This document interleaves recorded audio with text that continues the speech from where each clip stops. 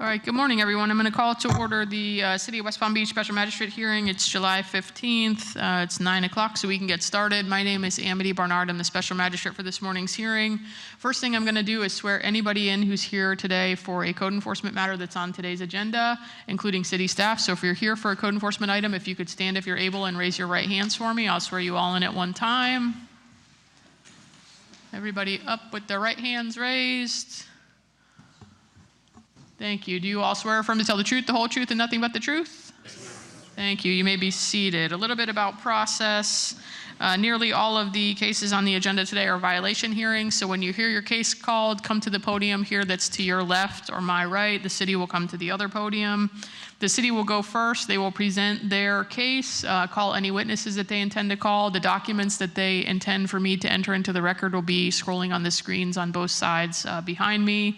Once the city has concluded its presentation, it'll be your turn to present any evidence that you've brought with you, cross-examine any witnesses that the city has put on, and tell me anything that you'd like me to hear about your case. Once I've heard from both sides, I will make a final ruling, and you'll get a copy of an order that reflects that ruling after the hearing today. So with that, keep in mind that all of your testimony this morning is given under oath, and I'll turn it to the city to call its first case. First case number 3, 1800 Embassy Drive, 106, CEBLD 26050973. Number 3, 1800 Embassy Drive, 106.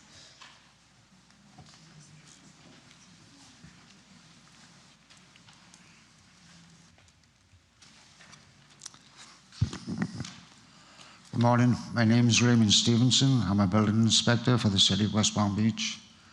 The cold case is CEBLD 26050973. The address where the violation occurred, 1800 Embassy Drive, Unit 106. The violation I observed is a flat roof assembly installed without a permit.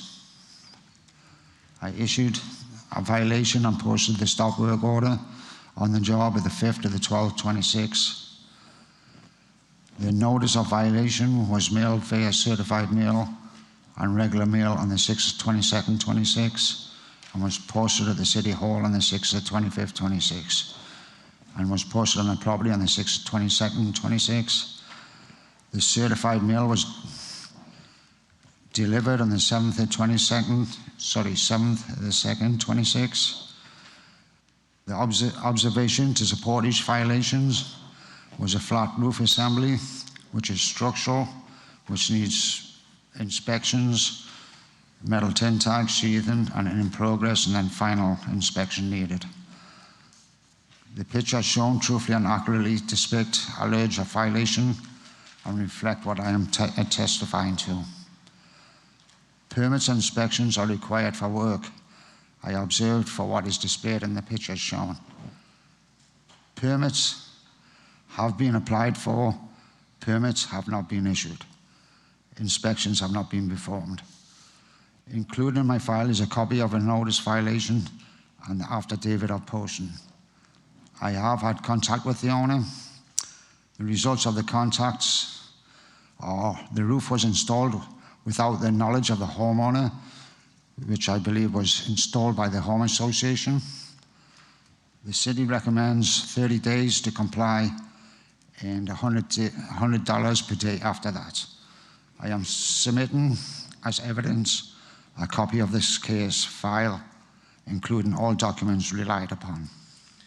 Thank you for your testimony. Special Magistrate, the city would like to enter the case file, including the photos and testimony as evidence. All right, your name, sir? My name is Victor Sushko. I'm the owner of Unit 106. Okay, so you've heard what the city is saying. A new flat roof permits have been applied for? Yes. Well, this is a condo association of 34 units, and 10 of them have flat roofs. While I was on vacation in Europe and come back, association, without my knowledge, replaced all 10 roofs. In a week or so, I get up, being a structural engineer, I went up on the roof, look at that roof, and send email to association and property management that that's not the right way to do that. Flashing was installed incorrectly, and tried to verify permit. And so I found out that it was installed without permit, so I contacted building department. Since then, it started leaking, not just my unit, several other units. For 2 months, association did nothing. Management did nothing. Original roofer, they disappear, okay? And that's the case, okay? A roof that do not belong to me, it belongs to association. I cannot repair it. I can do nothing, just complain. That's pretty much it. That's a condo by So definition. let me ask the city, who applied for the permit?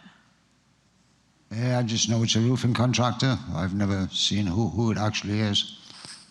Well, if it's not his roof and he's not responsible for doing it, it seems like you should But have he said is putting his name on it, who he the is, contractor. but not the homeowner. No, because he is the certified roofer contractor. He's a licensed contractor who's going to be putting his name on it.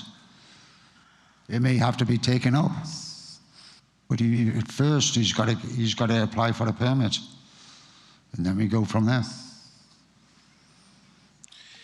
Can I ask a question, Magistrate? Go ahead, sir. Is it your understanding that Matthew Allen, that's on the screen right here, is this the representative of the contractor? Matt is the contractor. He is the owner. The contractor? Yeah, that's what it says, yes. And I'm just getting at. He is licensed, obviously. It's your understanding that they applied on behalf of the individual unit, not Correct. the I wasn't condo. aware of that. I thought it was the contractor who actually installed the roof at the time. So I wasn't unaware that it's a different contractor.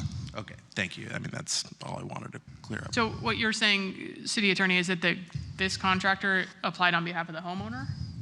Yeah, that's my understanding, is that this contractor applied on behalf of the individual unit, not the condo association. Yeah, because basically it's his house. May I? Go ahead, sir.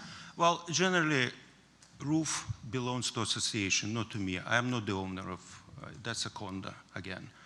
Contractor come to me last Friday, and I was forced to sign it because it was leaking, and they did nothing to prevent leakage. And he told me, you got to sign it. I don't know what else to do. Generally, it is not my roof. It is that belongs to association, and they're supposed to sign applying for permit, not me personally. Okay, I don't know if it is the right way or not, but I don't know what to do else. All right, so then they kind of fix it a little bit, apply sticker, you know, I don't know if it is good or not. And I don't know what does it mean even if he is able to do it right. Okay, that's my point. After talking to him, I'm not sure he understands the right way to do it. Is there a copy of the permit in the file? I don't have it Permit? in my file. I don't have I'm the. just asking the clerk to pull up the permit if it's in the file. So just let me see 1 second.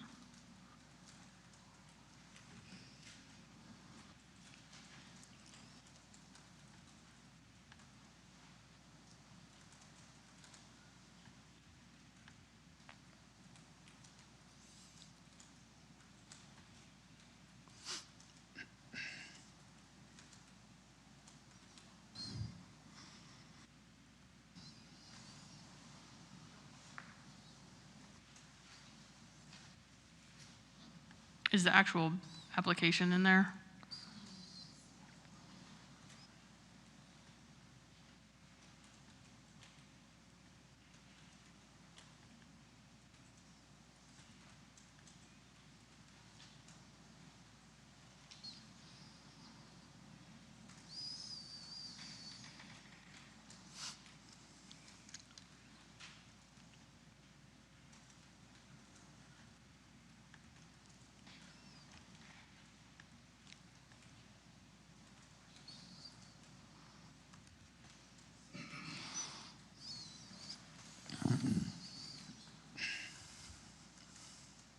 And what other document was in there with that? Is that That's just a signature, okay. So I believe it's still in review. So what you're seeing is just a notice of commencement.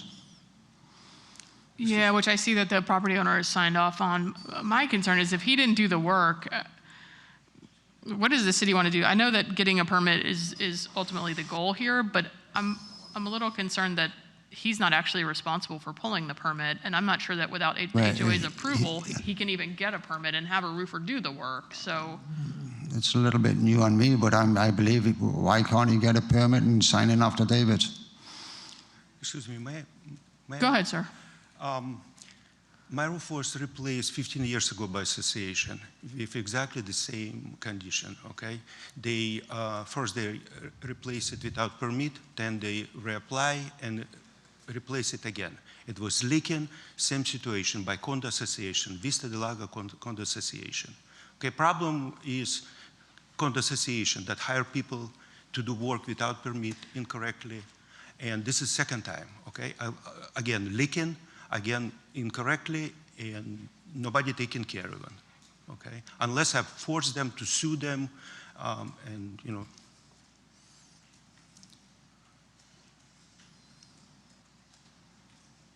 So what does the city want to do with this one? My concern is that he may not be the responsible party. I'm happy to give him as much time as he needs, but I'm just worried that you're putting somebody on the hook who didn't do the work. His testimony this morning is he didn't have the roof installed, the HOA did. I understand he signed some paperwork, it looks like, to try to remedy the issue, but. Yeah, and I think ultimately the city wants just compliance and just hearing that the HOA is not, you know, it's dragging their feet. I think we heard testimony that they're dragging their feet and not willing to do anything, just placing the onus on the individual unit owner who is taking action. And, you know, I would defer to staff, but I would think that they'd be open to plenty of time to get it done, considering the circumstances.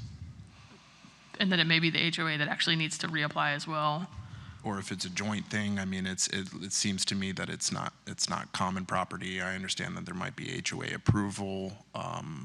It's the individual unit, it's the roof of the unit, so.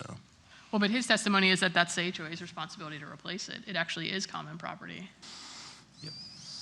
So, I mean, if it's a joint thing, you know, and they need to work together, if the property owner needs to work with the HOA to get the permit and have that done, I just think city ultimately wants compliance. Compliance, which I understand it. Having the roof, you want the roof to be permitted, and if it's, especially if it's leaking, you need it done correctly. How much time do you need to have this resolved, given that you're probably gonna have to work with the HOA? I cannot, I mean, I don't understand the question. I cannot resolve it, that's not my roof. I am not even, I would hire somebody and do it right, but I can't do that. That's a HOA association roof. It's a condo. Well, but how come you signed all these papers and signed a notice of commencement? And He come to me, it was leaking, and he come to me and said, you need to sign it. but that's your contractor, right? He's not the one that It's not my contractor, no. Is that the same contractor that installed the roof? Yeah, that was, they don't want to hire anybody. I give them different contractors that we used to work in the schools, and they don't want to hire anybody else. I don't know, they don't have money, I don't know what they, everybody's quiet. I was just forced, it was leaking. And leaking for 2 months, it's constantly raining.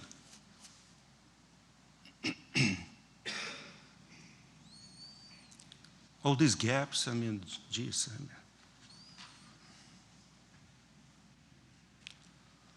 What does the city think is a reasonable amount of time? Because it's in plan review now, I think 30 days, example, is sufficient. It's in review, shouldn't be long before they get there. Since then, I permit. receive phone calls from another unit owners, and it's leaking, they don't know what to do. I give them phone number for building department to contact them. It's 10 units, it's not just my unit. Victor, we know that the wall's leaking. Yeah. We know it's the whole wall's leaking. No, it's The not, walls are no, it's flashing. You got a gap, okay? Building was installed somewhere in the 80s, when building code was like, you know, I don't want to continue into that, but wall is not waterproofed, okay? They cut stucco. then they install flash and caulk it, but there was a gap, okay? This is where water, when it's raining, water gets in the wall, then it leaks, and it leaks into that gap inside, because Well, and all those things, those are secondary issues. My concern is just getting the permit, but I'm going to give you enough time to do that because this is a little My less. point is, I cannot pull a permit. I'm not the owner. That's Vista de Lago Condo Association, okay? They decide, they spend money. I just pay my dues. That's all I do. If it would be my house, it won't happen to me. Right. So I'm going to give you 180 days to get it sorted out. That should be more than enough time, but I want to make sure. I don't think 30 days is nearly enough time for you. You're going to have to work with the HOA, especially now that you've signed these these permit documents, and I presume even if you process the permit that you have, you're going to need the HOA sign off at some point. So I'll give you more than enough time to deal with it. Let me ask you, do you have any objection to the documents that are on the screen behind you, the notice documents for today's hearing and the photographs? And there's a stop work order in there, all the documents for today's hearing. Any objection to those being entered into the record?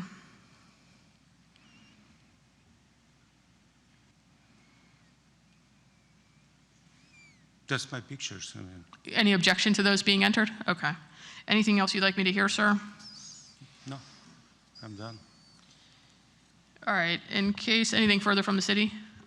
No, I'm All right. good. In case CEBLD 26050973, I'll enter the city's evidentiary case files composite exhibit 1 without objection. I'll find based on the notice documents in the case file, which include an affidavit of posting, that the city had good service for today's hearing. I'll find based on the photographs in the case file and the testimony of city staff that the respondent's in violation of section 110.1 and 105.1 of the Florida Building Code.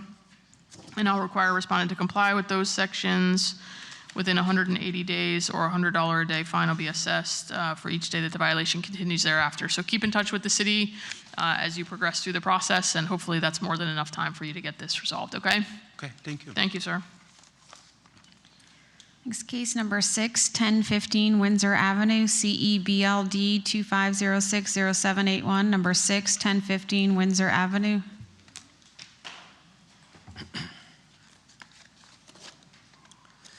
Good morning, I'm Kevin Pennington, Building Inspector for the City of West Palm Beach. The code case number is CEBLD 2506071. The address where the violation occurred is 1015 Windsor Avenue.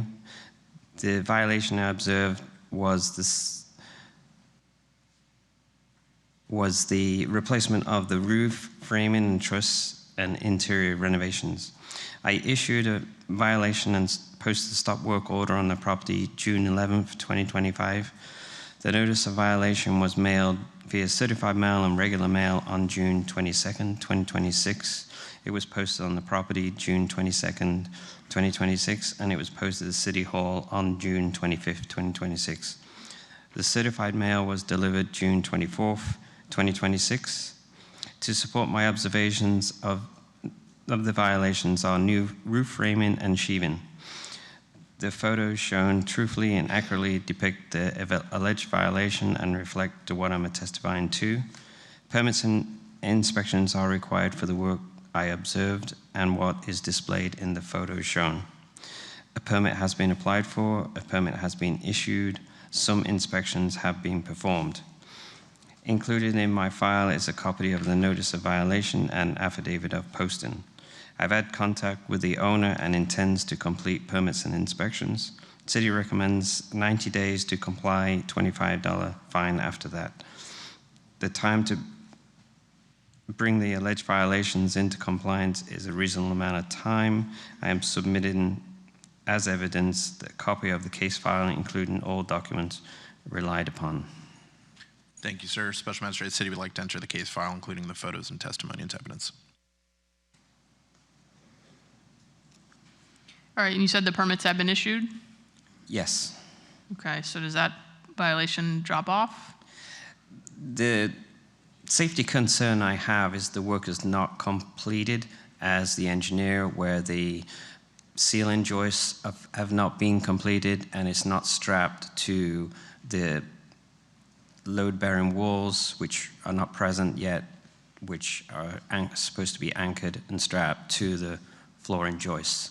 So from what I'm seeing, the work is not complete, where if there is a storm, it may be compromised. So that's my safety concern. Okay. And isn't all that addressed through the inspection and closeout process, or not closeout process? Yeah, I've discussed it with the owner. He's just not continuing the work. There's been inactivity since February. No activity since February? Yes, that's correct. When was the permit issued? Was it issued It was this before? year. It was probably January.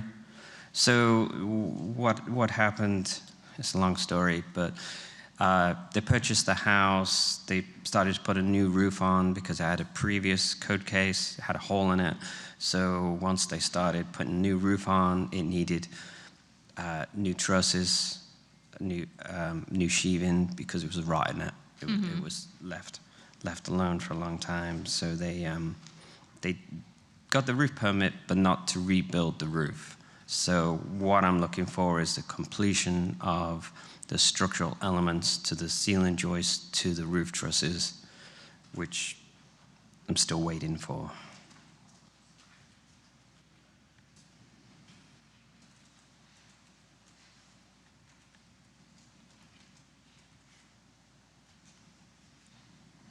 That's the roof permit?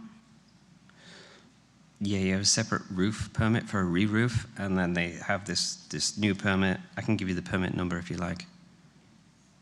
So it's 250-907-56.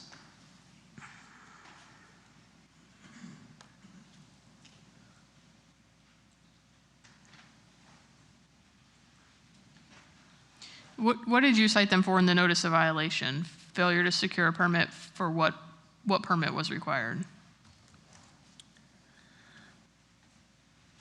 They didn't have a permit to rebuild the roof. They had a permit to do the roof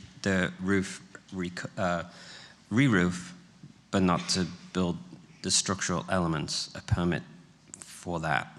So if you see in the photos, you'll see structural members of the roof compromised with termite and wood rot. Okay. But do they have the permit now for the structural components? Yes, they do, but the inspections are not completed. Okay. Did they get the permit in time, based on the time you gave them in the notice of violation, or were they late in complying? No, I gave them time. They had to go to an engineer and have it all drawn and up. They got halfway through, but they got the roof on, and that's good, but there's missing straps, what need to be done to ensure that integrity of the roof per the engineered drawings. Okay. I guess my question is if compliance is getting the permit and they have the permit, that section is in compliance, correct? Yes, yeah, Okay. yeah.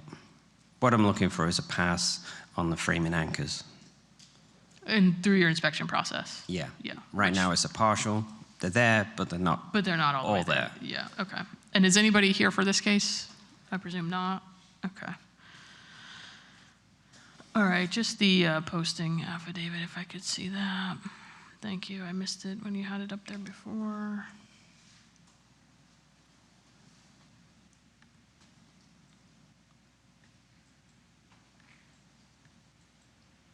And are you still in communication with the respondent? Yes. Okay. And 90 days should be enough time to get this done, assuming they come back into active work, right? Yeah, I'm not sure what the delay is. Okay. All right, anything further from the city? No. All right, in case CE-BLD 25060781, I'll enter the city's evidentiary case file as Composite Exhibit 1 without objection. I'll note for the record that the respondent is not present. I'll find, based on the documents in the case file that include both an affidavit of posting and also a USPS delivery confirmation on the certified mail, that the city had good service for this morning's hearing. I'll find, based on the photographs in the case file and the testimony of city staff, that the respondent's in violation of section 110.3 of the Florida Building Code for the work that has been done without the required inspections. I'll require a respondent to comply with that section within 90 days, or a $25 a day fine will be assessed for each day that the violation continues thereafter. Number 7, 718 New Jersey Street, CEBLD 26050969. Kevin Pennington, Building Inspector for the City of West Palm Beach. Code case number is CEBLD 26050969. The address where the violation occurred is 718 New Jersey Street. The violation I observed was in the side yard where new fence in the rear and sides of the property. I issued the violation and posted the stop work order on the property May 7th, 2026. The notice of violation was mailed, certified mail and regular mail on June 22nd, 2026. It was posted on the property on June 22nd, 2026. It was posted at the City Hall on June 25th, 2026. The certified mail was delivered June 24th, 2026. To support my observations of the violation are a new 6-foot white vinyl fence. The photos are shown truthfully and accurately depict the alleged violation and reflect to what I'm testifying to. Permits and inspections are required for the work I observed and for what is displayed in the photo shown. A permit has been applied for. No permits have been issued. No inspections have been performed. Included in my file is a copy of the notice of violation and the affidavit of posting. I've had contact with the owner and they intend to complete the permit and the inspections.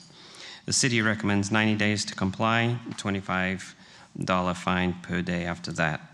The time to bring the alleged violations into compliance is a reasonable amount of time. I'm submitting as evidence a copy of the case file, including all documents relied upon. Thank you, sir. Special Magistrate, the city would like to enter the case file, including the photos and testimony into evidence.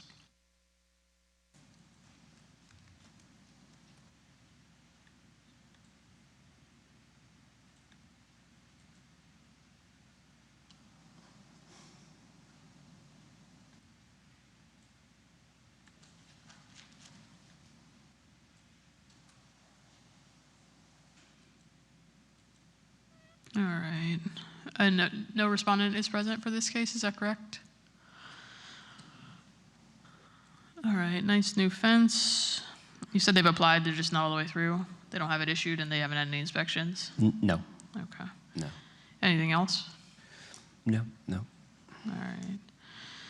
In case CEBLD 26050969, for the record, the respondent is not present. I'll enter the city's evidentiary case files composite exhibit 1 without objection. I'll find, based on the notice documents in the case file, which include an affidavit of posting and USPS delivery confirmation on the certified mail, that the city had good service for today's hearing. I'll find, based on the photographs in the case file, as well as the testimony of city staff, that the respondent's in violation of sections 110.3 and 105.1 of the Florida Building Code for the fence installed without the required permits and inspections. And I'll require a respondent to comply with those code sections within 90 days, or a $25 a day fine will be assessed for each day that the violations continue thereafter. Number 10, 709 Omar Road, CEBLD 25020705. Number 10, 709 Omar Road.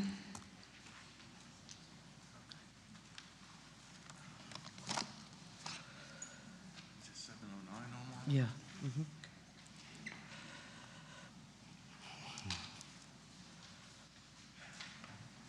My name is Lori Higgins, City of West Palm Building Inspector.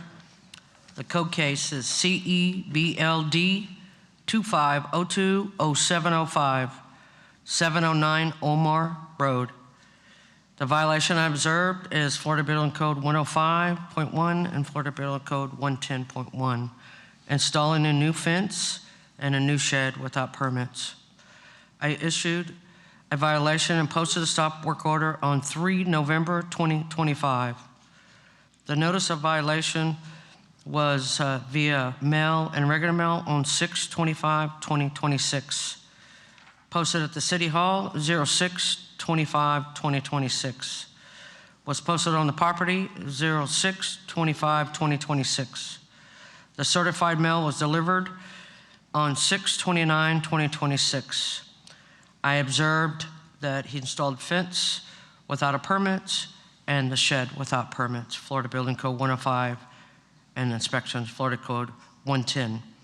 The pictures are true and accurate. I am testing to that are shown on the screen.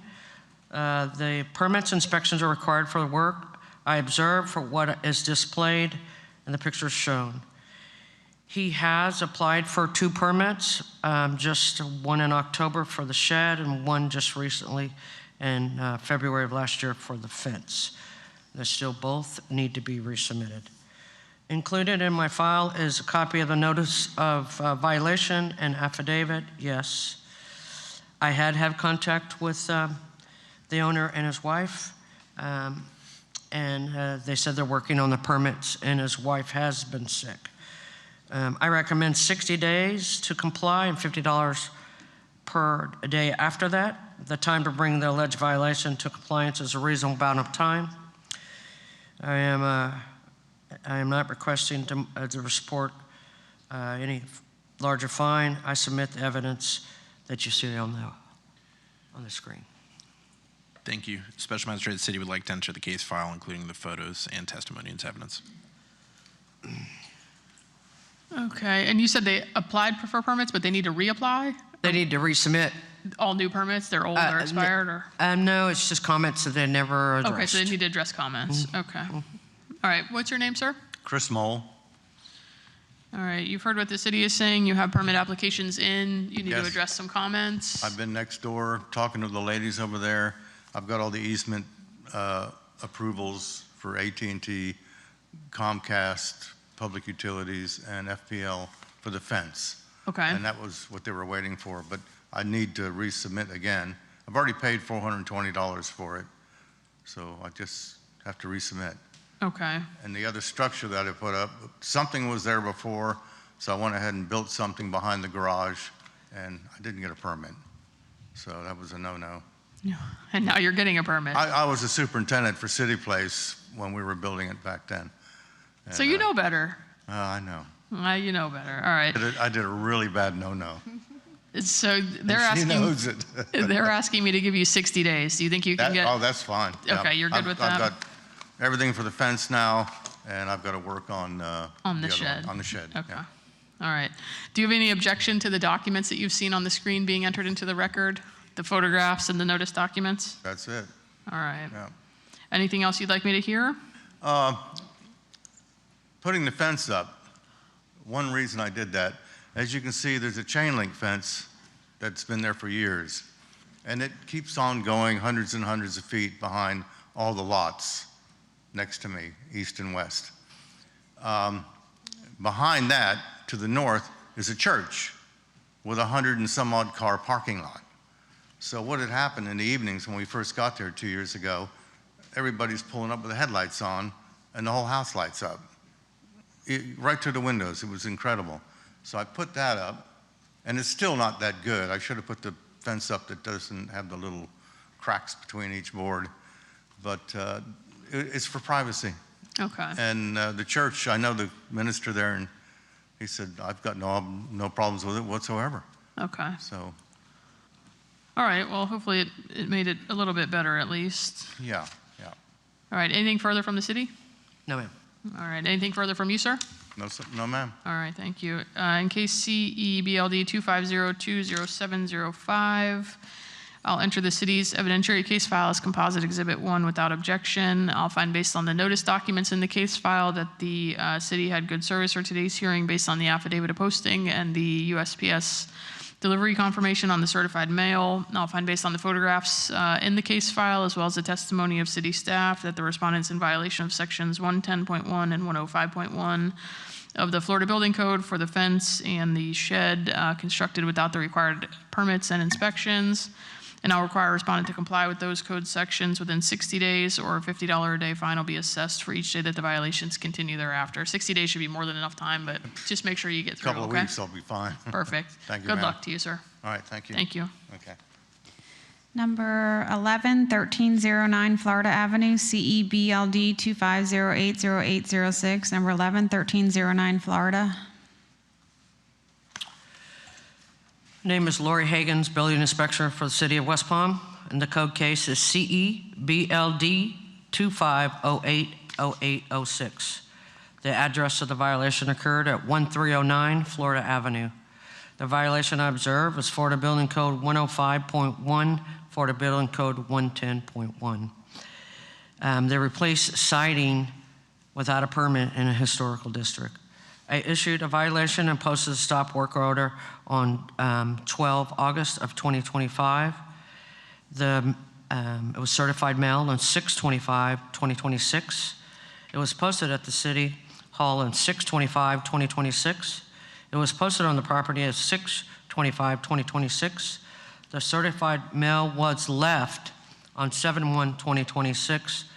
And to state my observation, replacing siding without a permit in the historical district. Florida Building Code 105.1 and Florida Building Code 110.5. The pictures being shown truthfully and accurately depict the violation or reflect that I'm testifying. The permit inspections are required for the work I observed and which are displayed as shown on the screen. They have recently applied for a miscellaneous permit. It has not been issued, as in review. Included in my files a copy of the notice of violation affidavit posted. Yes, I have had contact with both the owner, the real estate, and the lady that's representing the permit renter today. The results of the contact are to pull a permit. Results of the contact are to pull a permit and get it inspected. The city recommends 60 days and $50 a day after that to comply, to bring the violations to compliance in a reasonable amount of time. I am submitting the evidence to see on the screen of the files on all the documents. Thank you. Special Magistrate, the city would like to enter the case file, including the photos and testimony into evidence.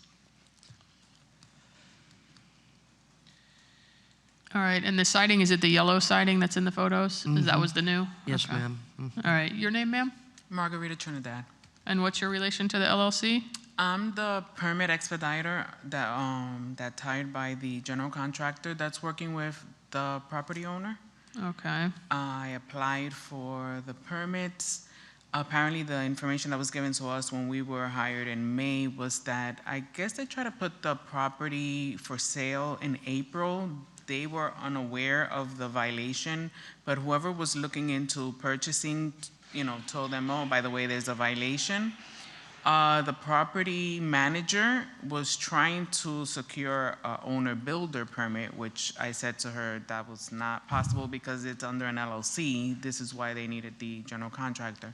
So I guess she had communication back and forth through email, and when realized that they couldn't do an owner-builder, that's when we were contacted, and I applied for the permit. I had to fix something in the application and reapply. It's past the initial, approval, and it's going in for review now. So I think we should hopefully have it soon. All right, and they're asking me to give you 60 days. That should be more than enough time. I believe so. Okay. Yeah. All right, and you said it was a miscellaneous permit that was applied for? That's what he's applying for, miscellaneous. Is that the correct permit for siding? Yes. Okay. All right. Ma'am, do you have any objection to the documents that you've seen scrolling on the screen being entered? No. Okay.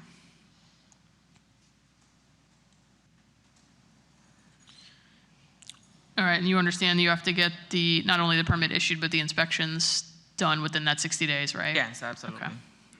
All right, anything else you'd like me to hear? No, the the property owner is away up north, and I'm basically trying to be his eyes and ears here, trying to get this resolved, in a timely manner. Okay, great. Anything further from the city? No, ma'am. All right, with that, in case CE BLD 25080806, I'll enter the city's evidentiary case files composite exhibit 1 without objection. I'll find, based on the notice documents in the case file, which include an affidavit of posting, that the city had good service for today's hearing. I'll find, based on the photographs in the case file and the testimony of city staff, that the respondent's in violation of section 105.1 and 110.1 of the Florida Building Code for the siding installed without the required permits and inspections. I'll require a respondent to comply with those sections within 60 days, or a $50 a day fine will be assessed for each day that the violations continue thereafter. So make sure you get the permit and the inspections done within those 60 days, okay? Absolutely. All right, good luck to you, ma'am. Thank you. Thank you. Case number 20-1018 10th Street, CE 2605544. Number 20-1018 10th Street.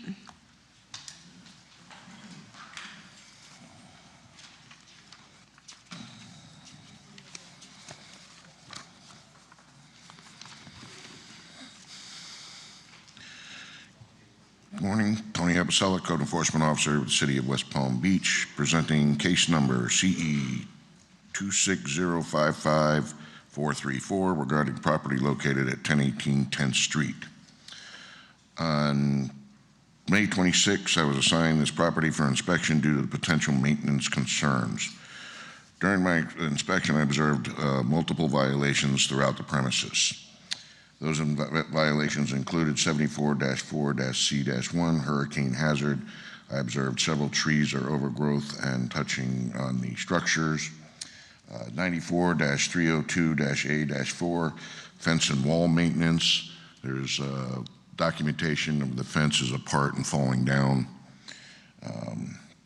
18105B, exterior wall and roof. As you can see, there are several rotted areas throughout the structure. 74-4-A-3, clean adjoining right-of-way and alley. As per the photographs, you'll see that the overgrowth in both the alley and the parkway are extensive.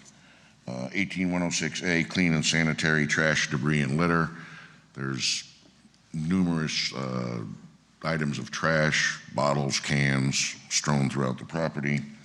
94-446-2-E, edging. The sidewalk hasn't been edged, and the parkway street area has not been edged, and looks like in quite some time.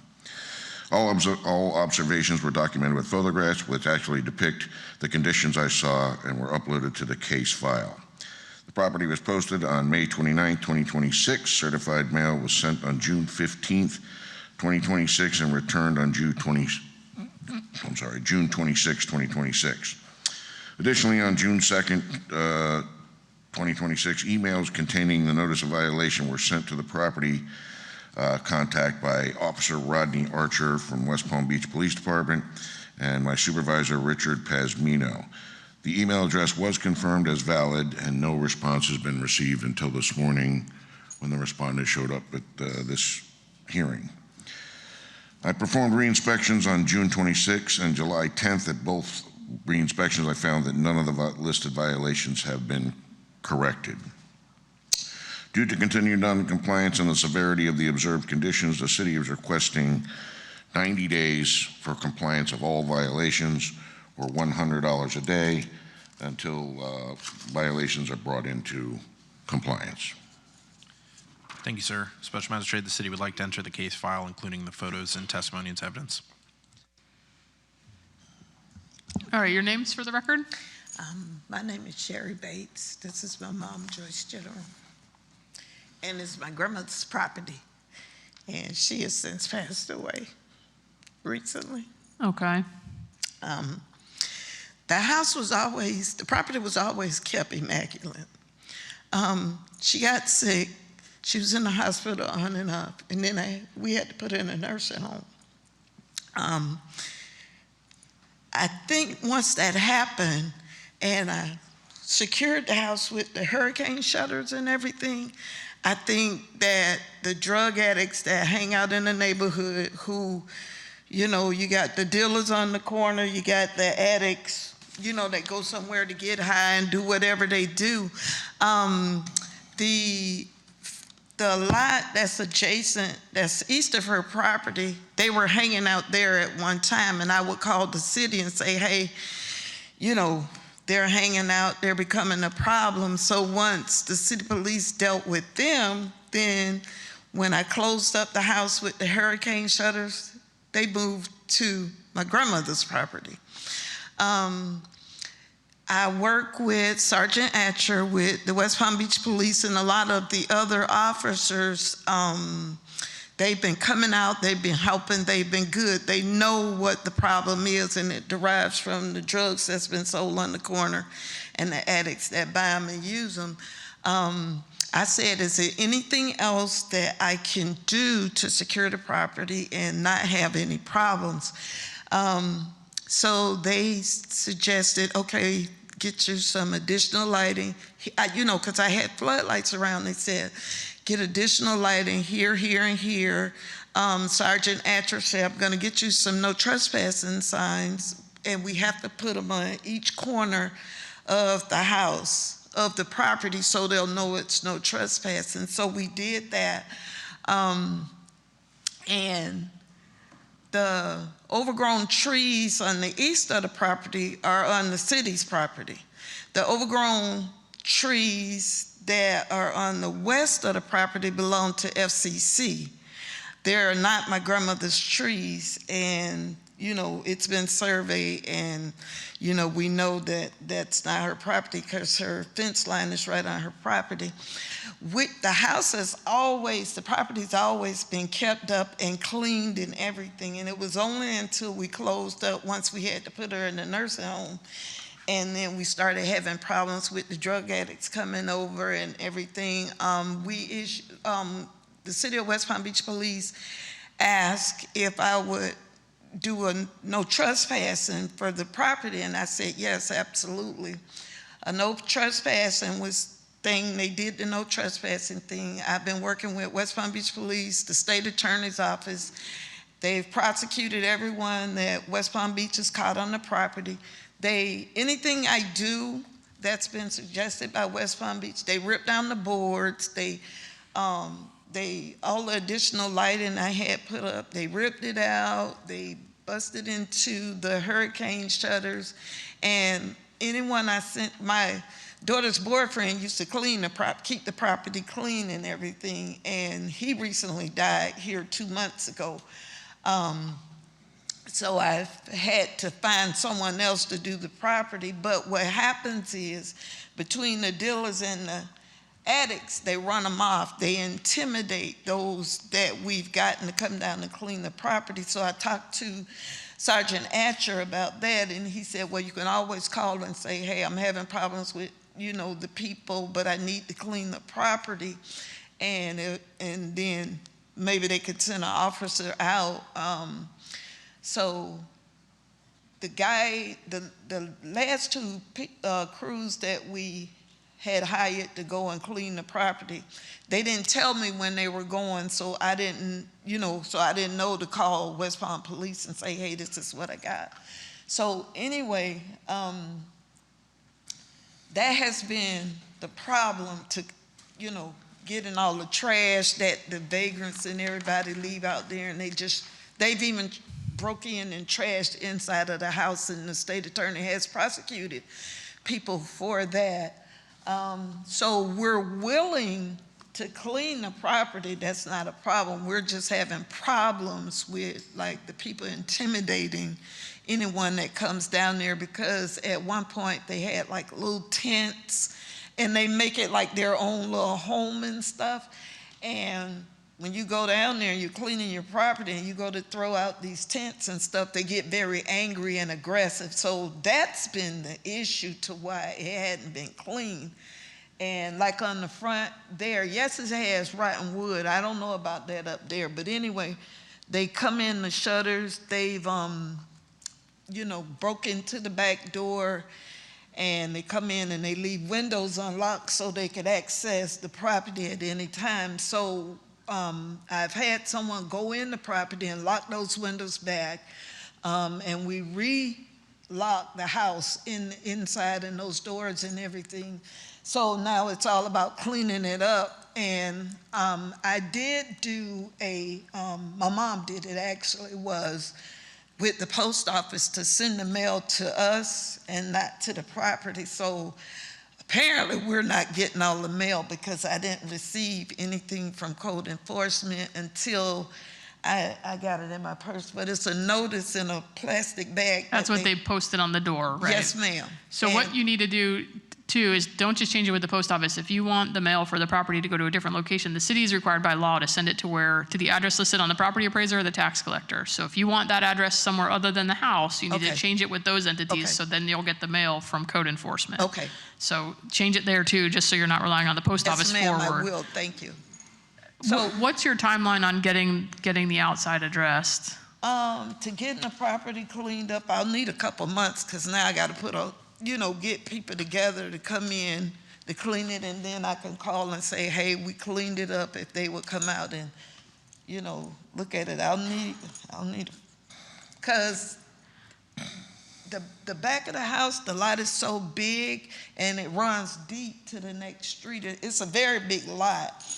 And it may take them a few days to, get it clean and then get all the trash out of there and whatever habitation they call themselves living in back there. Okay. The city's asking me to give you 3 months.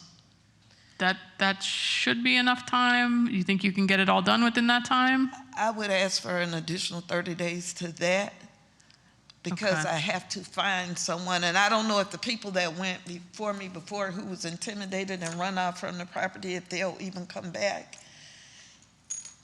What does the exterior of the property, does she need permits for that to repair the siding or whatever that is?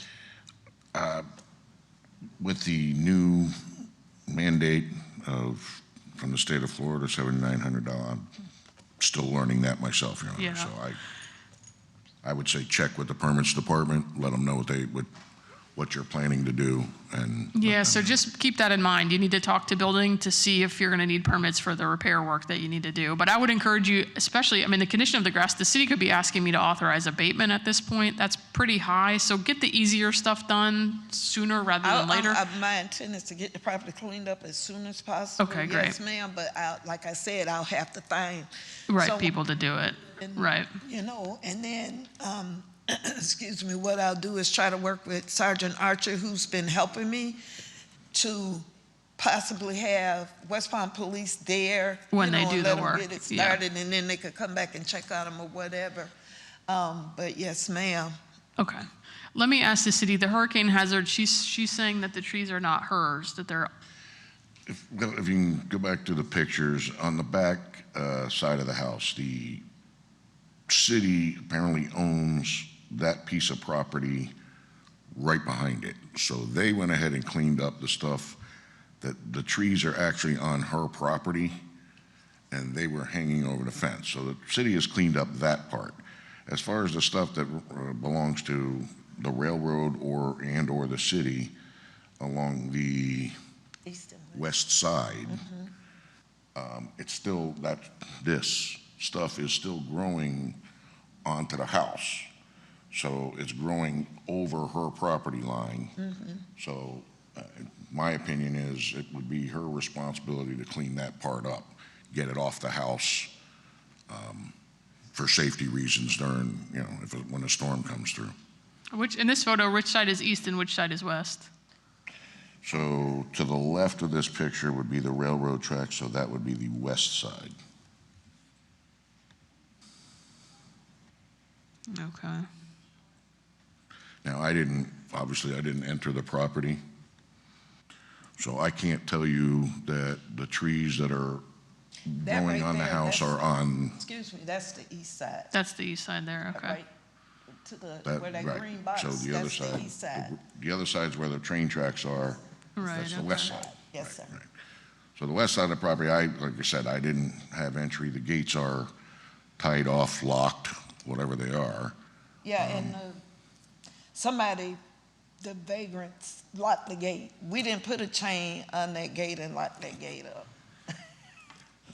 That was another thing that happened. Yeah, it's like they're taking I didn't walk ownership. the property. So. The more you keep it looking like somebody's there, the less trouble you're going to have. Once Okay. it gets to looking like this, they know that nobody's there, and Yeah. it's a trouble. It's a problem for sure.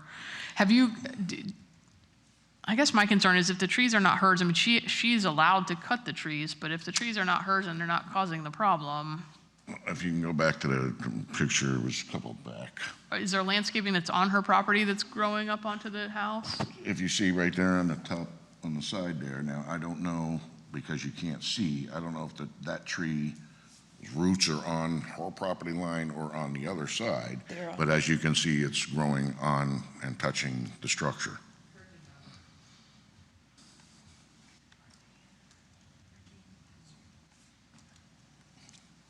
And that would constitute the hurricane hazard, Your Honor. Yeah, I understand it's a problem. My concern is who's responsible for addressing the problem. Oh, go back up to that photo.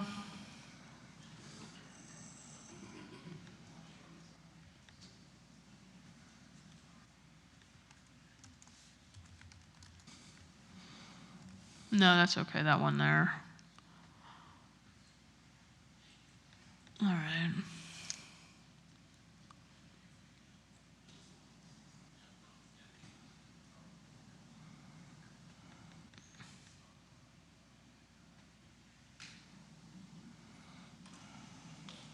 And the trees, so the way that the law works in Florida is if the trees are alive, which they appear to be in the photos, and they're hanging on your property, you can cut them back. You should cut them back, especially if they're going onto your house. You don't want that. Yes, It just ma'am. lets rats and other things get from the trees onto your roof and into your house. And so it's in your best interest to Okay. cut it back. Yes, But ma'am. you may also want to reach out, and perhaps the city can even give you a contact for somebody at the FEC to let them know, because they shouldn't be letting the trees grow and not maintaining their own trees, whoever's responsible there on the other side of the fence. Yes, Sergeant Atcher, when we discussed that, he had told me that he was going to reach out to FCC for me and say, hey, you know, because Yeah, I'd follow up on that. we called them several times. And they don't do anything, They don't return calls, they don't do anything.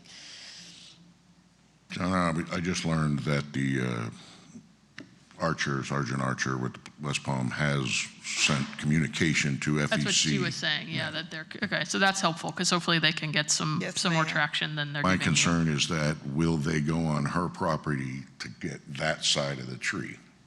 That, I don't know. Well, she can author, I mean, that you can discuss with them if they contact you. If somebody from FEC, you know, if they want to Okay. get on your property, that's up to you, whether you allow that or not. Absolutely, yes, ma'am. Yeah. Okay. All right. Anything else you'd like me to hear?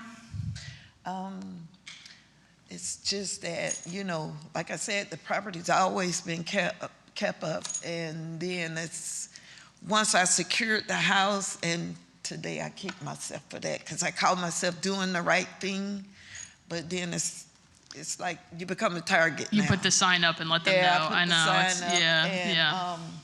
So I'm more than willing to get the property clean. You know, I know I'm going to need time. I'm going to give you the time that you've asked to do it. Yes, ma'am. And I would Thank you. encourage you, get it done as quickly as you Yes, can, ma'am. like you've said you will, and then keep it maintained. Yes, Because ma'am. the more it looks like people are there regularly, the less the uninvited people will want to be there. So it'll benefit you in the long run to keep it maintained until Yes, you ma'am. figure out what you're going to do with it. Do you have any objection to the documents that you've seen on the screen being entered into No, the I record? don't, because they're actual documents. Okay, They are. great. And also talking with Mr. Tony this morning, now I know that I can correspond with him, and I'll keep in touch with him and, you know, get Do that, advice and whatever yep. else. And just keep in mind that in the future, although the city is usually very generous in how they communicate with you, to cite you, they have to do the mailings the way that they do, the certified mailings to the property appraiser address or tax collector. So even though they cooperate with you while you have an active case, if you get cited in the future, they're going to send you the same kind of mail that they do. They don't have to call you, they don't have to email you. So just get that address changed so that you're getting notice wherever you want to be Yes, ma'am. notified.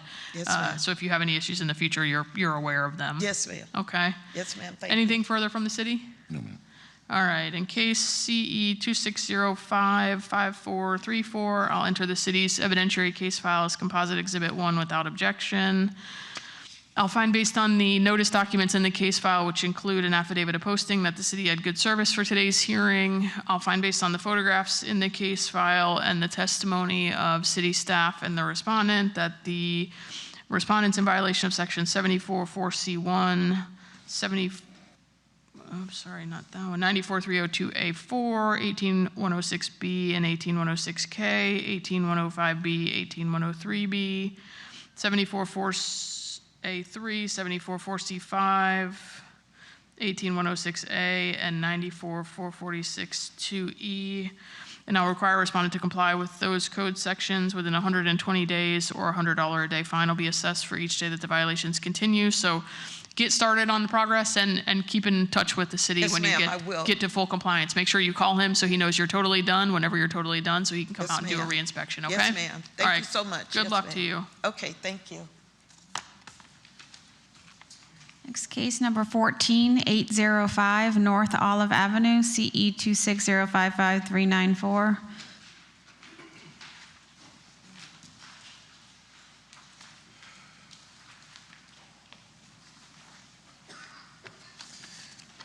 Good morning. Don Williams, Code Enforcement, City of West Palm Beach. I cited the business Griffiths North Olive for a banner from a complaint received from my Planning and Zoning Department of West Palm Beach. I cited the property on May 21st of 26 for code section 94402-B.2-2. Certified regular mail mailed out June 16th of 26. The property itself was posted May 21st of 26. Contact has been made with a representative of that property who's here today.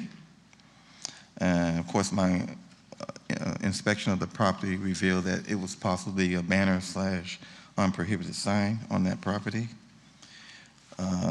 Since that time, the representative of the property has applied for a permanent sign to be placed on that building as of July 6th. So we have agreed today that approximately 90 days will be fine for them to remove that banner, or a fine of $100 per day thereafter that. Thank you. Special Magistrate, the city would like to enter the case file, including the photos and testimony into evidence. And what's the banner? Is it the big white one at the top? Yes, or? correct. Oh, that one there? Mm-hmm. Okay. The other sign was fine, the smaller one? This one? They have applied for permits for those. So that's a problem too? That's a banner too? Correct. Well, it's not a banner, but it's not It's a not permit. an allowed sign. Okay. Don't have a permit for that one as well. Okay. All right, your name, ma'am? Dawn Amon. I represent the client, Griffiths Properties. Okay.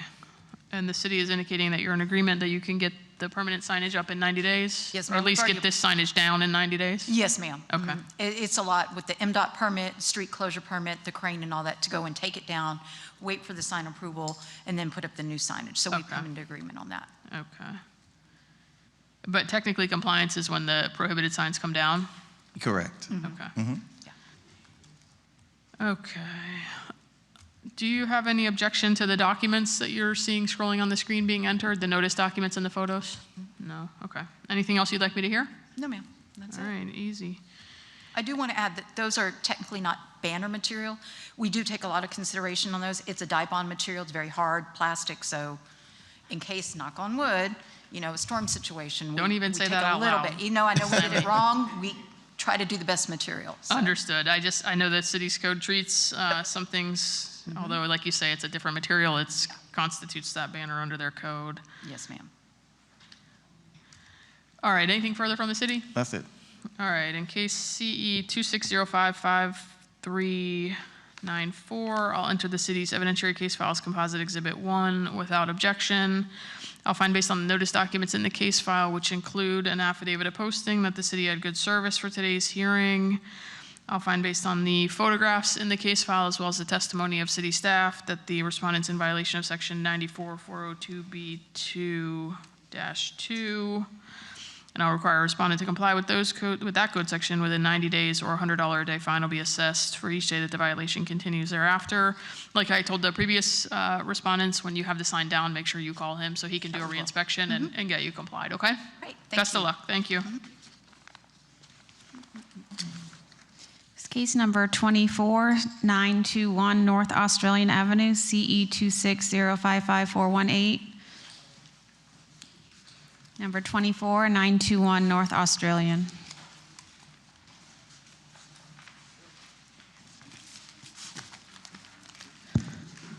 Good morning, Code Officer Kay Weaver with the City of West Palm Beach.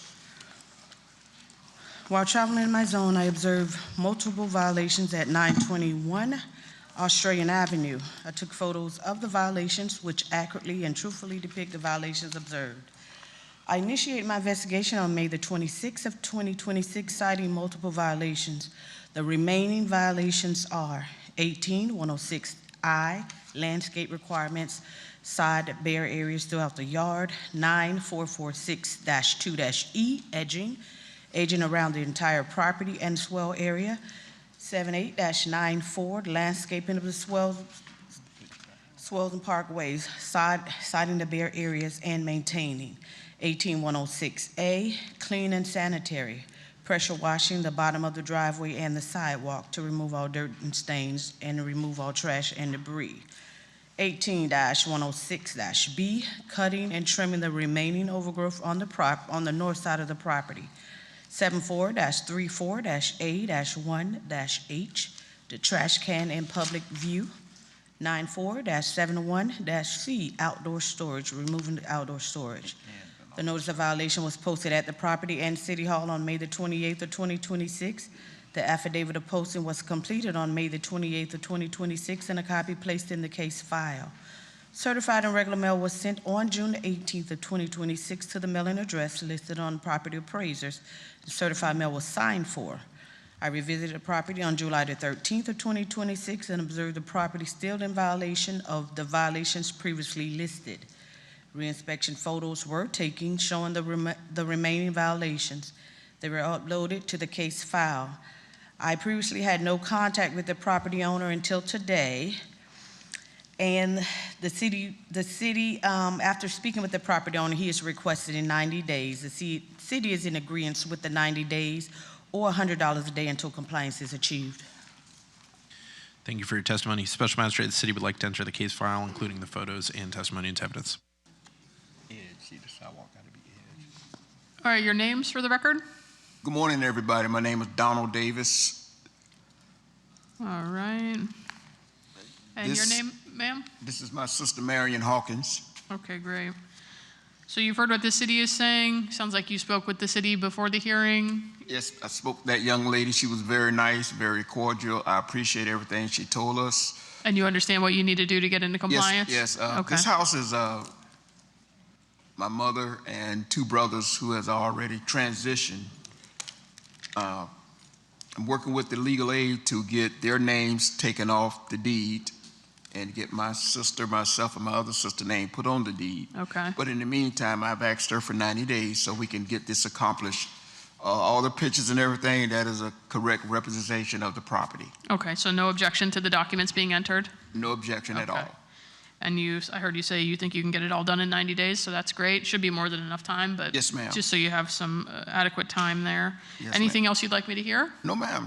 Like I said, this young lady here, I don't say that often just to be standing in front of people. She was very nice, very helpful. She told us what she was going to do, and I asked for the time to get it done. And I'm always willing to give you that, especially when you take your time to appear at these hearings.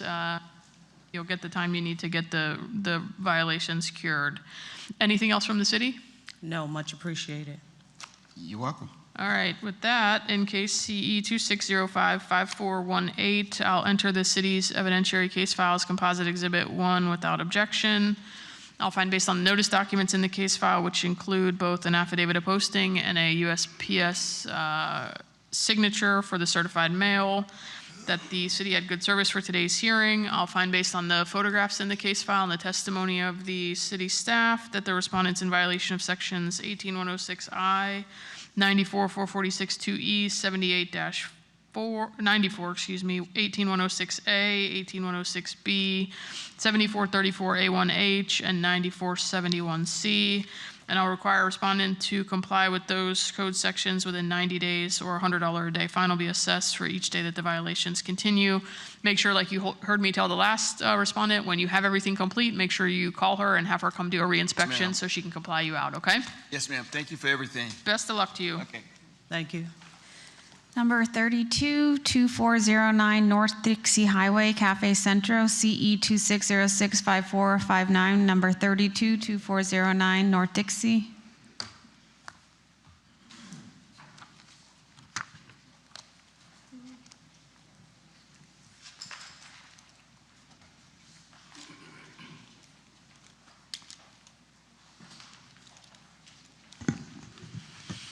Good morning, Donald Lattimore, City of West Palm Beach Code Enforcement. Violations associated with the business Cafe Centro, located at 2409 North Dixie Highway, were referred to the Code Enforcement Division by the West Palm Beach Building Division. I completed an initial inspection on May 27th of 2026 and cited the property for multiple violations. The city issued a notice of violation to the property owner, as well as the business owner, which identified the violations, my contact information, and notice of this hearing date. I hand-delivered the notice of violation to the business manager at the property on June 3rd, 2026. I also completed I also posted the notice of violation at City Hall and completed an affidavit of posting on June 3rd, 2026. The notice of violation was noticed by certified and regular mail on July 9th of 2026 by the city clerk. I completed a reinspection on July 8th of 2026 and observed the property not to be in compliance with the following code violations. 78342A, sidewalk cafe permit, has been submitted. It's in a resubmission, but they do need the sidewalk cafe permit. 94402E1, sign permit for the sign that is attached to the building, and 94408D-5 to obtain a permit for the window signs. I took the photograph at the initial investigation and when I revisited the property, and these photographs accurately and truthfully depict the violation that I observed during my investigation. The business owner is present, and I have been in constant contact with the business owner throughout this entire process. The business owner is requesting additional time. With that being said, the city is requesting 120 days to comply. If compliance is not achieved, a $100 per day fine. Thank you, Mr. Lattimore. Special Magistrate of the city would like to enter the case file, including the photos and testimony into evidence. All right, your name, ma'am? Yang Chen Kusa, And your relation to the owner? business owner. You're the owner, great, thank you. So you've heard what this city is saying. They're asking me to give you 120 days to comply. That should be more than enough time. Are you in agreement with that time? Everything in the process. So for the building on the outside facing Dixie, actually we have permit for 2006 because this business already 20 years.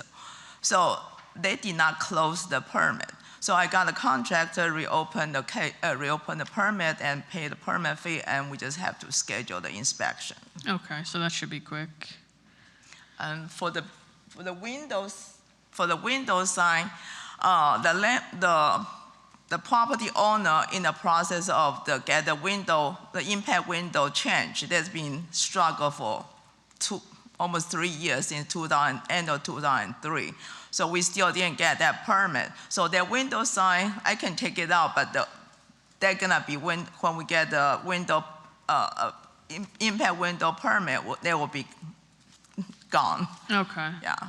And you're in the process on the sidewalk cafe permit? Yes, that's been going on, and when we apply the window permit to the property owner, and they got rejected, so they decide to hire the law firm to go through this process. Now still in the process. Okay. Is there a holdup on the cafe It looks like it was applied for in March. Is there something? Yes, so basically what Ms. Yang is saying is that the impact windows, there's an issue with installing those impact windows, which that is what prompted the entire case. That is attached to the sidewalk seating cafe, because we need to know if the impact windows, the design that they would like to put up, is going to work with the sidewalk seating cafe. So if I'm not mistaken, you can correct me if I'm wrong, the building, the city of West Palm Beach is basically saying the type of windows that they would like to put up cannot be installed, which is why the business owner is hiring a lawyer to fight against that, which is holding up the sidewalk sidewalk cafe seating. But I discussed with Ms. Yang that if the time runs out or approaches close to it and it's not resolved, a quick way to resolve the issue with the outdoor seating cafe is to just remove it completely. Same thing with the window signs too, right? With the window signs. So that's your fail-safe, is if you get up to the 120 days and you're not resolved, whatever the fight is, you can just take the stuff in. Hopefully, there been third hurricane season, we still not able to install our impact window. That cost $80,000 still in the storage. Yep. So we should just try to, figure out this one, how can get resolved. Okay. All right, anything else you'd like me to hear? No, that's okay. Anything else from the city? No, the 120 days is still good. I know you were asking possibly for additional time. Because everything is not in my hands, so hopefully, but if I can have, another additional 30 days, because the lawyer been working on this sidewalk cafe permit for being over a little while, and I've been submitting all the drawing and the document and the insurance the city require, so everything should be in place. So hopefully, I have another 30 days. I'll give you another 30 days on top of that. So I'll give you 150 days to get it resolved. And like he said, it's a very good point. If you get to the end of that and you're not done, you can bring the tables and chairs inside and take the window signage off and call for an inspection, and you'll be out of trouble for at least those temporary things. Yeah. All right, anything else from the city? No. All right, in case CE 26065459, I'll enter the city's evidentiary case files composite exhibit 1 without objection. I'll find based on the affidavit in the case file, which indicates hand delivery, which was also signed for on the notice of violation, that the city had good service for today's hearing. I'll find based on the photographs in the case file, as well as the testimony of the city and the respondent, that the respondent's in violation of sections 98408 D5, 94402E1, and 78342A. And I'll require a respondent to comply with those code sections within 150 days, or $100 a day fine will be assessed for each day that the violations continue thereafter. So make sure you keep in touch with the code officer as that time goes by, okay? Of course. All right, best of luck to you. Thank you. Number 380 Columbia Drive, CE 26065569.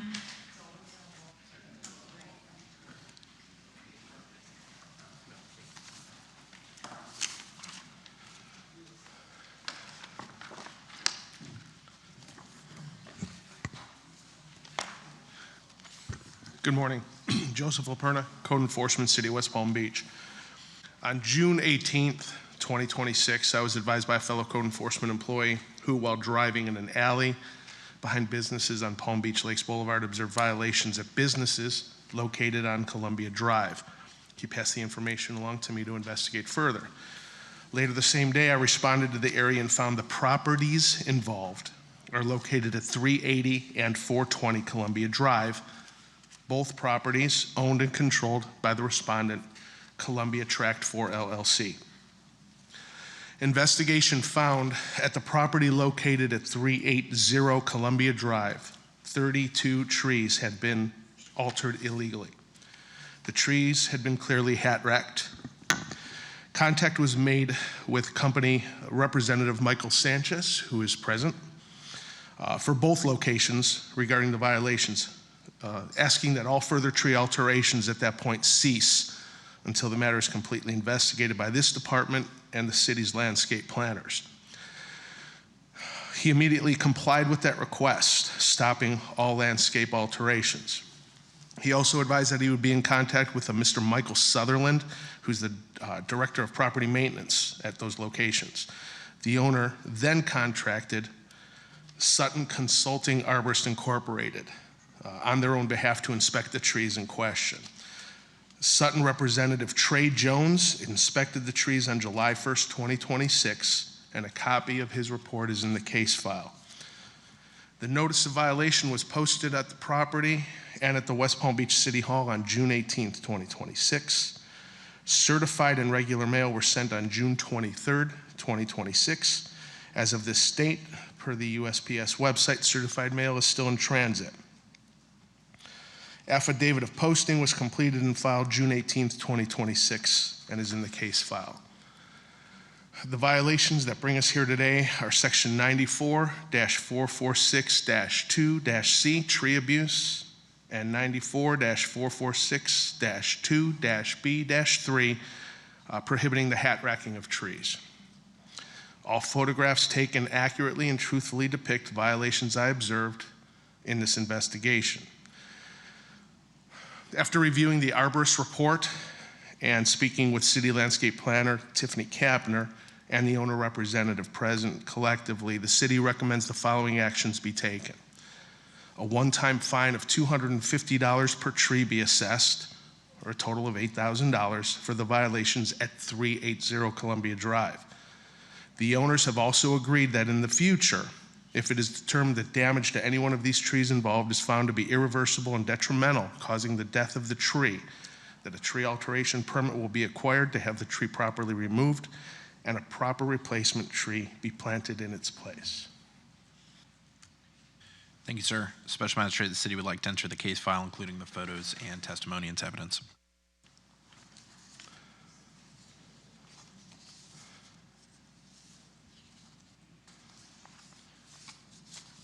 All right, your name, sir? Good morning, Your Honor. My name is Michael Sanchez. I'm a development consultant here in town. My office address is here in the city at 2465 Mercer Avenue, Suite 101. All right, and you're a consultant for the owner? I'm Yeah. representing the property management company and the Okay, owner, yes, great. ma'am. All right, so you've heard what the city is saying. Go ahead and explain to me your side. Your Honor, I just had a couple of graphics that I'd like to present Sure, to you. show them to the city first, and he'll show them to the city attorney before I take a look.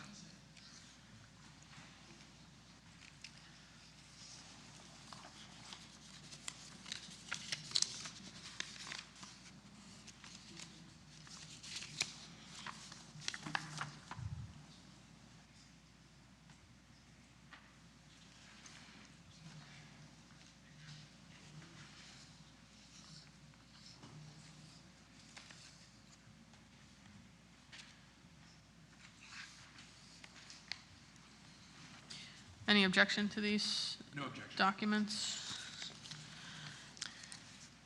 Okay. And Mr. Sanchez, what are these, some of them? Thank you. are- I'll explain them, Your Honor.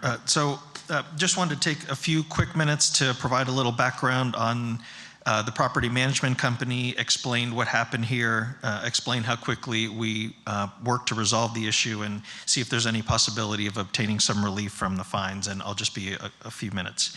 And I'll get back to these graphics, Your Honor. This property is managed by Asset Specialists Incorporated, and I'll refer to them as ASI. They're a commercial real estate and property management company, have been around since 1989. Their office was actually originally in the city up in Metro Center. They've since moved to Palm Beach Gardens. They manage 1.3 million square feet of space within the city of West Palm Beach, and including the properties that are on this aerial that have the addresses on them. So 340, 360, 380, 400, 420, and 440 Columbia Drive. The owner is actually a client and a friend of mine. Before moving my office to West Palm Beach, I actually had my office in their office, so I saw the day-to-day operations, and I can attest that they do things right and they do things by the book, just to maintain their one of which is to maintain their reputation in the city. So what happened here, the property manager observed Asplund doing some extensive tree trimming on the backside of one of the properties, and that would be in the aerial along the FPL transmission easement, and those photos are included as pages 2 and 3 of what I provided. As they typically do, they're a contractor for FPL, being Asplund, they only trimmed one side of the trees. On the owner's property, which ASI maintains. So they contacted the owner of the tree trimming company that ASI typically uses. They inspected the trees, and they concluded that those trees that had been cut on one side by Asplund had to be trimmed on the other side to balance the trees. The tree trimming company dispatched a crew with instructions to trim those trees. Well, the crew leader misunderstood. They ended up trimming trees that are in the green on the aerial, which were also on properties managed by ASI, but they weren't the trees that originally were trimmed by Asplund. And before the crew reached the ones that were actually intended to be balanced in the first place, the city issued the notices of violation. So that's the history as to why the trees were trimmed. How we responded: on June 17th, Officer LaPerna contacted the project attorney. The work stopped immediately. The next day, ASI contacted me, and I contacted the arborist that I've worked with in the past. A week later, the arborist was under contract, and the reason there was a week was because the arborist was on vacation. On June 1st, so 6 days after that, an arborist report was issued, and it concluded that the trees could be saved with a restoration program. I submitted that report via email to the city on July 4th. On July 7th, the city responded stating that they could support the tree rehabilitation program. On this morning, or actually yesterday, I received an updated arborist report with a timeline for the restoration. I provided that to the city this morning, and obviously they haven't had a chance to review that, but it established dates by which a program for restoration of these trees. So in conclusion, Your Honor, I just want to highlight a couple of things. We've acknowledged that the trees were trimmed inappropriately and that there are consequences for that. There was no ill intention and no trees were removed. We responded immediately and diligently to resolve the issue. We agreed to implement the restoration plan. So given all those things, if there's any possibility for a reduction in the fees, we would greatly appreciate it, and happy to answer any questions. Okay. Can you, Madam Clerk, can you go back to the arborist report so I can read that quickly? I don't read quite as fast as you scroll.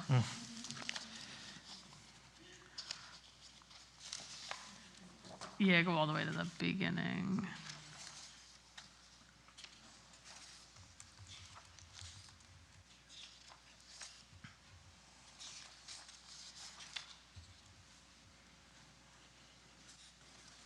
All right, keep going.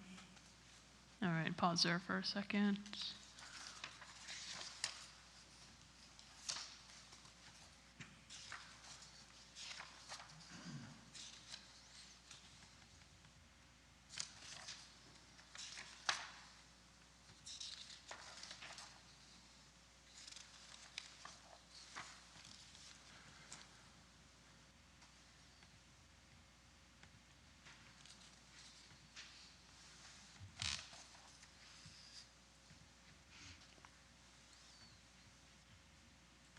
Okay.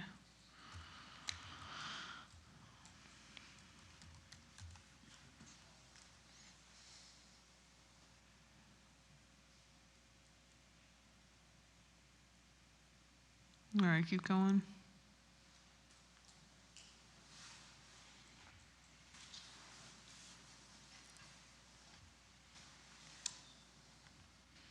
Okay. There's a lot of background there, but Yeah. just to let you know, the meat and potatoes is in the executive summary. Yeah, that's what I think I just read that part. Okay, keep going all the way down. Is there a conclusion section to there? There we go.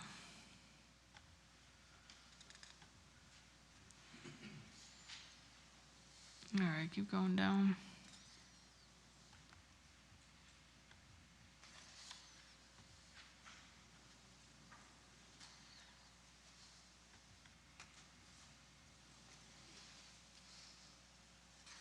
Okay, keep going.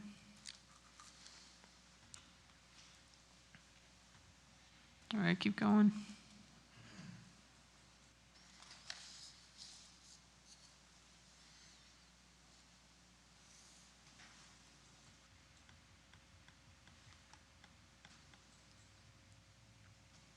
Okay.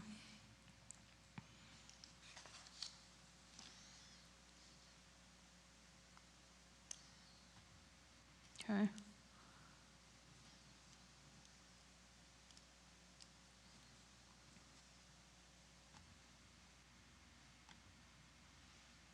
Okay.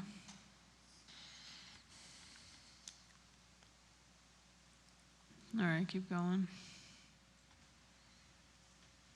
Keep going. Glossary, you can keep going through that. Keep going. Okay. Okay, and Mr. Sanchez, you said you got another report this morning that you provided to the city. Does that say anything different than what I've just read here? Only, Your Honor, that there's a proposed restoration timeline, which basically has August of every year. Starting this year is to initiate restoration pruning. Next year, 1-year follow-up inspection and evaluation. And every year after that until 2030 is restoration pruning. On the final year of August of 31, final evaluation and determination of future maintenance needs. Okay. All right, let me ask, I mean, the photographs are very clear that the trees were hat-racked and obviously not trimmed properly. What does the city's code allow for in terms of fines? It's a judgment based on response. Their response has been phenomenal in my professional opinion.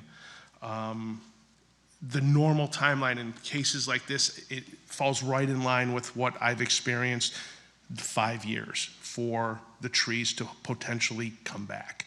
Okay. I went with what Planner Kapner recommended was the $250 per tree. But we both agreed on their response was more than adequate and compliant with what the city expects of people that are made notice or given notice that this violation has occurred. Okay.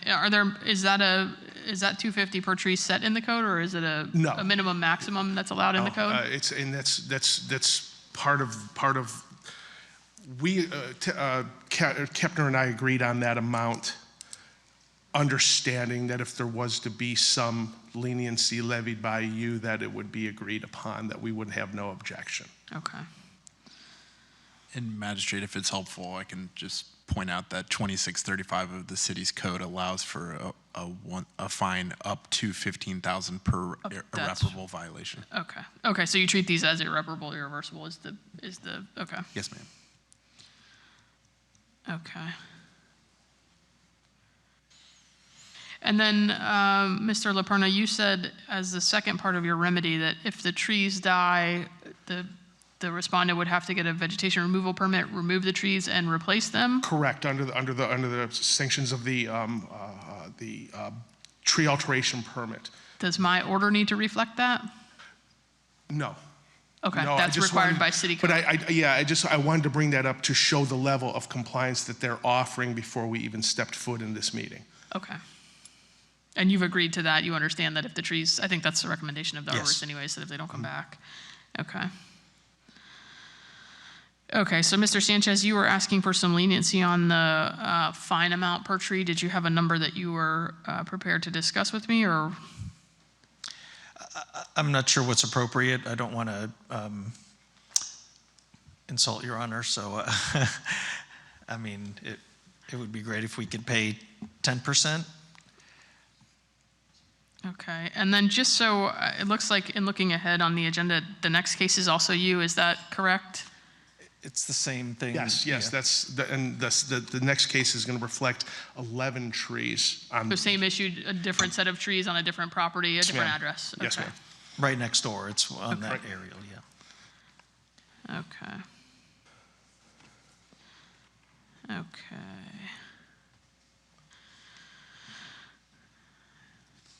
Okay. All right, Mr. Sanchez, easier part. Any objection to the documents that you've seen scrolling on the screen? No, ma'am. Okay, being entered into the record, and the city has had no objection to your documents being entered. Can the city keep Yes. this set? And I've marked it as Exhibit R1, so I'll give that to the city at the conclusion of this hearing. And then affidavit of posting is right there.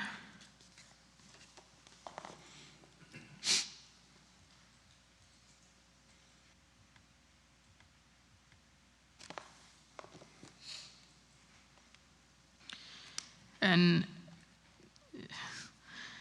was the company that cut the trees, just out of curiosity, it's a landscape company, correct?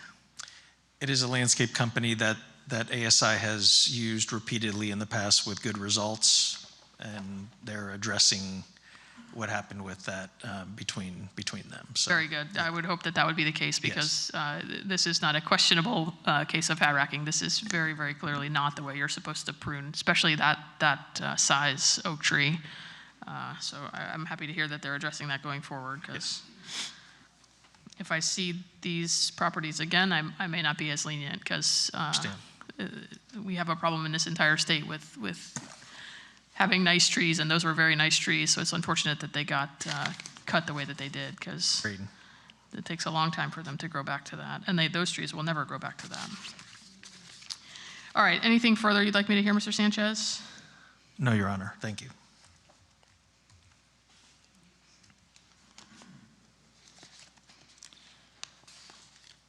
Anything further from the city? No, ma'am.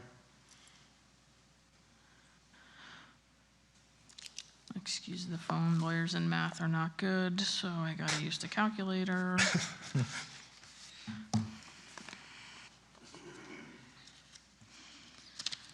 All right, so given your timeline of events that you've provided, Mr. Sanchez, I'm gonna give you a little bit of leniency on the fine amounts. I'm not gonna get you to the number that I think you were asking, because I do think that while code enforcement is not typically intended to be punitive, in instances where violations are irreparable and irreversible, there is a punitive nature, because you can't undo what was done. And I understand your client has, I presume, spent money to get the arborist involved, and will spend more money if the trees in fact die and they have to be replaced. So I'll give you some leniency there, because I have the latitude under the code to do it, to be less punitive. But in the case of irreparable violations, fines do come into play because of the nature of the violation. So with that, in case CE 26065569, I'll enter the city's evidentiary case files composite exhibit 1 without objection. I'll also enter respondent's composite exhibit, which I've marked as R1 without objection, into the record. I'll find, based on the notice documents in the case file, which include an affidavit of posting, that the city had good service for this morning's hearing.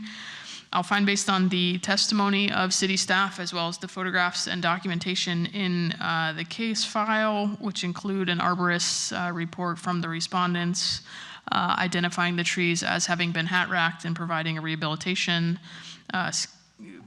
recommendation for the trees, that the respondents are in violation of sections 944462C and 944462B3. I will assess a one-time fine of $150 per tree for the 38 trees that were trimmed improperly and abused and hat-racked. That's a total fine of $5,700. And just be on notice that, as the code officer indicated, the code may require, if they don't come back, for you to replace those trees, and make sure you get the required permits in the future to do that, but that will not be part of my order this morning. So that will be my order on this case, and we can now proceed to the next case. Special Magistrate, I just wanted to Yes, sir. clarify. Did you say 30, on property at 380, I had assessed 32 trees? I'm sorry, I had 38, so let me correct Yes, the ma'am, I'm record sorry. on that. Thank you for correcting me. I must have misheard you, so that will be 32 trees at 150 will be 4,800. Thank you for the correction, sir. Yes, ma'am.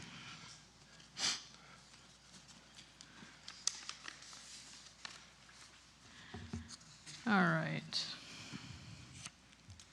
So number 29, 420 Columbia Drive, CE 26065570. Special Magistrate, would you like me to dispense with the entire script and just go to the, for the essence of time, or would you like me to go through the entire? No, you can, if you want to have the record reflect that the violations, the nature of the violations is the same, and then just go into your service. That's Yes, adequate. ma'am. Yes, ma'am. The cases mirror each other with the exception at 420 Columbia Drive, 11 trees had been determined to be illegally altered. Notice of violation was posted June 18th. Certified and regular mail were sent on June 23rd. As of this date, the USPS website says the certified mail is still in transit. The affidavit of posting was completed and filed on June 18th and is in the case file. The violations noted are 944462C for tree abuse, 944462B3 for the prohibition of hat racking. All photographs in the case file are accurate and truthful. Under this property, we were originally asking for the same one-time fine of $250 per tree be assessed, for a total of $2,750 for the violations at 420 Columbia. And as in the other case, they have agreed that in the event that any of the trees were to succumb to the actions by the landscaper, that they obtain the proper permits to remove the dead tree and replace it with a proper replacement. Thank you, sir. Special Magistrate, the city would like to enter the case file, including the photos and testimony as evidence. All right, and you are still Mr. Sanchez? I am. All right. Anything else you'd like to add in this case? No, ma'am. Thank you. All right. Do you intend to offer the same set of exhibits in this case? I do. Okay. You don't happen to have a second copy of it, do you? I do, yes, ma'am. Actually, Magistrate, the respondent provided a second copy that I have right here. Okay, very good. You want me to mark it as R2? Yeah, you can mark it as R1, just put this case number on it. I've put the prior case on this one so that they can be kept separate, just so the records are clear going forward, should they need to be. And Mr. Sanchez, in this case, any objection to the documents in the case file being entered? I do not. And Mr. City Attorney, any objection to what you're marking as R1 in this case being entered into the record? No objection.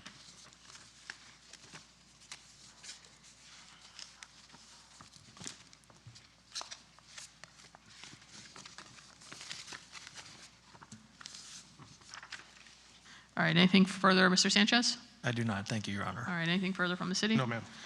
All right, in case CE 2606-5570, having heard from both sides, I will make a similar ruling, but let's start with the procedural stuff first. First, I'll enter the city's evidentiary case file as Composite Exhibit 1 without objection. I'll also enter what the city has marked as Composite Exhibit R1, which constitutes the same package as in the previous case, which is an aerial photograph of the premises and 3 additional photographs provided by the respondent. I'll enter those documents as Composite Exhibit R1 without objection. Similarly, in this case, I'll find based on the notice documents in the case file, which include an affidavit of posting, that the city had good service for today's hearing. Based on the testimony of city staff and the the photographs in the case file, I'll find that the respondent's in violation of section 944462C and also 944462B3.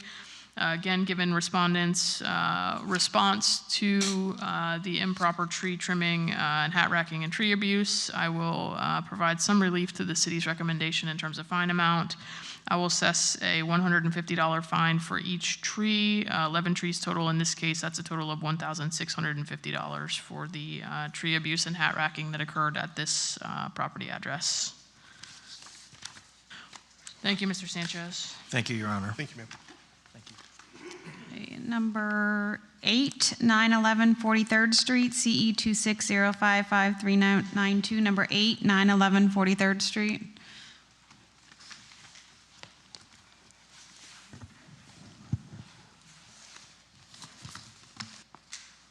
Good morning, Kishana Watson-Foster, Code Enforcement Officer with the City of West Palm Beach. While on routine patrol, the property located at 911 43rd Street was cited for several violations that were observed. The outstanding section is 18-106-L. Landscape requirement, areas in the front yard still missing grass to the west side of the property. I initiated my investigation on May 14th, 2026. The city issued a notice of violation, which identified the violation, include my contact information, and provide notice of today's hearing. The notice was made by regular and certified mail on June 17, 2026 by the city clerk. The certified mail showed that the notice was left and deliveries to be rescheduled, which as of June 27, which is not rescheduled. In addition, I posted the violation at the property and City Hall on May 22nd, and I completed an affidavit of posting on that day, which is located in the case file. On July 13th, I revisited the property and found that it remained out of compliance. Photographs were taken during my initial and follow-up visit. These photographs accurately and truthfully depict the violations as I observed them. At this time, the city is respectfully requested 30 days to gain compliance, if not a fine of $100 per day. How much was the fine? 100. 100, I'm sorry, thank you. Thank you for your testimony. Special Magistrate, the city would like to enter the case file, including the photos and testimony, into evidence.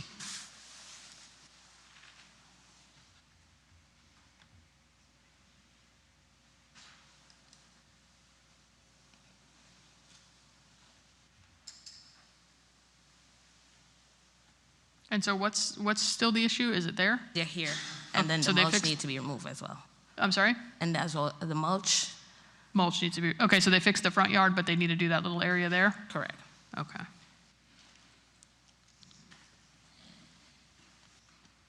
Okay.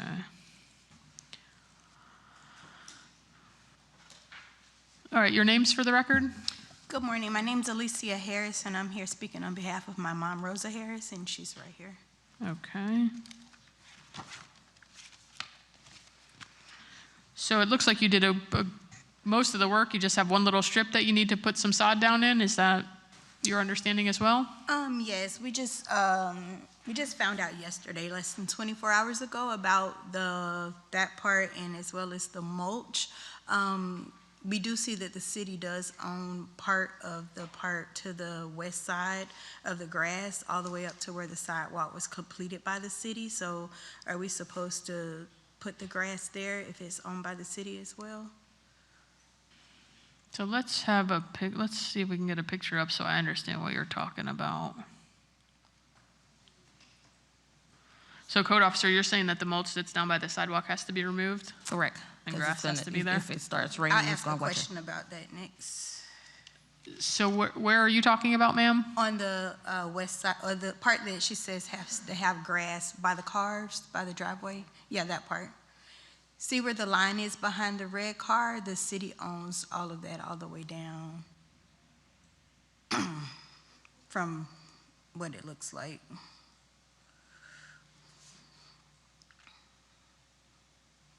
Because that's the city sidewalk that they put there and all the way up to part of the driveway. They just installed the sidewalks like 2 months ago, a month ago. Can you go back to, you're saying that sidewalk in front of the car, the city installed? The behind the red car, they did. Behind the red car? The concrete, and then the sidewalk on the side. So from that part. Oh, down in this, way behind the car though, down by the road? Mm-hmm. Yeah, but that's your property right there. Where the dirt is, that's your property. Okay. I don't know if the picture goes down far enough. Is there a sidewalk that goes at the bottom of the driveway? There's a sidewalk that they Yeah, right installed, there. but what happened is they tried to meet the driveway, so they took the concrete a little more in on their property just to make sure they were leveled. Okay. But that whole area there, she needs to put grass. That's That all is her correct. property, and she needs to put grass there. That is correct. Okay, and then can you go to the photograph where the grass is, the new grass is there and the mulch? Yeah, right there. So that mulch is not allowed to be there? No, because if rains fall right now, it's all going to wash on the sidewalk. Okay. Is there any way to put the dividers there to make it not go? Because we never would have put the mulch, but it didn't specifically say that in the violation. It didn't say that mulch wasn't ground covers, so we didn't know. And we only found out yesterday. So the city's code, I guess what she's asking is if she puts some kind of edging there at the sidewalk, would that mulch be allowed then or no? If there's a barrier for it not to be on the sidewalk, so that way if it's rained, I don't see it. I don't Yeah, like oppose I to know that. some of them have like bricks or like rubber that'll make it, so that it doesn't go on the sidewalk. Would that be okay so that we can leave it or? I mean, I'll definitely have to find out, but I don't think it should be an issue. Edging barrier. Okay. Okay. Because that'll make it so much easier, because we paid to have it put down, so I think it would make it easier to be able to just pay someone to actually put the barrier Put the there barrier than there, to try yeah. to get it all Okay. up. Okay. It's fine. Okay. So they're asking me, the strip there that on the other side of the driveway, they're asking me to have you have that done in 30 days. Can you get that done in 30 days? Can we have 60? Because my mom and my dad own the house, and my dad is the one who keeps up the landscaping. But the last year or two, he was diagnosed with Alzheimer's, so that's why everything got so behind. He has dementia, so he was put in a nursing home. So she's, just trying to do everything by herself. So she had to pay out a lot of money to get all of that stuff done in the 30 days. So if we can ask for at least 60 days, because now she has to buy more grass and she has to pay somebody else to do it.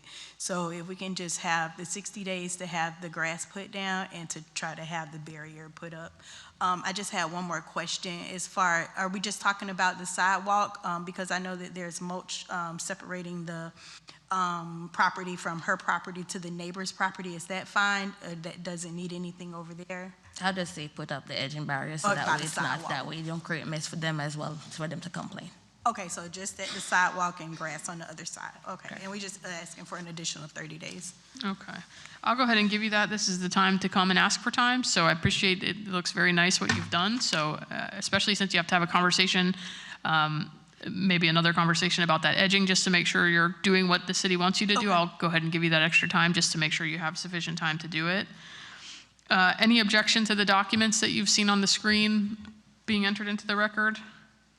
No, I think everything turned out nice. Okay. Anything else you'd like me to hear? Anything else, Mom? No. Okay. And if I could just see that affidavit of posting real quick. Perfect. Anything further from the city? No, ma'am. All right, with that, in case CE 2605-5392, I'll enter the city's evidentiary case file as composite exhibit 1 without objection. I'll find based on the notice documents in the case file, which include an affidavit of posting, that the city had good service for today's hearing. I'll find based on the photographs in the case file and the testimony of city staff that the respondent's in violation of section 18106L, and I'll require a respondent to comply with that section within 60 days, or a $100 a day fine will be assessed for each day that the violation continues. Just make sure once you have it done, make sure you call her so she comes and does a reinspection and gets you complied out before those 60 days are up, okay? Okay, once we do it, do we have to come back to court? No, ma'am. You won't come back either way. So whether you do it or you don't do it, you don't come back here. If you don't do it, the fine starts running on the 61st day. Okay. If you do it, get everything complied, which is what I expect you're going to do. Just make sure you call her so she can come by the house and look at it and make sure it's in full compliance, and she'll give you an affidavit of compliance, okay? Okay, and can I have a notice of exactly what day it's due by, so I can make You'll sure? get a copy of an order after the hearing today. Okay, perfect. Thank Okay? you. Thank you. Best of luck to you. Thank you. Okay, that's all we have for contested matters. Next case, number 12655 Electronics Way, CE 26055-376. Good morning. My name is Neil Maharaj, City of West Palm Beach Code Enforcement Officer, case number CE 2605-5376. Property address is 2655 Electronics Way. Issued on May 19th, 2026, to the owner of 2700 Electronic Properties LLC in care of Painter Patrick. The following violation remains not in compliance. 94-482-A for unpaved parking and required landscape. 94-6. 94-272-B, 94-301-C for use not permitted, and section 22-32 for certificate of use, as well as 82-144 for their business tax receipt. A certified mail was successfully delivered on June 18th, 2026. And the NOV was posted on May 20th, 2026, with an affidavit of posting notarized into the case files. I have been in constant communication with the property owner and he is working with the planning and zoning department to come into compliance. He would like more time to complete required inspections and obtain all required permits. The city is requesting 120 days to comply or a $100 fine per day. Thank you, sir. Special Magistrate, the city would like to enter the case file, including the photos and testimony into evidence. And what day, you said the certified mail got delivered. What day did you send the certified mail?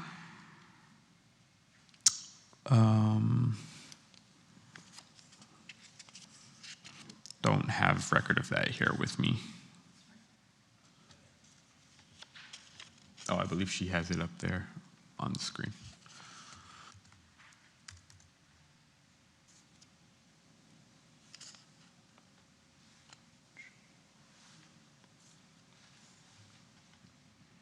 So it was delivered on the 18th. Correct. All right, and you also did an affidavit of posting? Yes, that was completed on May 20th.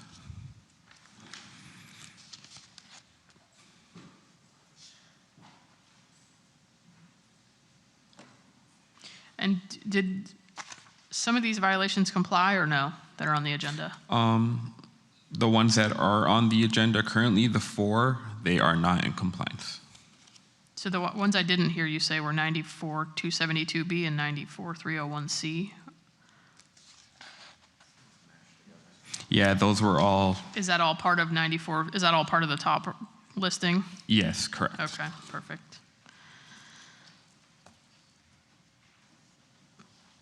All right, and 120 days you think is a reasonable amount of time to get these violations complied?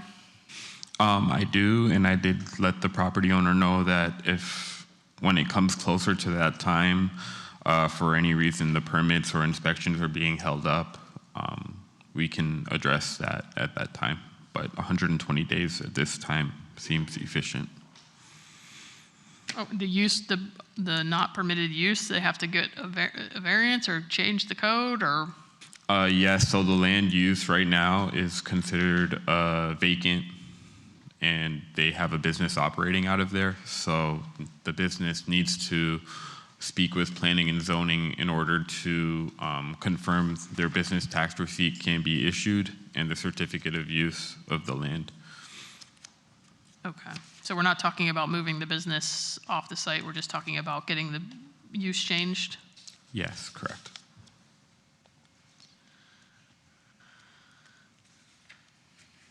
All right, unpaved parking is pretty clear. And that's the business, is that a sign for the business that's operating on the property, right? Yes, correct.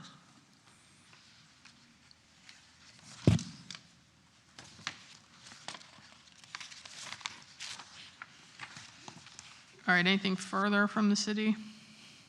No. All right, in case CE 2605-5376, for the record, the respondent is not present. I'll enter the city's evidentiary case file as Composite Exhibit 1 without objection.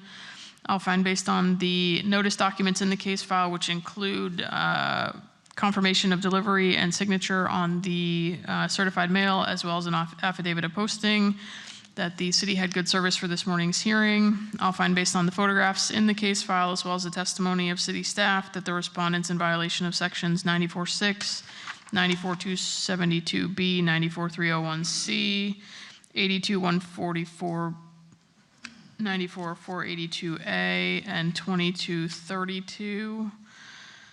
And I'll require a respondent to comply with those code sections within 120 days, or a $100 a day fine will be assessed for each day that the violations continue thereafter. Thank you. Number 2, 718 59th Street, CE 26065584.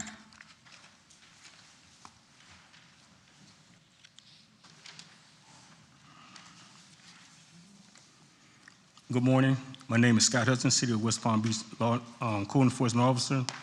While on routine patrol, I observed the following violation: 94-446-2E edging, 18-106B, 18-106K overgrowth of property, 18-106 A, clean and sanitary trash, debris, litter, clean and sanitary at 1859th Street, West Palm Beach, Florida.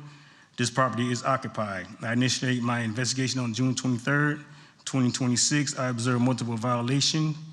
I visited the property on July 9th, 2026, and observed the property not in compliance with the following code violations. 94-4462E edging.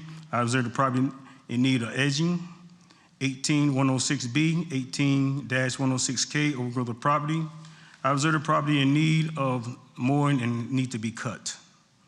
The city issued an NOV to the property owner, which identified the violation, my contact information, and notice of this hearing date. The NOV was noticed by certain mail, regular mail on June 23rd, 2026 by city clerk, but was returned. I also posted at the property on June 23rd, 2026. I completed affidavit of posting on July 8th, and it is in case file. I took photos at the initial investigation, and when we visited the property, these photos accurately and truthfully depict the violation I observed during my investigation. The property owner is Pauline McLean. She is not present. I have not been in contact with the owner throughout the investigation. The city is requesting an additional 14 days to comply, or $50 per day until compliance is achieved. The city believes this is sufficient time to comply. What was the fine amount, $50? $50 a day. Okay, thank you. Thank you, sir. Special Magistrate, the city would like to enter the case file, including the photos and testimony and evidence. And I think I heard you say you posted the property, but you also posted Town Hall, is that correct? Not at City Hall, but posted at the property.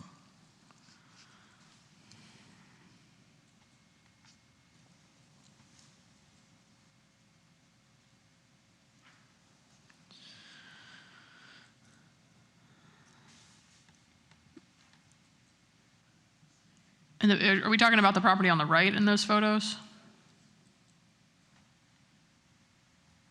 Yes, on the right side. The pink house? Yeah. Okay.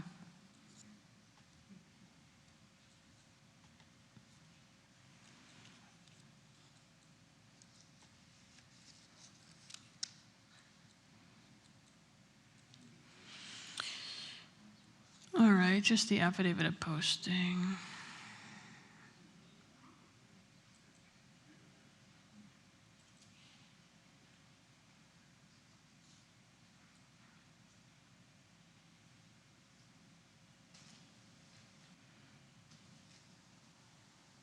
All right, thank you. Anything further from the city?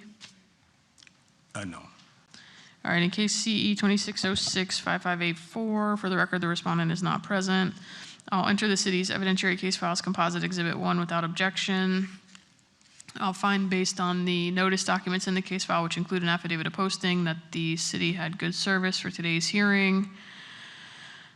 I'll find, based on the photographs in the case file, as well as the testimony of the code officer, that the respondent's in violation of sections 18106B, 18106K, and 94-446-2E. And I'll require a respondent to comply with those code sections within 14 days, or $50 a day fine will be assessed for each day that the violations continue thereafter. Okay, thank you. Number 4, 815 6th Street, CE 26065511.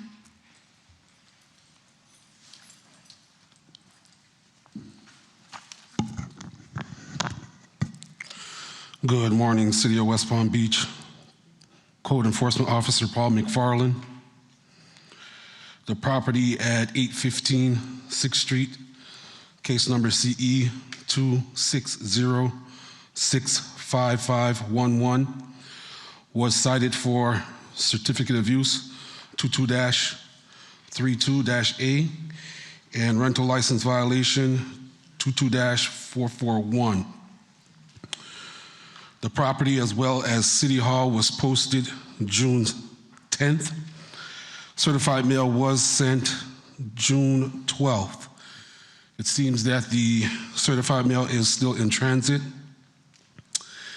This was presented to me from sanitation, that the property was being rented without license and being advertised for rent as well. Upon my investigation, I did find the advertisement online of the property being rented. There seems to be some activity on the property because someone is putting out trash. I have not been in contact with anyone. I tried knocking at the time of posting because I thought I seen the blinds move, but no one came to the door. With that being said, city's recommending a one-time fine for the rental license violation of $250 and a running fine of $100 a day until it's 30 days to come into compliance for the certificate of use, which is 22-32-A, $100 a day on the COU. Thank you for your testimony. Special Magistrate, the city would like to enter the case file, including the photos and testimony of the officer, into evidence.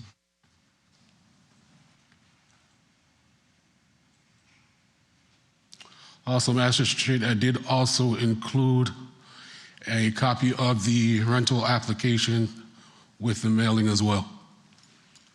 Okay. Can I see the advertisement that you have in there? Okay, perfect. If you look in the left-hand corner, you can see house for rent. I can see what? Oh, yeah, house for rent. You can see where it Yeah. says house Yep. for rent. All right, anything further? No, Magistrate. Thank you. In case CE 26065511, I'll enter the city's evidentiary case file as Composite Exhibit 1 without objection. I'll note for the record the respondent is not present. I'll find based on the notice documents in the case file, which include an affidavit of posting, that the city had good service for today's hearing. I'll find based on the documents in the case file, as well as the testimony of city staff, that the respondent's in violation of sections 2232 and 22441. For the violation of 22441, I'll assess a one-time fine of $250, and for the violation of section 2232, I'll require respondents to comply within 30 days, or a $100 a day fine will be assessed for each day that the violation continues thereafter. Thank you. Number 5, 1030 Bradley Court, CE 26065525.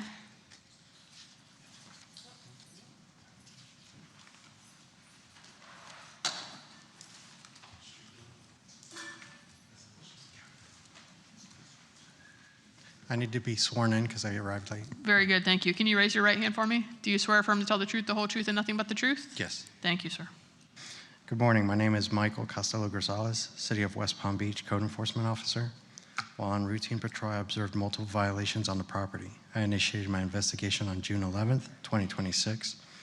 As of July 14th, the only remaining violation is 94-442-C-1, landscape area. They have dead grass in the front of the yard at 1030 Bradley Court. This property is occupied. The city issued an NOV to the property owner, which identified the violations. My contact information and notice of this hearing date. I posted the NOV at the property on June 11th, 2026. I completed affidavit of posting on June 11th, 2026, and it is in the case file. I took photos at the initial investigation, and when I revisited the property, these photos accurately and truthfully depict the violations I observed during my investigation. The property owner is not present. I've been in contact with the owner throughout the investigation while the discussion of the case with the owner and all violations explained, including how to comply with each violation and this special magistrate hearing. The city is requesting 60 days to comply or $50 a day. I believe 60 days is enough time to comply with the remaining violations. Thank you, sir. Special Magistrate, the city would like to enter the case file, including the photos and testimony into evidence.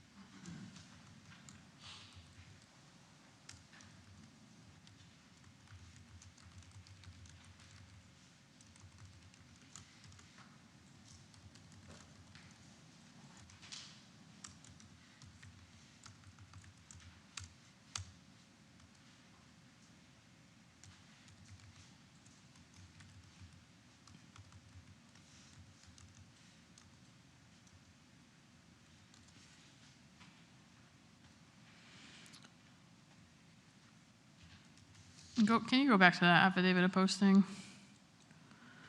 You have delivery here, but make sure you're signing that affidavit there. Okay. That should be your signature, not a typed thing going forward. You have signed certified mail, so you have service on this case, but, all right, anything further in this case? Nope. All right. With that, in case CE 26065525, for the record, the respondent is not present. I'll enter the city's evidentiary case file as Composite Exhibit 1 without objection. I'll find, based on the notice documents in the case file, which include signed certified mail, that the city had good service for today's hearing. I'll find, based on the photographs in the case file and the testimony of city staff, that the respondent's in violation of Section 94-442C1, and I'll require a respondent to comply with that section within 60 days, or a $50 a day fine will be assessed for each day that the violation continues thereafter. Number 9, 915 43rd Street, CE 26055-379.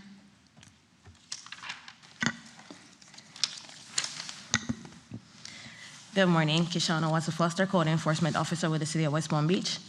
While on routine patrol, the property located at 915 43rd Street was cited for several violations that were observed. The outstanding violation includes Section 18-106-G, paint exterior, discoloration of the structure, 78-6, address number standards, missing address characters, 22-441, rental license, 22-32, certificate of use, 18-106-L, landscape requirement, areas in the front yard missing grass, 74-4-C-3, overgrowth, areas on the property that is above 6 inches.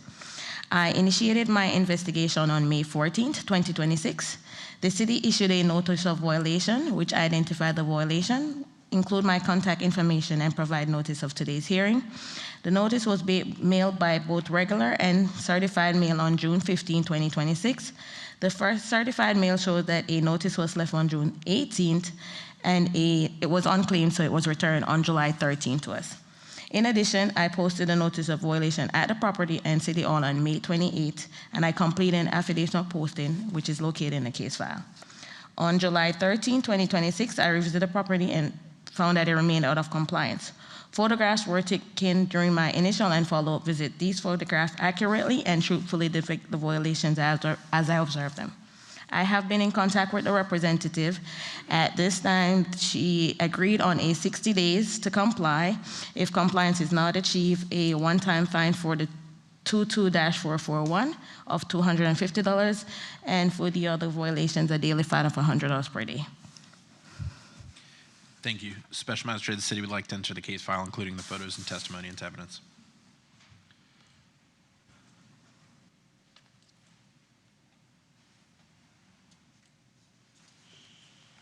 And it looks like there was a trash can and outdoor storage. Those complied? Correct. Okay, those are the only two that complied? That is correct. Okay. Keeping me on my toes when you rattle off all those numbers. Which ones didn't you say? All right.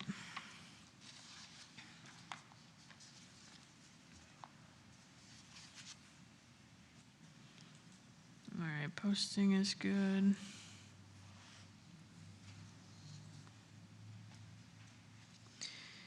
And what's the evidence of rental? So if you look at the water bill as well, I did speak to the representative who stated her family member is staying there. And she is... Oh, it's in somebody else's name? Correct. Okay. And you talked to that person who's living there? Correct, and I include her email as well in the case file. Okay, great.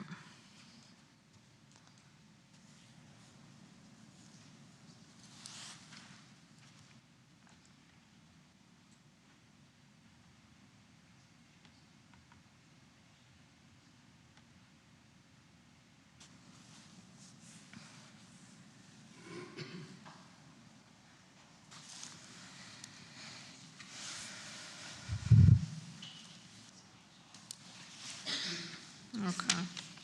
All right, anything further from the city? No, ma'am. All right, in case CE 2605-5379, for the record, the respondent is not present. I'll enter the city's evidentiary case file as Composite Exhibit 1 without objection. I'll find based on the notice documents in the case file, which include an affidavit of posting that the city had good service for today's hearing. I'll find based on the photographs and the testimony of city staff that the respondent's in violation of sections 18106G, 786, 22441, 2232, 18106L, and 744C3.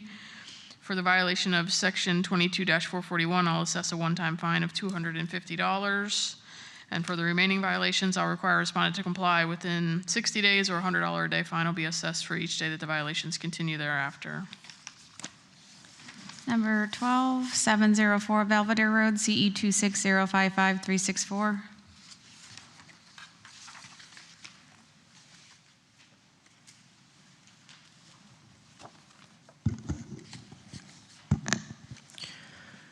Good morning, Officer Raphael Forrester, Code Enforcement Officer for the City of West Palm Beach. This property was cited on 5/11/26 and posted on 5/18/26. Service was accomplished by certified mail and regular mail on 6/22/26. I have been in contact with the property manager. The property was cited for 18103J, paint exterior. I observed that the exterior structure requires painting due to deterioration, faded, and missing paint. 78-6, address number standards. I observed that the property does not have address characters in the correct areas. All photos accurately and truthfully depict the violation when observed. As of July 14th, 2026, the property has not come into compliance. Therefore, the city is requesting an additional 45 days to achieve compliance. I believe 45 days is enough to correct the violations. If they don't come into compliance, the city is asking for $50 a day until compliance is achieved. Thank you, sir. Special Magistrate, the city would like to enter the case file, including the photos and testimony into evidence.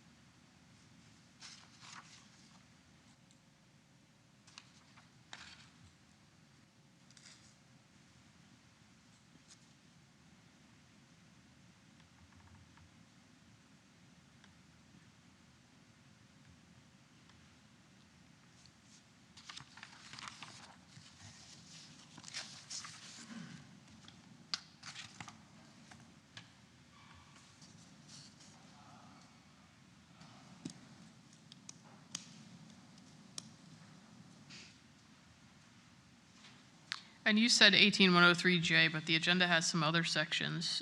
Did you also cite those other sections? It's just 18103J and the 78-6.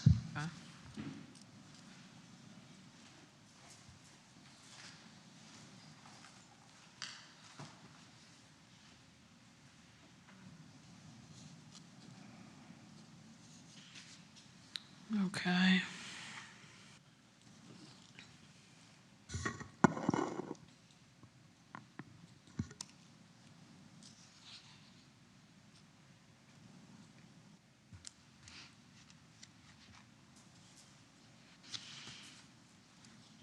All right, anything further? No.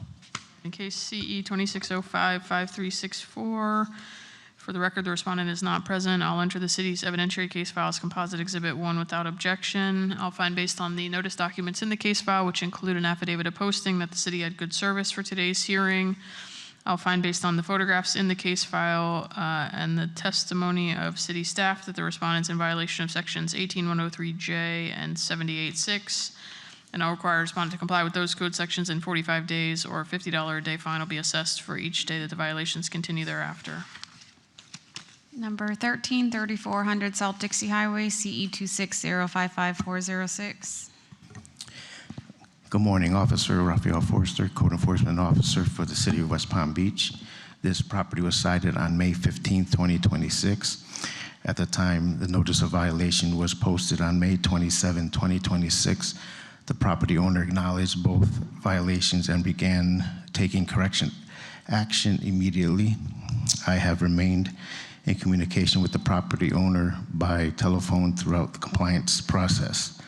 The property was cited for the following: Section 744C4, trees and hedges obstructing the right-of-way. I observed vegetation extending into and obstructing the public right-of-way. And 94483B, location of parking. I observed a recreational vehicle parked on the premises in a manner that occupied required customer parking spaces. Since the inspection, the recreational vehicle remains on the property, but is no longer occupying customer parking services. However, the vehicle is still present and the vegetation violation also remains. Therefore, the property is not in full compliance.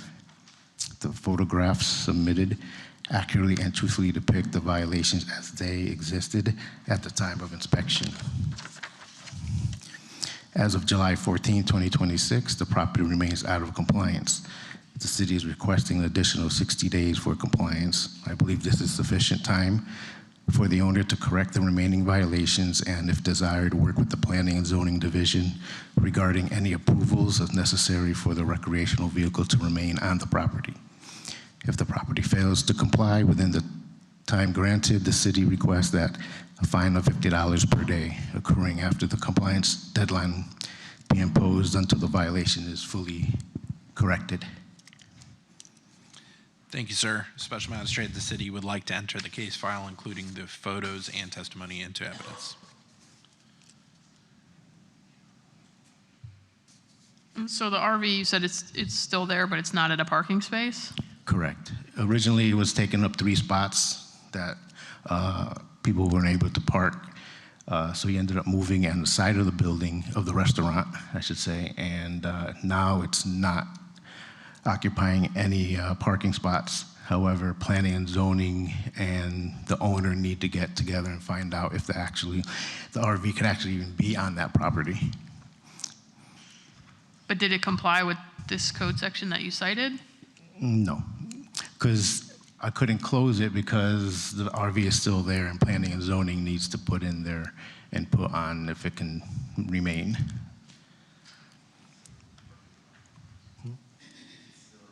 It's still in the parking lot, even though it's not taking up any spots. And when did could you pull up your notice of violation? When did your notice of violation require compliance by? June 22nd. Did you observe it in the parking spaces after June 22nd? No, it's actually still on the property on the side of the building.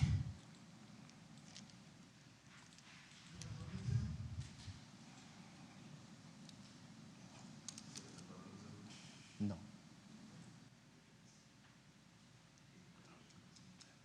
Okay. So my trouble is the code says it can't be in a required parking space or a loading zone. If it's not in a parking space or a loading zone, then I think technically it's complied, correct? Yes. So I understand there may be some additional communication with Planning and Zoning, and you could cite them for parking on some other portion of the parking lot that isn't. But what I'm trying to get at is when did you first observe that they complied? I think the initial inspection was on May 15th. So when they complied, it was immediately right after. Okay, okay. Because I'm happy to give you the finding of fact, but if you don't have the finding of fact, then I can't give it to you. But okay. But I think technically, if this is all that's in the code, and correct me if I'm wrong, as this reads, it looks like based on where they moved it, there's no striping on that space, right? It's just no striping.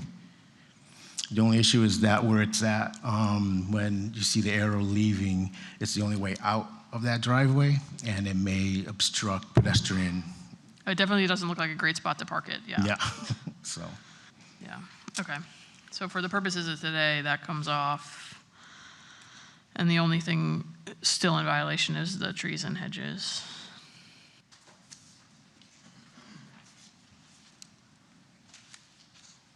All right, anything further? No. All right, in case CE 2605-5406, I'll enter this city's evidentiary case file as Composite Exhibit 1 without objection. I'll note for the record that the respondent is not present. I'll find based on the notice documents in the case file, which include an affidavit of posting, that the city had good service for today's hearing. I'll find based on the photographs in the case file, as well as the testimony of city staff, that the respondent's in violation of section 74-4C4, and I'll require respondent to comply with that section within 60 days, or a $50 a day fine will be assessed for each day that the violation continues thereafter. Number 15, 201 Clearwater Drive, CE 26055-381.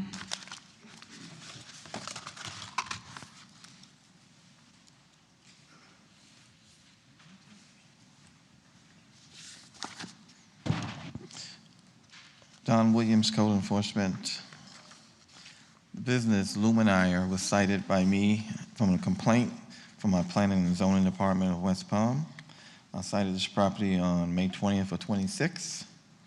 I cited Code Section 94-402-B.2-2, prohibited banner. Certified regular mail was mailed out June 16th of 26. The property itself was posted May 21st of 26. Contact has been made with the property owners or managers, and they are in the process of removing these banners. As of yesterday, it's 3 banners on their property. 2 of them has been removed, and by today, the 3rd one should be removed.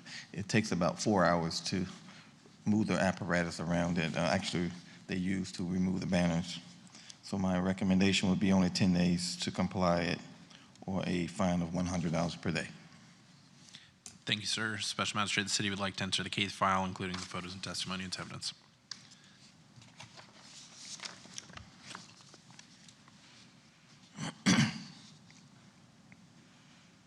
And you were speaking with the respondent? I'm sorry? You were speaking with the respondent? Yes. And they told you they were going to have the 3rd one down today? Yes. And you told them you were going to recommend 10 days and they didn't have any objection to that? That's correct, yes. Okay.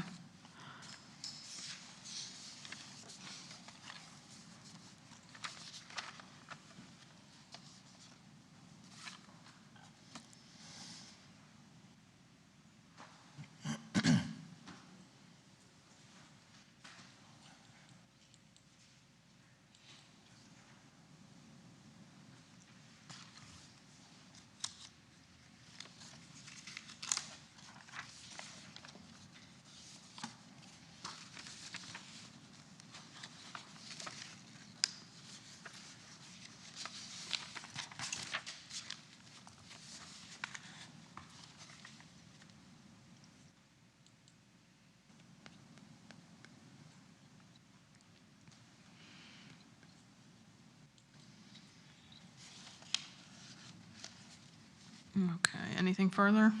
Nope, that's it.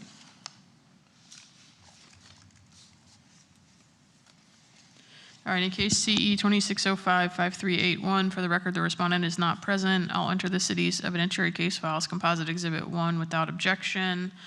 I'll find based on the notice documents in the case file, which include both an affidavit of posting and signature on the certified mail, that the city had good service for today's hearing.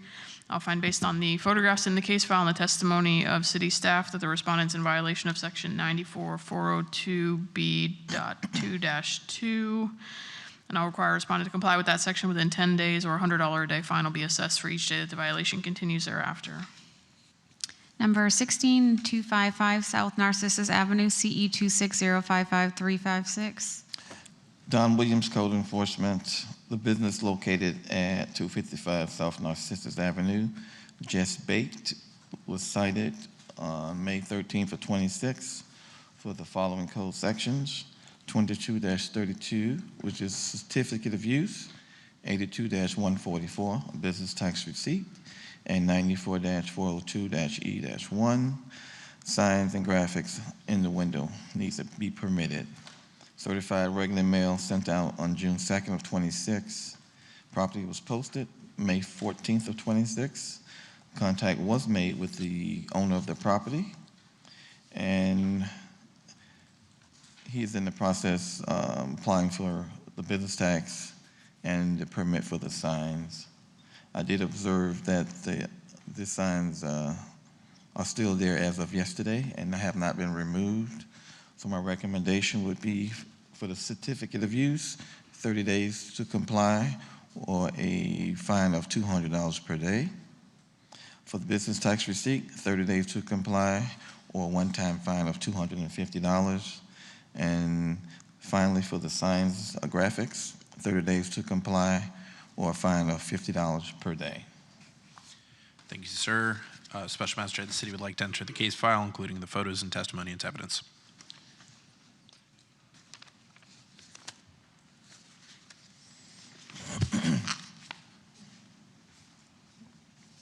And what's the signage? Is it the window signage? Yes, front graphics on the door and the window. Oh, so all that's, okay, all that stuff there.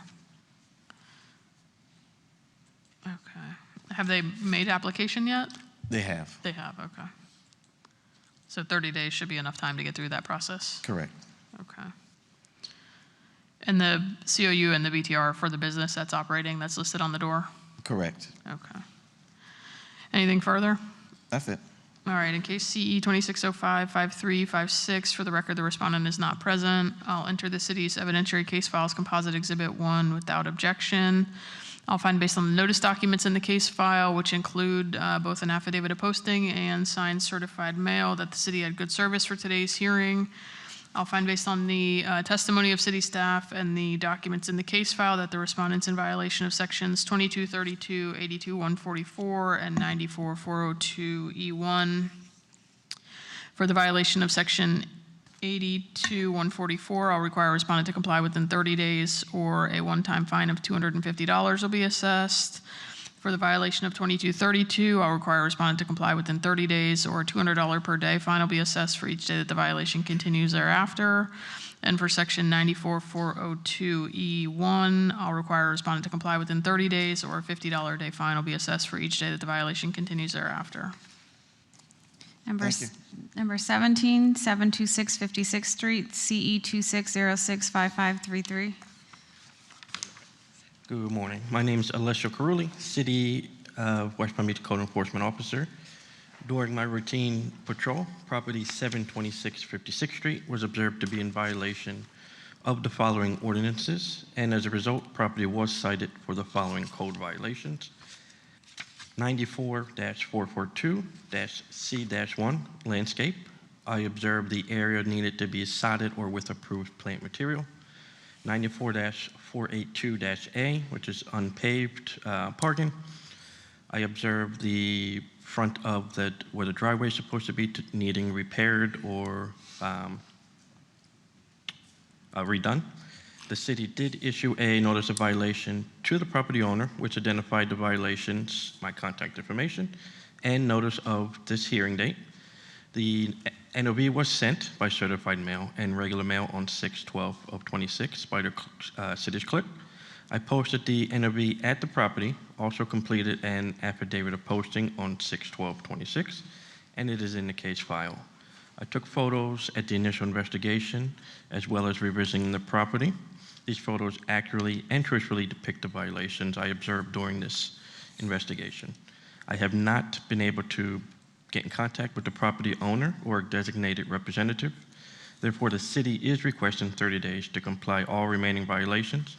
If no compliance, the city is requesting a $100 a day fine until violations are corrected, and the city does believe that the 30 days, $100 fine is enough time to comply. Thank you, sir. Special Magistrate, the city would like to enter the case file, including the photos and testimony into evidence.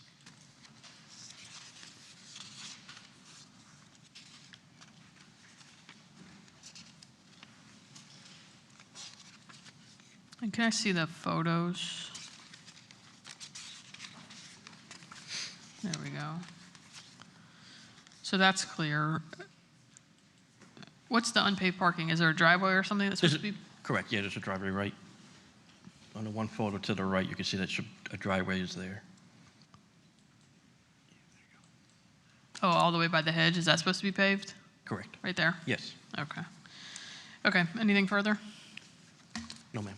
All right, thank you. In case CE 2606-5533, for the record, the respondent is not present. I'll enter the city's evidentiary case file as Composite Exhibit 1 without objection. I'll find based on the notice documents in the case file, which include an affidavit of posting that the city had good service for today's hearing. I'll find based on the photographs and testimony of city staff that the respondent's in violation of sections 94-482A and 94-442C1. And I'll require a respondent to comply with those code sections within 30 days, or $100 a day fine will be assessed for each day that the violations continue thereafter. Number 18, 719 37th Street, CE 260-55366. Good morning. My name is Alessio Carulli, City of West Palm Beach Code Enforcement Officer. During my routine patrol, property 719 37th Street was observed to be in violation for the following ordinances. As a result, property was cited for the following code violations: 18-103-J, which is paint. I observed that the residence is in need of to be painted. 18-106-B, which is overgrowth. I did observe the property needing to be cut or mowed. 94-442-C-1, sod or approved plant material. I did observe the area needing to be sodded or approved plant material. And then 94-446-2-E, which is edge. I observed the property is in need of an edging. The city issued a notice of violation to the property owner, which identified the violations, my contact information, and notice of this hearing date. The NOV was sent by certified mail and regular mail on 5/15/26 by the city's clerk. I did post the notice of violation at the property. Also completed an affidavit of posting on 5/15/26, which is in the case file. I took photos at the initial investigation, as well as revisiting the property. Those photos accurately and truthfully depict the violations I observed during this investigation. So the certified mail was also received by the resident on 6/6/26. I have not been able to contact the property owner or designated representative. Therefore, the city is requesting 30 days to comply all remaining violations. If no compliance for code sections, the city is requesting a $100 a day fine until violations are corrected. And the city does believe that 30 days or $100 fine is enough time to get the violations corrected. Thank you, sir. Special Magistrate, the city would like to enter the case file, including the photos and testimony into evidence.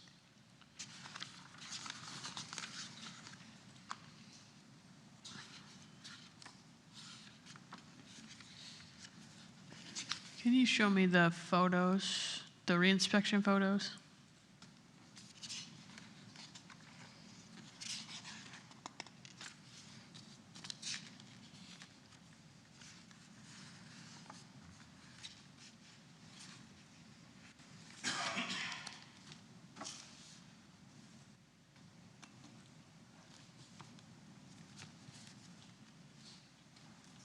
So everything's still out of compliance, is that right? Yes, ma'am.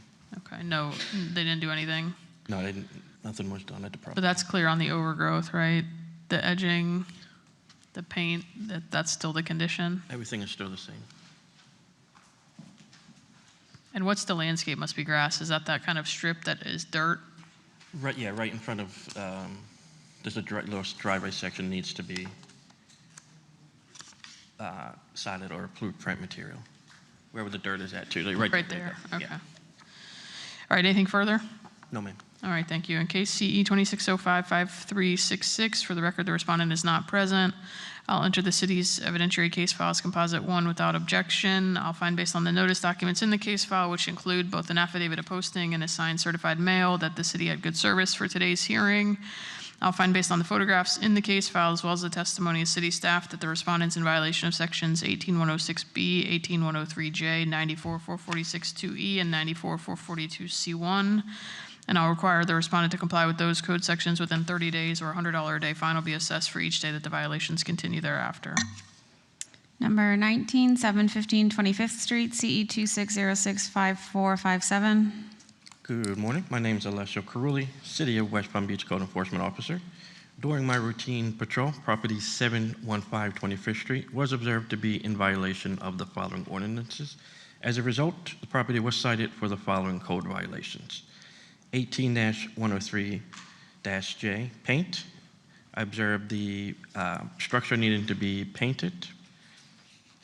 18-105-B, that one has since been complied. And then the remaining one was 18-106A, which was trash and debris. I did observe the trash and debris to be on the property. The city issued a notice of violation to the property owner, which identified the violations, contact information, and notice of this hearing date. Notice of violation was sent by certified mail and regular mail on 6/2/26 by the city's clerk, posted the notice of violation at the property, also completed an affidavit of posting on 6/2/26 and is in the case file. I took photos at the initial investigation as well as revisiting the property. These photos accurately and truthfully depict the violations I observed during the investigation. So certified mail was sent again on 6/16/26. It was also received on 6/23/26. I have been in constant communication with the property owner, and he, together with the city, we are asking for 60 days to comply all remaining violations. If no compliance is achieved, city is requesting a $100 a day fine until violations are corrected. And the city does believe that 60 days is enough time for the violations to be complied. Thank you, sir. Special Magistrate, the city would like to enter the case file, including the photos and testimony into evidence.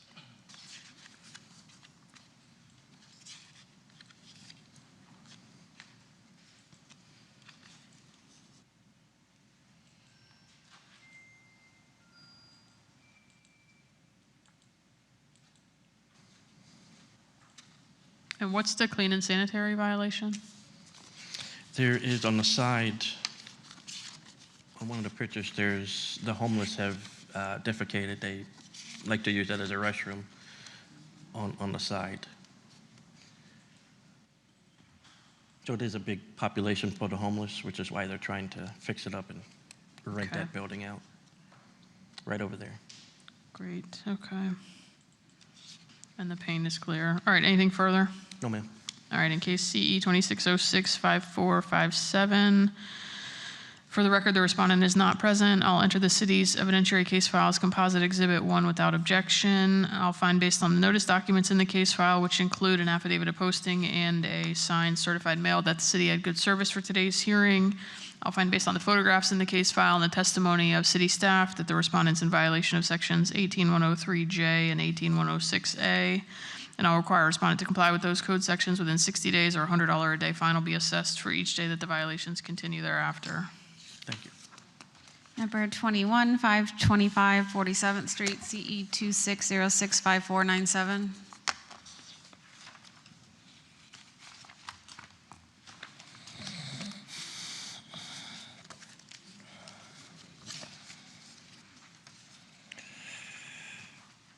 Good morning, Code Officer Tony Apicella with the City of West Palm Beach.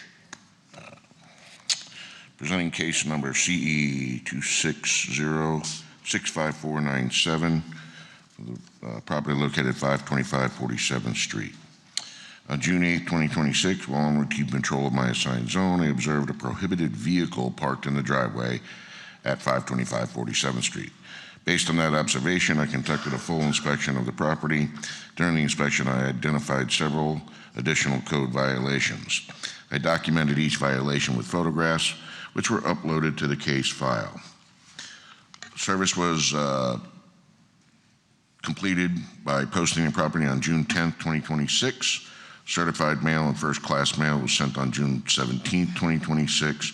Certified mail was received and signed for on June 26, 2026. On July 8th, I received a phone call from the property owner who stated that she believed all violations had been corrected and requested a re-inspection. On July 10th, 2026, I returned to the property to conduct a compliance re-inspection. At that time, 4 of the 5 violations have been corrected. 1 violation remained outstanding. That would be section 18105B, exterior wall/roof, rotted wood at the front of the structure.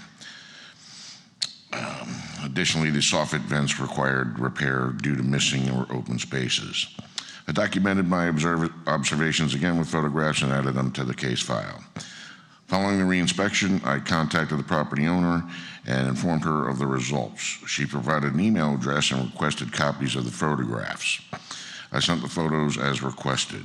We discussed her expected time frame for correcting the outstanding violation, and we mutually agreed upon 30 days. At this time, the city is requesting 30 days for compliance or a fine of $50 per day until compliance is achieved. Thank you, sir. Special Magistrate, the city would like to enter the case file, including the photos and testimony into evidence.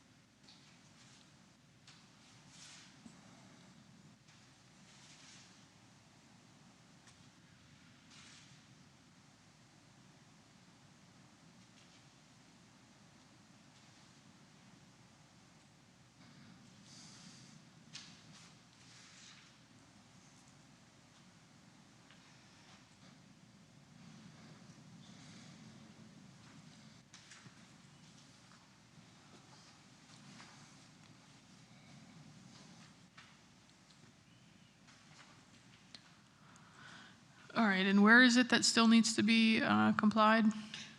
If you go back to the photos, it's the front of the house. I guess it might be siding. I'm not really positive of it. She indicated that she had paid people, that they did take care of the driveway, the cutting the grass, the trimming, the gate, all of that had been taken care of. And she said they took a picture from Wait, is it that? Go back down? That's one of them. You can go back to that. So it's that at the top there, and then the other part too? Right, yes. At the bottom? And the So next she had photo. paid them to complete that, and they sent her a picture that they took from a distance of from across the street and told her it was done, which is why she asked for a reinspection. So you have, where's your reinspection photos? Do you have a photo of it still? Oh, so Should that's- say compliance photos, and Yeah. then there's just the one that says non-complied.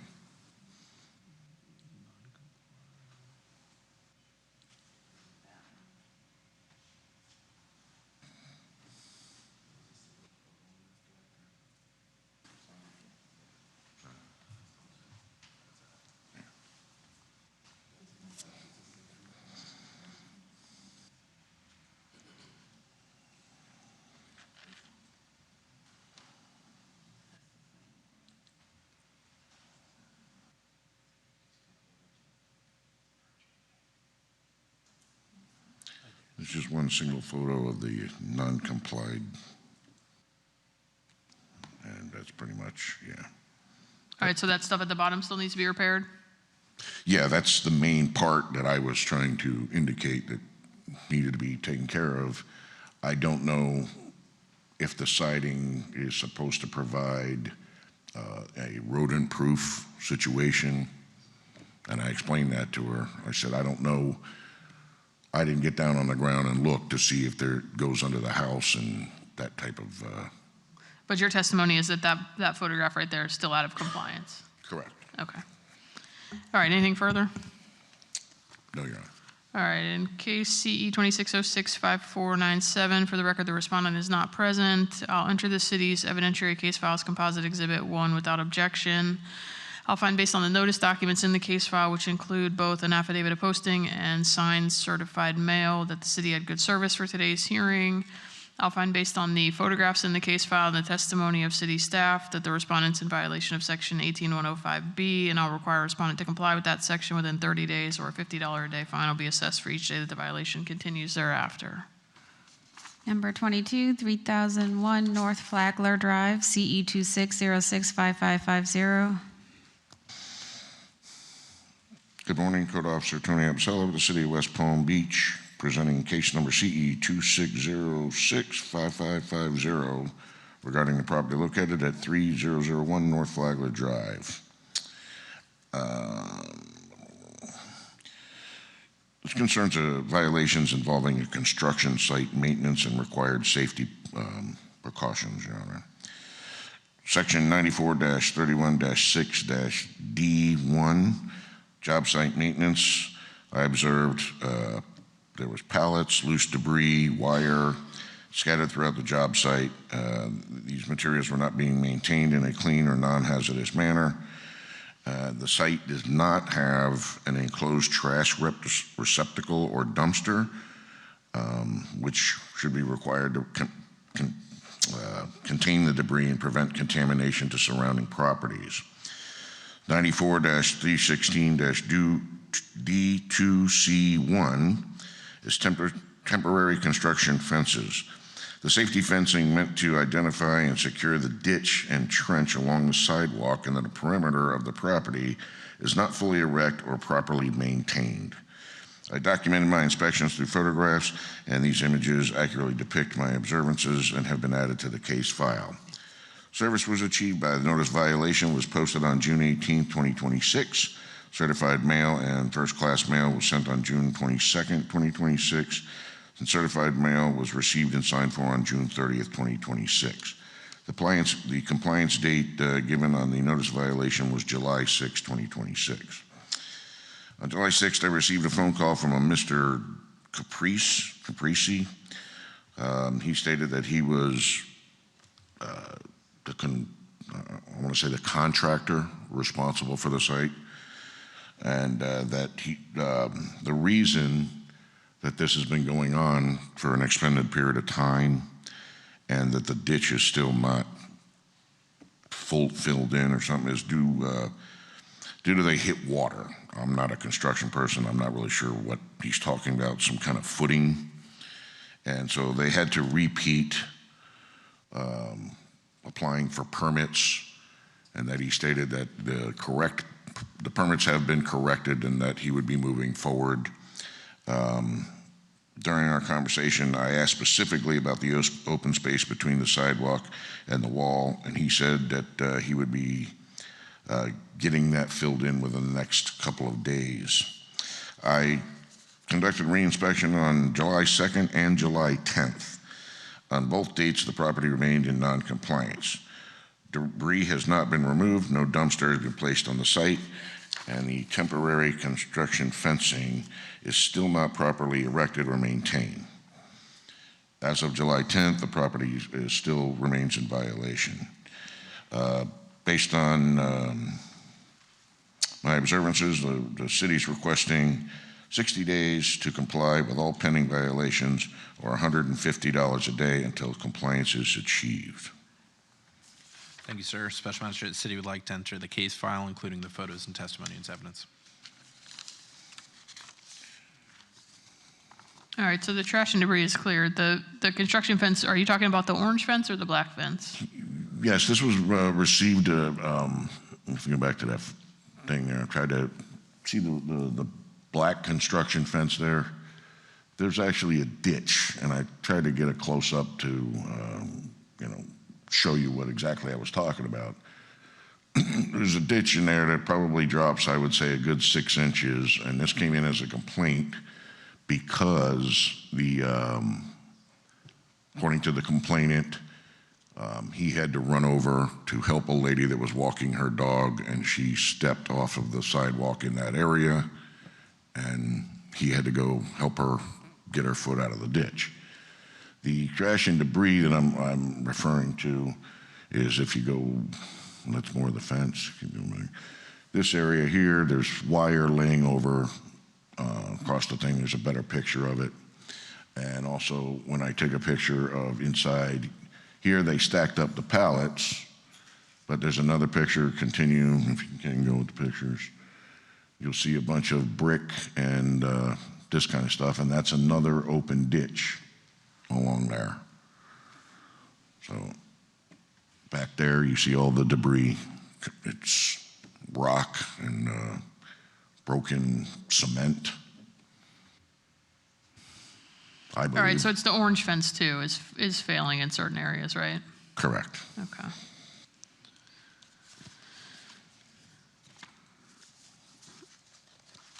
All right, anything further? No, Your Honor.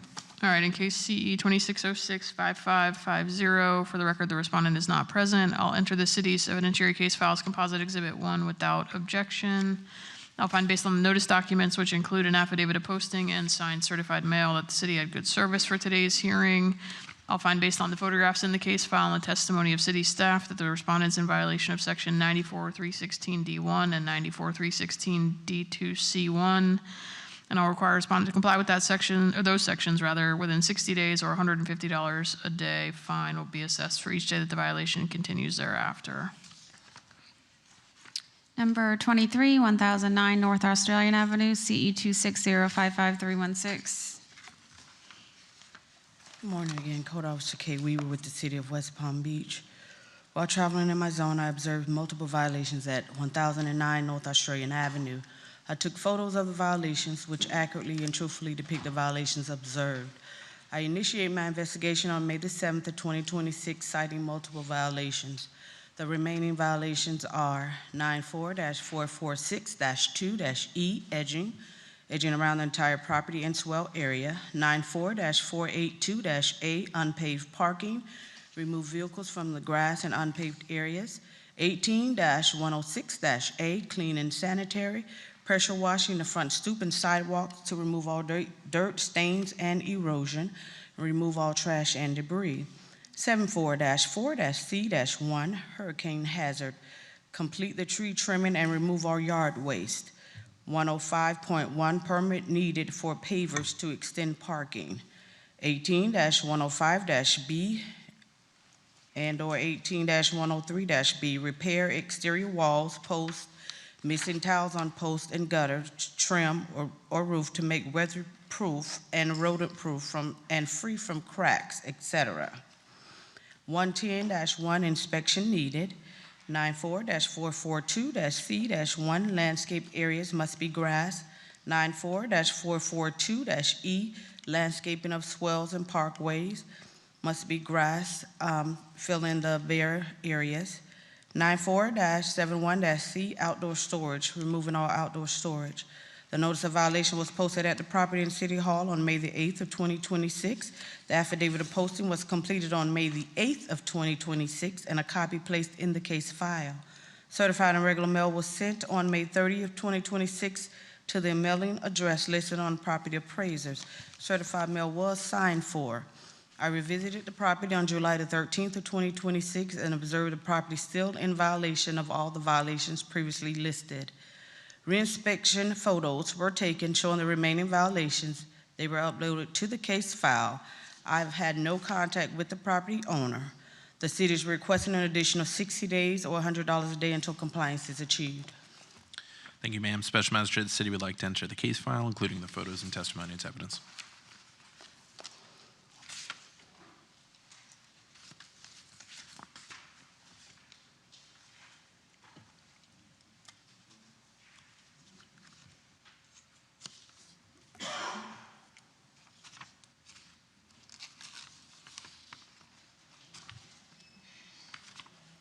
And they didn't do anything to comply, huh? Barely. They did hack-rack the little hedge of trees, but that was after the fact. But basically nothing, no. Okay.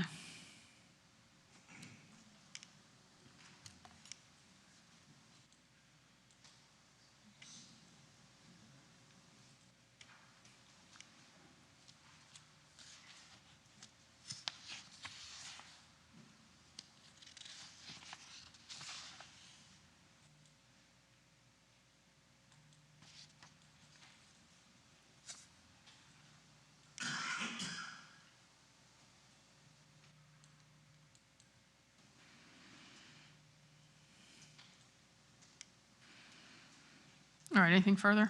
No, ma'am. All right, in case CE 2605-5316, for the record, the respondent is not present. I'll enter the city's evidentiary case files composite exhibit 1 without objection. I'll find based on the notice documents in the case file, which include both an affidavit of posting and signed certified mail, that the city had good service for today's hearing. I'll find based on the photographs in the case file, as well as the testimony of city staff, that the respondent's in violation of sections 94-446-2E, 94-482A, 18106A, 74-4C1, Florida Building Code Section 105.1, 18105B, and 18103B, Florida Building Code 110.1, 94442C1, 94442E, and 9471C. And I'll require a respondent to comply with those code sections within 60 days, or $100 a day fine will be assessed for each day that the violations continue thereafter. Thank you. Magistrate, we have 5 cases left, but we have 2 police cases scheduled at 12. I don't know if you want to continue with these cases or call the police cases. What's the city's preference? Either is fine.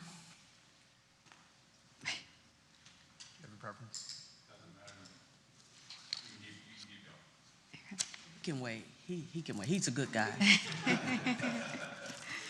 Okay, continue on number 25, 1306 13th Street, CE 26045215. Code Officer K. Weaver with the City of West Palm Beach. While investigating a complaint, I discovered violations at 1306 13th Street. I uploaded photos of the violations, which accurately and truthfully depict the violations observed. I initiated my investigation initially on April the 20th of 2026. The hearing date was reset to July the 15th of 2026. Multiple violations were cited. The remaining violations are 18-106-G, repainting the property and the driveway, 78-94, swells and parkways, removing the plantings, brick pavers, and mulch, and replaced with sod or approved planting in the swell area. The notice of violation was posted at the property in City Hall on April the 21st of 2026 and also on June the 12th of 2026. The affidavit of posting was completed on April the 21st and June 12th of 2026, and a copy placed in the case file. Certified and regular mail was sent on June 6th and July 11th of 2026 to the mailing address listed on property appraisers. Certified mail was signed for. I revisited the property on July the 13th of 2026 and observed the property still in violation of the violations previously listed. Reinspection photos were taken showing the remaining violations. They were uploaded to the case file. I've had contact with Ms. Sandra Anderson via phone multiple times in reference to the property. Ms. Anderson has requested via email an additional 180 days to bring the property into compliance. The city is requesting the additional 180 days or $150 a day until compliance is achieved. Thank you. Special Magistrate, the city would like to enter the case file, including the photos and testimony and evidence.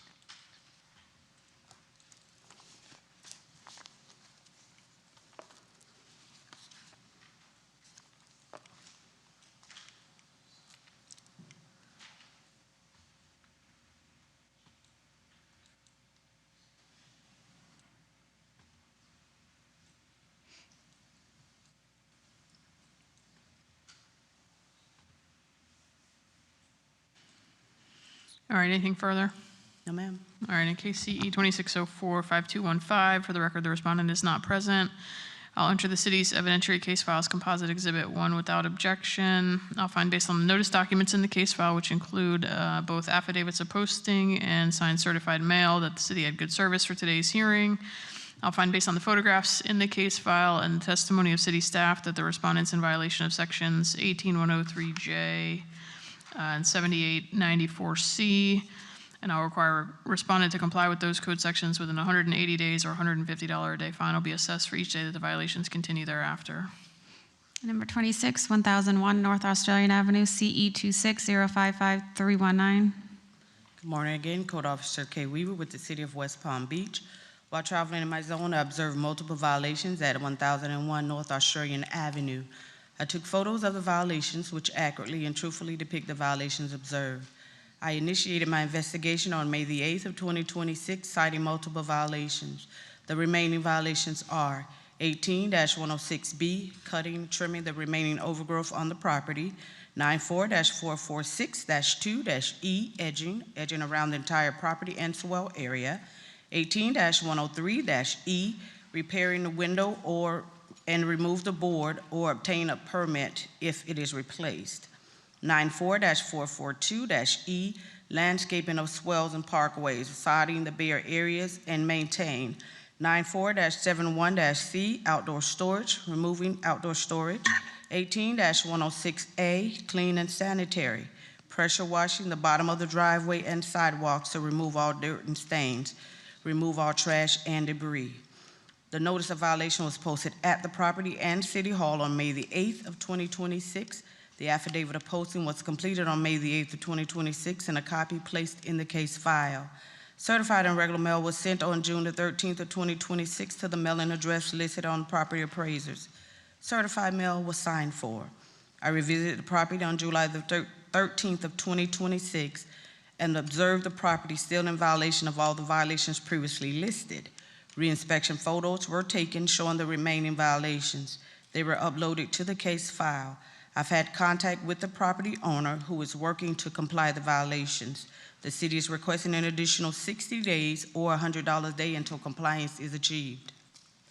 Thank you, ma'am. Special Magistrate, the city would like to enter the case file, including the photos and testimony, into evidence.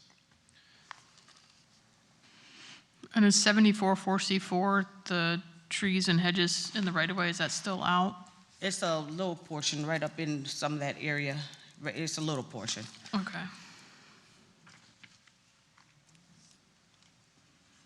And hurricane hazard, what's the hurricane hazard? Some of the trees still need to be trimmed that over to the side, like on the right side of the property, need to be cut and trimmed back a little more, so they're not on the house and structure.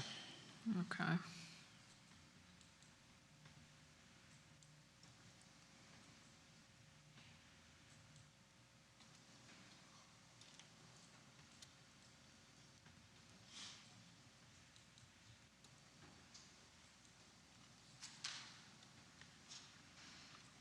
All right, anything further?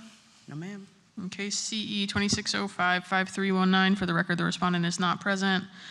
I'll enter the city's evidentiary case file as Composite Exhibit 1 without objection. I'll find, based on the notice documents in the case file, which include an affidavit of posting as well as signed certified mail, that the city had good service for today's hearing. I'll find, based on the photographs in the case file and the testimony of the code officer, that the respondent's in violation of Section 74-4C1, 94-482A, 18-106B, 94-446-2E, 18-103E, 94-442E, 94-71C, 74-4C4, and 18-106A, and I'll require a respondent to comply with those code sections within 60 days, or a $100 a day fine will be assessed for each day that the violations continue after. Thank you. Number 27, 300 Lyman Place, CE 260555387.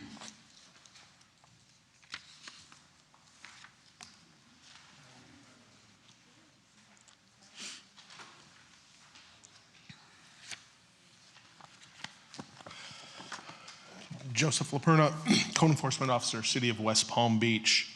On May 20th, 2026, while on patrol, my attention was called to the property at 300 Lyman Place in the City of West Palm Beach. Numerous violations were observed and documented. Since the time of the notice of violation being posted on the property, I have been in contact with the property owner, who has been also gradually resolving some of the violations. The notice of violation was posted on the property May 20th, 2026. Certified and regular mail were sent on June 17th, 2026. As of yesterday, the USPS website shows the certified mail is still in transit. Affidavit of posting was completed on May 20th, 2026, and is in the case file. On July 13th, 2026, I returned to the property for a final inspection before today's hearing and found the property not in compliance, photographing the unresolved violations. Following violations are still not in compliance. 18-106B, portions of the landscape area of the property still have grass that is excessively high. 78-6, address characters affixed to the structure in accordance with this section. 94-446-2E, edging of the sidewalk of grass and landscape growth. All photographs taken during the course of this investigation accurately and truthfully depict my observations. The city therefore is requesting 30 days be granted for compliance to be achieved, or the property owner be subject to a fine of $50 per day thereafter until compliance is achieved. The city feels the additional 30 days is reasonable given the nature of the unresolved violations and is more than enough time for the property owner to bring the property into full compliance. Thank you, sir. Special Magistrate, the city would like to enter the case file, including the photos and testimony as evidence.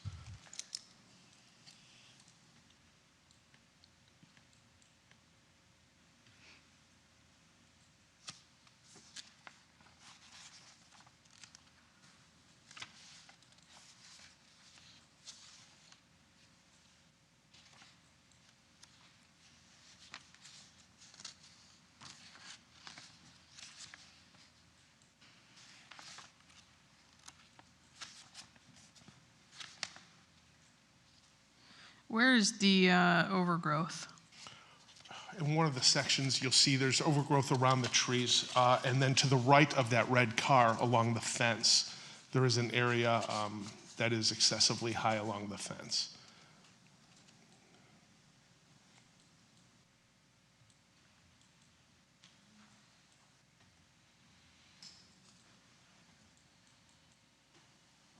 Keep going.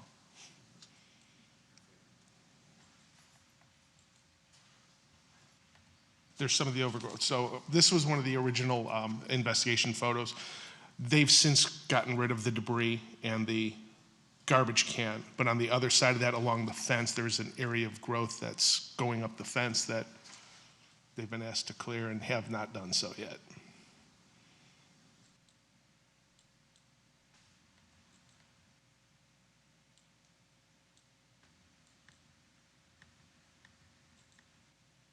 And I guess that one is around the trees. They need a weed whacker or do whatever. Yes, ma'am. All right, anything further? No, ma'am. All right, in case CE 2605-5387, for the record, the respondent is not present. I'll enter the city's evidentiary case files composite exhibit 1 without objection. I'll find based on the notice documents in the case file, which include an affidavit of posting, that the city had good service for today's hearing. I'll find based on the photographs in the case file and the testimony of city staff that the respondent's in violation of section 18106B, 94-442 2E, and 78-6. And I'll require a respondent to comply with those code sections within 30 days, or a $50 a day fine will be assessed for each day that the violations continue thereafter. Number 30, 635 Palmetto Street, CE 26055-395. Joseph Laperna, Code Enforcement Officer for the City of West Palm Beach. On May 19th, 2026, I was assigned to investigate a complaint for property violations at 635 Palmetto Street in West Palm Beach. On May 21st, 2026, I responded to the property and discovered several violations which were noted. Contact was made with the owner of the property regarding the violations. He stated he would cooperate and resolve the violations. For some background, Magistrate, several violations including rental business tax receipt required, certificate of use required for rental property, and for also allowing an occupied recreational vehicle to park on his property on unpaved surfaces in exchange for rent. Those have been resolved. The notice of violation was posted on the property and at the West Palm Beach City Hall on May 28th, 2026. Certified and regular mail were sent on June 15th, 2026. Certified mail was received and signed for on June 18th, 2026, and the affidavit of posting was completed and filed on May 28th, 2026, and is in the case file. On July 13th, 2026, I returned to the property for a final inspection before today's hearing and found the property not in compliance, photographing the unresolved violations. The following violations are still not in compliance. Section 94-442C1, grass, sod, or approved landscape material to be placed in open landscape areas. 94-442E, grass or sod in bare areas of the parkway.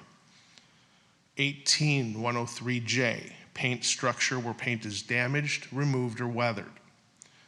94-4462E, to clear the sidewalk right away of any landscape growth. And 18-106B, to clear the property of all excessive growth. All photographs I took accurately and truthfully depict the violations and corrections I did observe during the course of my investigation. City is requesting an additional 90 days be granted to achieve full compliance.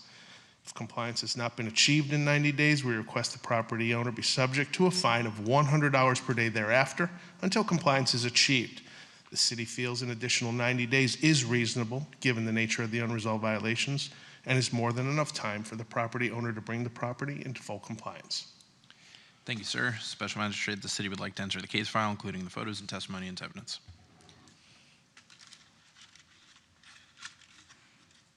And where's the overgrowth still remaining? It's actually intermingled in with all of the dead growth that's on the property. So the property's just been left uncared for. There's areas of dead growth, there's areas of overgrowth, and a lot of it was in the area around where he was allowing the camper to be. And then around the main entrance to the house, there's overgrowth in sections that are under trees that's not being taken care of, and it was brought to his attention. All right, and they still need to paint, is that right? Yes, there's sections of the house on the front and on the right side that need painted.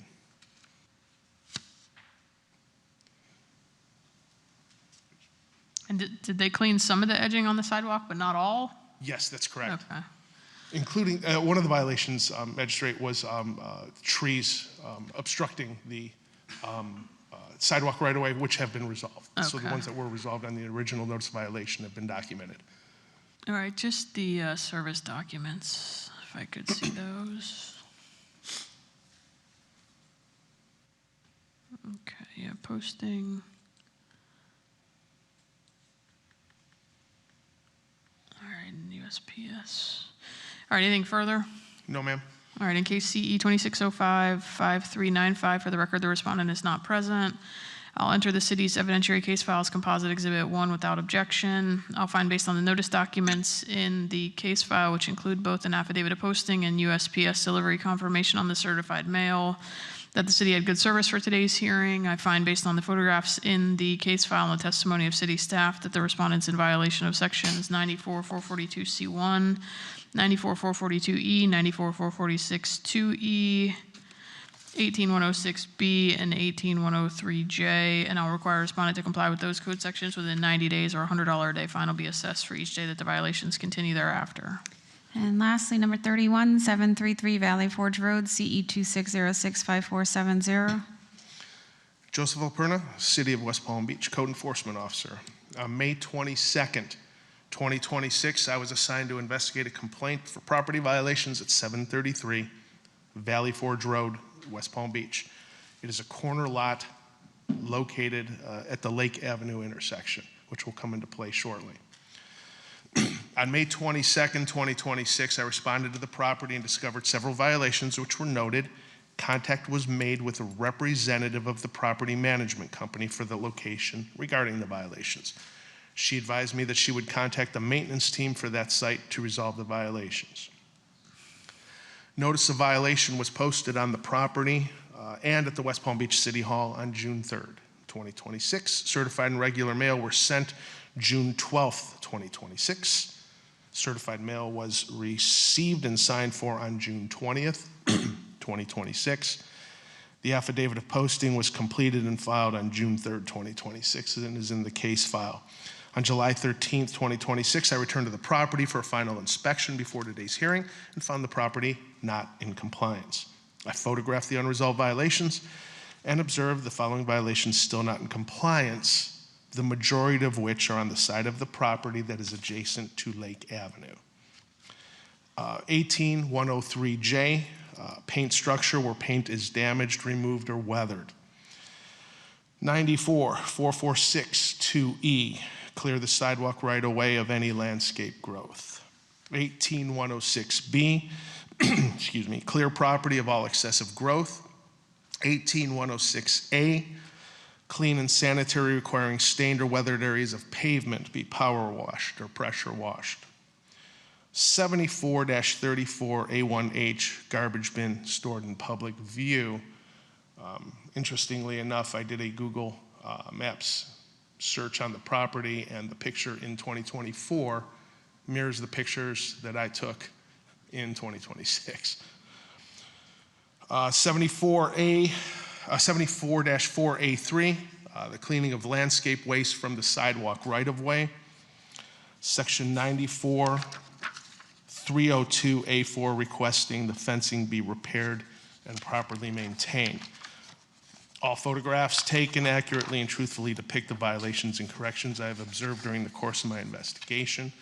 City is requesting an additional 90 days be granted to achieve compliance. If compliance has not been achieved in 90 days, we request the owner be subject to a fine of $150 per day thereafter until compliance is achieved. Given the fence is in need of repair, there's a possibility of a permit being pulled to fix or repair the fence. Therefore, we believe that this is more than enough time, 90 days, to achieve compliance given the nature of the unresolved violations. Thank you, sir. Special Magistrate, the city would like to enter the case file, including the photos and testimony as evidence.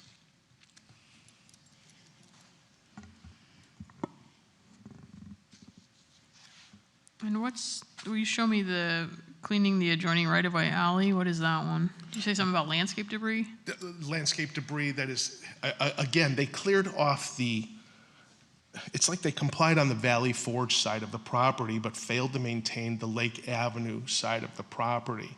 And the re-inspection pictures clearly show that they have not touched either the parkway, the edging, the dead landscape material that's still on the sidewalk. And I've been in contact with them about it, and they said they were going to clear it up, and they have yet to do so.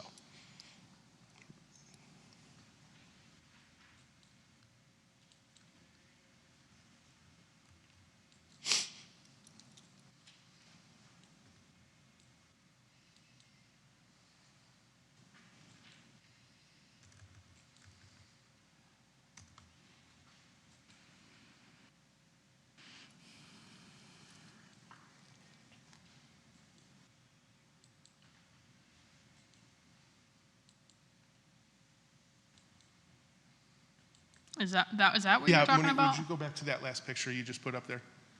So this is the side of the property along Lake Avenue, and you can see that, and there are other pictures to document the growth a little better, but they really haven't touched that, and obviously the fence has been neglected as well.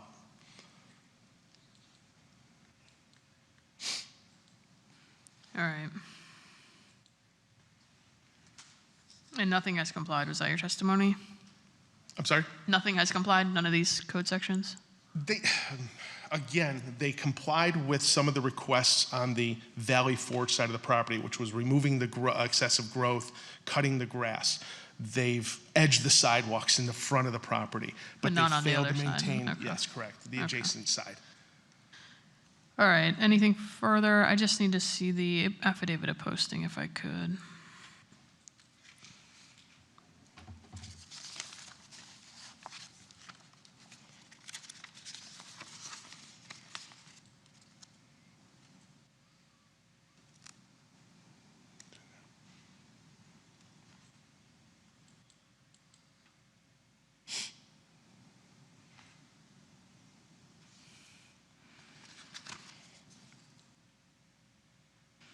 And can you click on those signed certified mails? Yeah, thanks. Okay, USPS.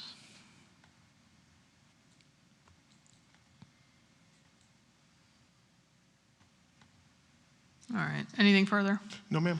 All right, thank you. In case CE 2606-5470, for the record, the respondent is not present.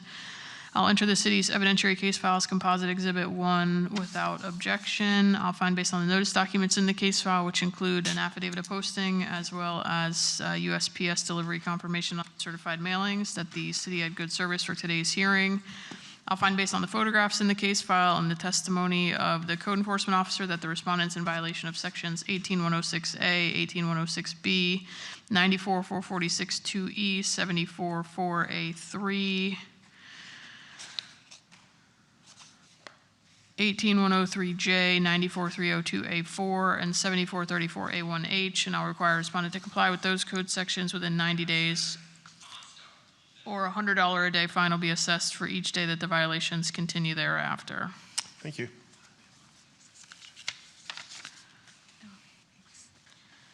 And that completes the first part of the agenda.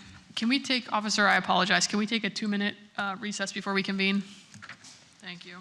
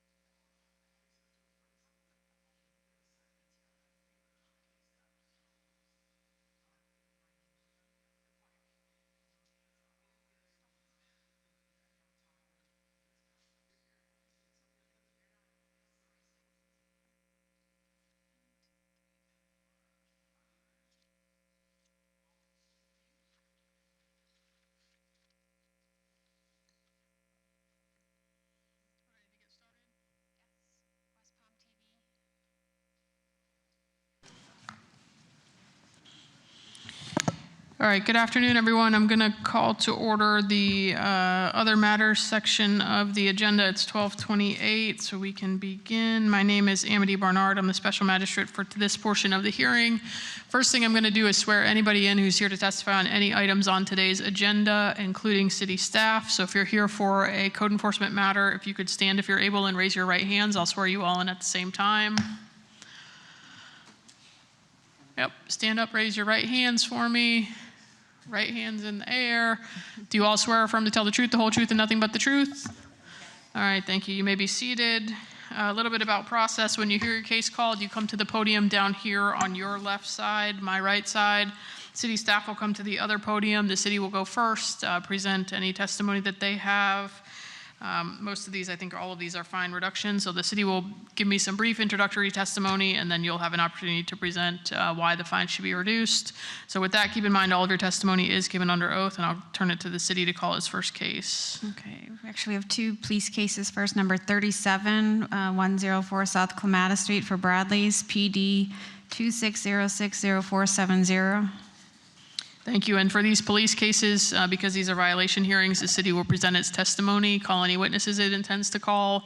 The documents that they intend to enter will be on the screen behind me. Once the city is finished, you will then get an opportunity to present your side of the case, and I'll make a final ruling at the end. So go ahead, officer. Thank you for your patience with the break. Good morning. Sergeant James Ingracio, West Palm Beach Police Department. On Saturday, May 30th, 2026, a alcohol compliance operation was conducted on Clematis Street within the city limits of West Palm Beach. During this operation, 2 white females were used as confidential informants who were confirmed to be 19 years of age at the time of the operation.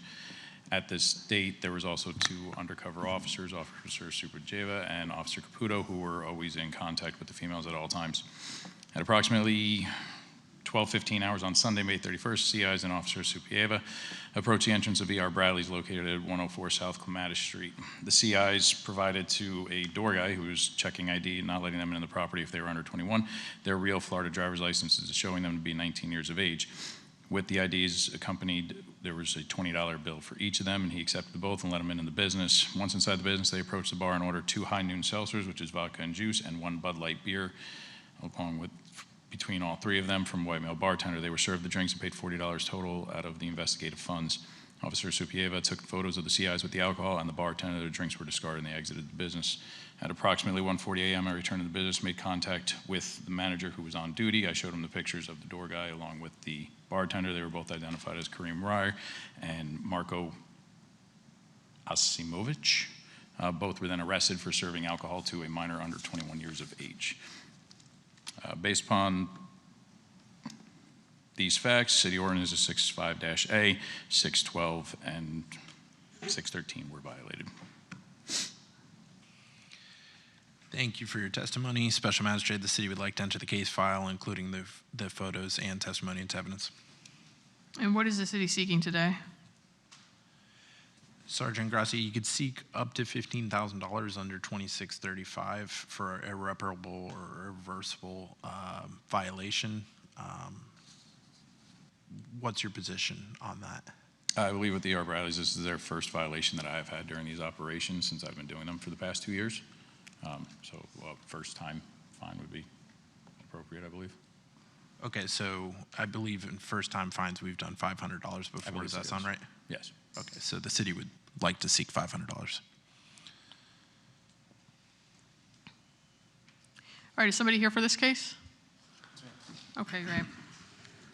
Your names for the record, please? Nicholas Caniglio, owner of ER Bradley's. And your name, sir? Edwin Bermudez, General Manager. Okay, you've heard what this city is saying.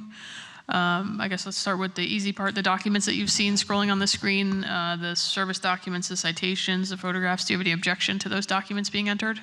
No, ma'am. Okay. The city is telling me, and the evidence shows that some folks who are underage were served alcohol. Are you taking steps to prevent that from happening in the future? Yes, ma'am. The security guard was terminated that accepted funds. The bartender has gone to classes and has dealt with his arrest appropriately. Okay. We have had further training since this arrest. The police department has been back with another operation which happened on Saturday evening. At that time, I'm not sure if that was you or. Yep.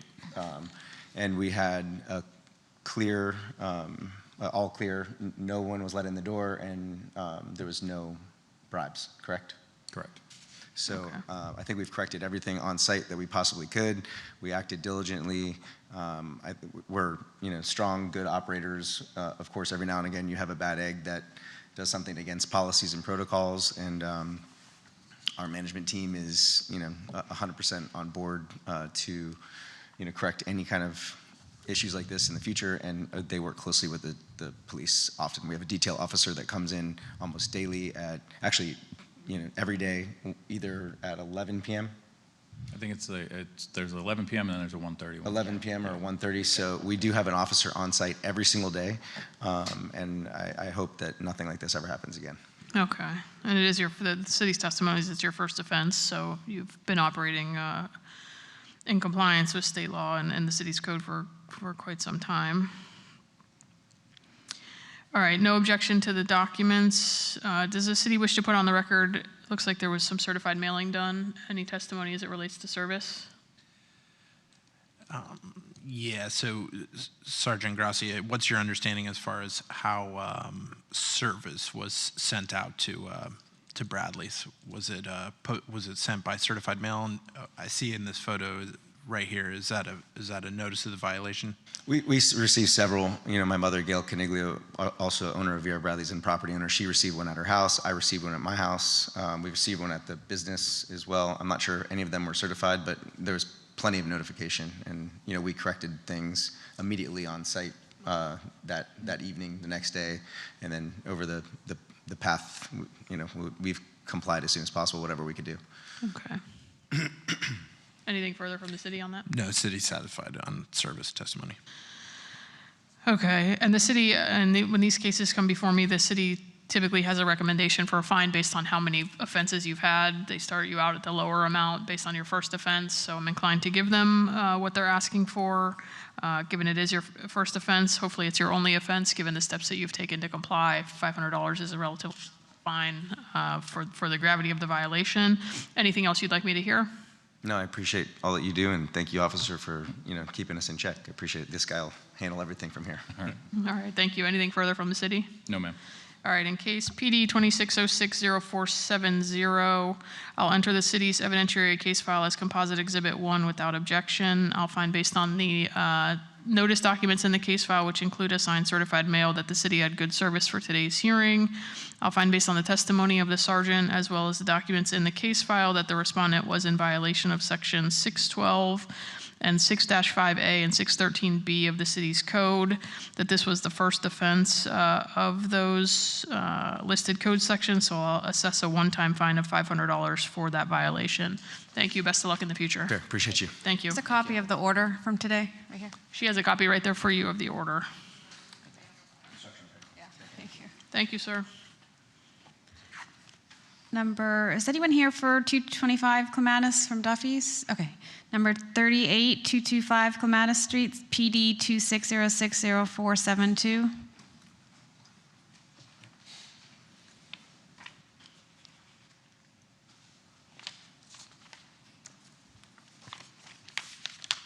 Go ahead, sir. Good afternoon. Sergeant James Ingracia, Downtown Entertainment Division Supervisor. On Saturday, May 30th, 2026, an alcohol compliance operation was conducted on Clematis Street within the city limits of West Palm Beach.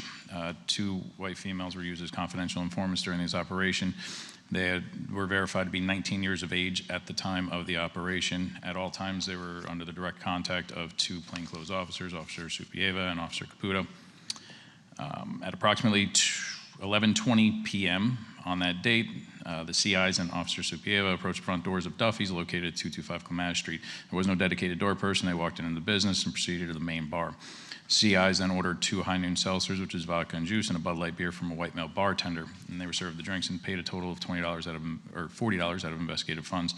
The bartender did not ask to see any type of identification from the CIs, nor the UC officer, nor asked their age. Officer Supieva was in contact at all times and can attest to this. She took digital photos of the CIs with the alcohol as well as the bartender who served them. The drinks were discarded and exited the business. On Sunday, May 31st, I responded back to the business as they were closed when our operation was complete at approximately 6:30 p.m. Made contact with the manager who was on duty and showed him a photo of the bartender who was identified as Orlando Mendez Vargas. and was working at the time upon my arrival. He was issued an NTA for violation of Florida State Statute 562.111A, sale of alcohol to persons under 21 years of age. Due to the above state statute violation, Duffy's violated Section 612, violation of state law deemed violation of chapter, and 613, enforcement of penalties of West Palm Beach ordinances. Thank you, Sergeant, for your testimony. And we saw a couple of photos, and right here on the screen right now is, looks like a certified mail receipt. Is it your understanding that you collaborated with code enforcement to effect service on Duffy's? Correct. Thank you, sir. And thank you for your testimony. Special Magistrate, the city would like to enter the case file, including the photographs and testimony into evidence. And what is the city seeking in terms of remedy today? Sergeant Grassi, would you like to seek a $500 fine for this violation? Yes. Thank you, sir. All right, your name, sir? James Streckengast, And what's your relation to Duffy's? Regional Director of Operations of this location. Okay, thank you. Let me ask the city, was this the first offense? This is the first offense that I've had with them since I've taken over the operations 2 years ago. Okay. All right, sir, so you've heard what the city is saying, and you've seen the evidence that they have been scrolling on the screen behind me.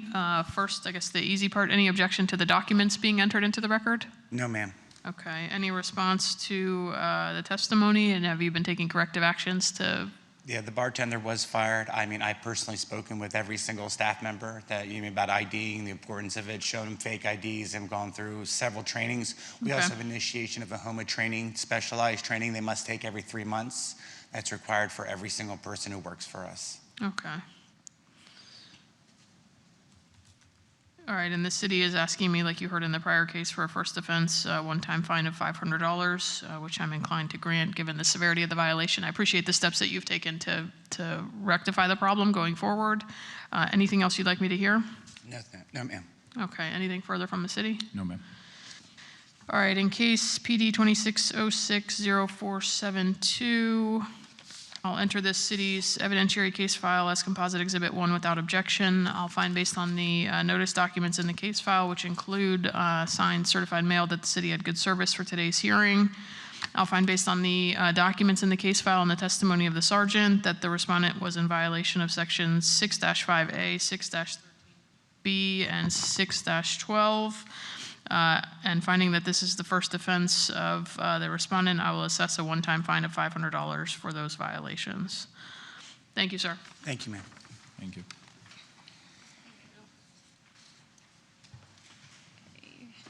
Cases numbers 33 and 42 for 720 48th Street, CE 11080235, and CE 70740356. What number was the second one? 33 and 42. 42, thank you.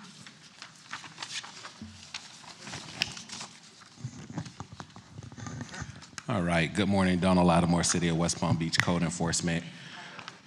Case, agenda item number 33, KCE 11080235, was leaned due to unsanitary condition, overgrowth, failure to comply, boarded secure, boarding certificate not obtained, and also this case was a part of a repeat violation.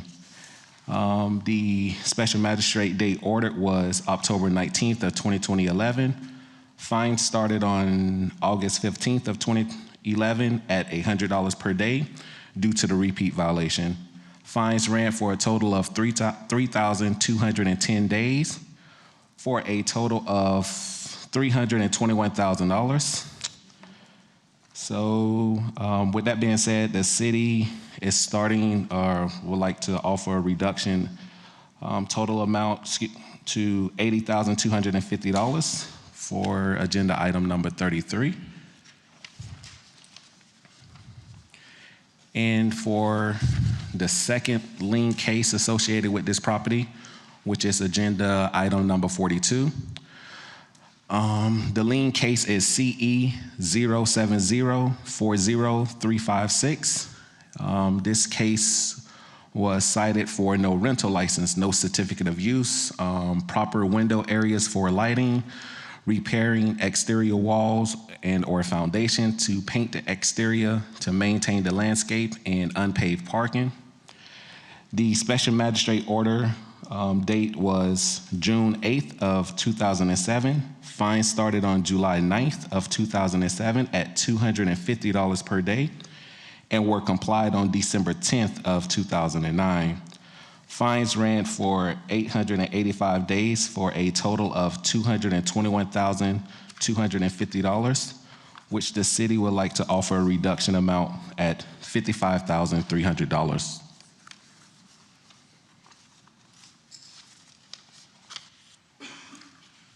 And is the violator the current requester, or is the ownership changed, or? The ownership has changed, and this is the new owner for the property, Ms. Stephanie.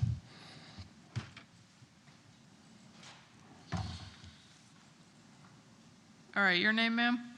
Stephanie Agladori Kanye. And you're the new owner? Yes, I am. Okay, you've heard what the city is saying. They're willing to reduce the liens to the amounts that they've specified. What is your position? Well, I would ask for a further reduction because I am the new owner. I understand I did buy the properties with the violations when I purchased the property. However, I have done everything and contacted everyone that I was supposed to when I originally purchased the properties. I've spoken to the police department, Officer Archer. I've spoken to the code enforcement department. I've cleared up all the violations that was there, and these don't even exist anymore. So paying this fee would, I have another one on the docket, but paying this would really it already put me at a hardship. It would really put me at a hardship because now I have the local people, because it's behind a park. So there are people now trying to squat on the property, going into the property, doing illegal things in the property. And this process has put me at a standstill. And I am asking, and because I can't do anything because of these fines, I'm asking for the fines to be reduced so I can continue the construction so I can move forward. So you said you have another case? You have more than the 2 cases on this agenda? I have 2 cases you have 2. on here, Okay, yes. great. So let's start with, I guess they're both the same address, but the first one. So when you bought the property, what was the condition of it? It was a vacant lot. So it had overgrown trees. Someone was living under the tree. So when I contacted, the first person I contacted was code enforcement, Sandy Mills, and because I've been dealing with this since I bought the property. And when did you buy it? 2022. 22. 2022. Yeah, 2022. So I contacted Sandy Mills, and I told her, hey, this is what's going on. So some people have been very helpful at the office, and some not so much. But she told me what I needed to do. So I cleaned up the property. She told me all the fines had stopped. When she told me all of the fines had stopped, she was like, now you need to contact Officer Friska. So I was working with him to make sure that everything was good. It was cleaned. And he satisfied everything. He was like, okay, now, and I got a letter in the mail telling me all of the cases were closed. So once he told me all the cases were closed, I thought I was done. It's now when Donald's telling me, even though you have cases, you also have liens. Those are 2 separate things that you need to deal with. I was also working with Monique down at the code enforcement office to also try to see what I can do to get these mitigated for the amnesty. She also was leading me to what I needed to do. So I've been contacting everybody that I need to contact and spoke to everyone I need to speak to. Code enforcement officers, like I said, Officer Archer, even I have recommendation letters now from my neighbors letting you know how happy they are and what gratitude they feel now that I've cleaned up the lot and has kind of mitigated some of the activity in the area. So I did everything that I was supposed to do as the new owner. And I feel like these fees are a little, they're a lot egregious because I cannot, this would take away from the project, obviously, and I'm just trying to build homes to give families to live in, truly. And I can't do anything with these properties right now because of these fines. Like, I can't do nothing with these properties. Do you have the property appraiser printout? Yes, one should be in the case file. I'm not sure if it's under Miss Stephanie's name. It's under Benny's investment. Well, no, it's under your name. I'm the property appraisal that's currently in the case. Is there one? How did you buy that property?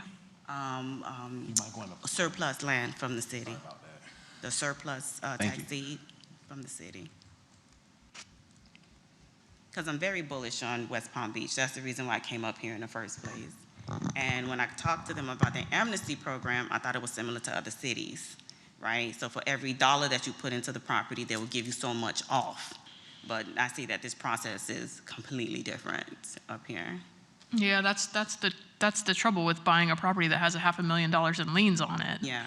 And you bought it with notice of the liens, right? That's what you told me. I was aware after I spoke to Monique down at the city. But you didn't do a lien search before you bought the property? Well, they give you that title information, and it gives you all the cases on there. So yes, I was aware when I saw all the cases. But you bought it at a tax deed sale. Mm-hmm. So somebody didn't pay that. So you didn't buy it from the city. You bought it from the courthouse steps. No, there's a process after the deed sale. So it's surplus land. That's how I purchased it.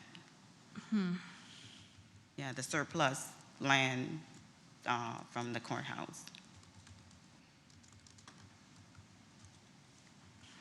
Okay. Yeah. And what's the condition of it now? You've built a house on it, or it's under construction? Well, this one is under construction, and everything I thought this process was gonna take up to 90 days, but it's been more than 190 days. And yeah, it's under construction at this time. Okay. But yeah, there's some activity that's been taken that I need to hurry up and kind of finish this property. And how much money have you spent on, you had to clean up the property? Yes, I had to clean the property, I had to cut the trees, I had to move the person who was living under that tree out. I had to get the fence in the back of the property fixed because they were using it as a pathway because, like I said, the park is behind the property. So I had to curtail a lot of that activity. And even now, I have people pooping in the yard. Even though it's gated and there's a porta potty there, I've left the porta potty there on purpose, just in case. But people are pooping in the yard. They're doing I'm finding all types of wrappers, condom wrappers in the back of the house. So I have cameras there. I've called the police at least 20 times. So this has been a real hardship because I've been stopped for the last 4 months. And what's caused the stoppage? This lien, because the other property that we're gonna talk about, that one is finished. I was supposed to refinance that one in order to complete this one. But I can't sell it because of the liens on the property. Okay. Yeah. But both of these cases are for the same address, is that correct? Yes, so for 720 48th Street, Ms. Stephanie is right with a lot of things that she is mentioning here. It is in a high-risk area, so we are aware of that and very appreciative of the work that she has done with the property thus far. So just a few things. When it comes to the lien cases, I think there was a misunderstanding because you have to stop the fines from running on a lien case, okay? So that's where we were explaining to her that there were some cases that were still open, meaning that they were still running fines. So we had to go out to complete a follow-up inspection to stop those fines from running. The original offer that the city presented, taking everything into consideration, Ms. Stephanie, the work that she has done so far, the area where she's currently located, just everything, the original offer that the city started out with. Right now, the total liens are $542,250 for this property.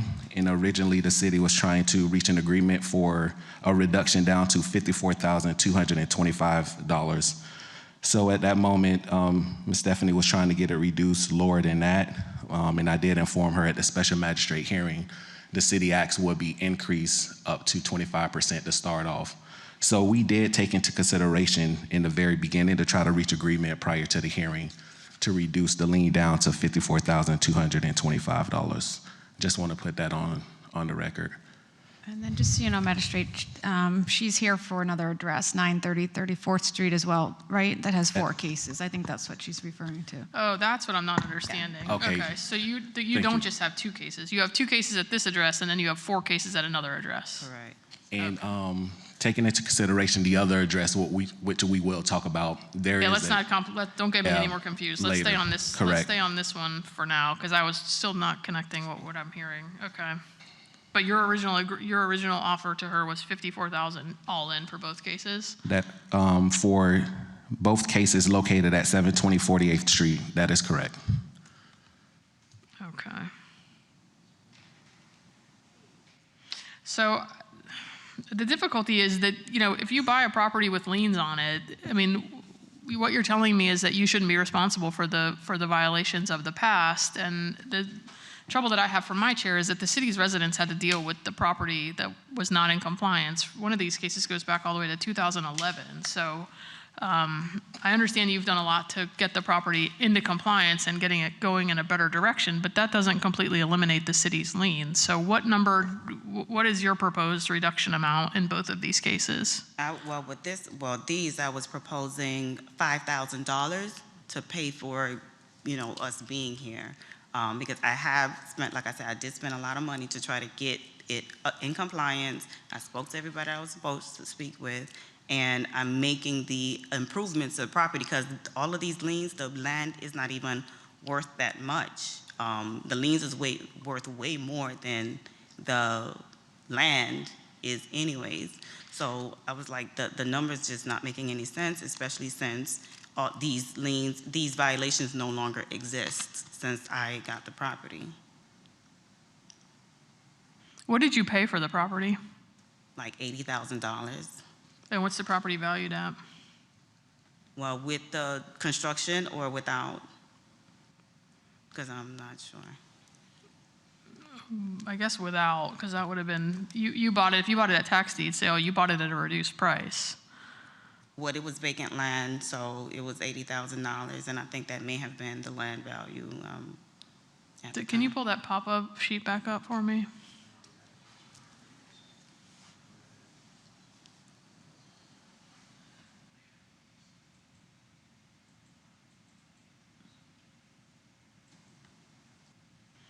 Does the city know how many code enforcement cases were on this property? There were several that were on the property. The 2 that are liened, and I can understand where Ms. Stephanie coming from. As you previously mentioned, one of the cases were way back to 2011, and the other case was back into 2007. So they are fairly old cases, but they still have liens against them. Right now, behind you, Ms. Stephanie, is property appraisal. It's going to pretty much show you how much the property is currently valued with the data that we have from the tax collector of Palm Beach County as of today. Monique, if you don't mind scrolling down for me, please. Keep going down and stop right there. All right. Now, this is not taking into consideration, it appears, of the structure that you're currently building on the property because it's not completed yet. It looks like it's just listing the land value at this moment. Mm-hmm.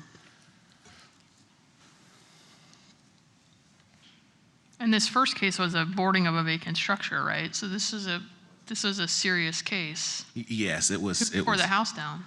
I'm not 100% sure if the home was ever torn down. I think Ms. Stephanie is gutting it out and rebuilding it. No, it was vacant land, so it was. It was vacant? Okay, so it was completely vacant, okay. I'm not sure who tore down the property. Thank you for that.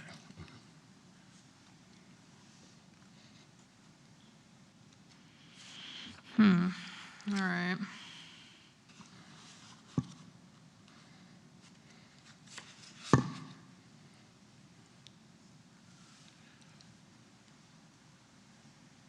How much have you spent in all that you've done?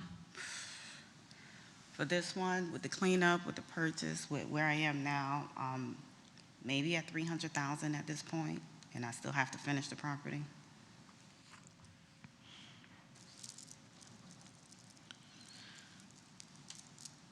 So these cases are tricky. When these liens get so high, these cases become tricky, but that doesn't mean just because the lien amounts are high, the city is entitled to the full amount of the fines, right? So there's case law that says that their fines, they were started, these weren't even that high of fines at $100 a day based on the violations. No, I do appreciate the city working with me because he's been very diligent in explaining everything to me, very much so.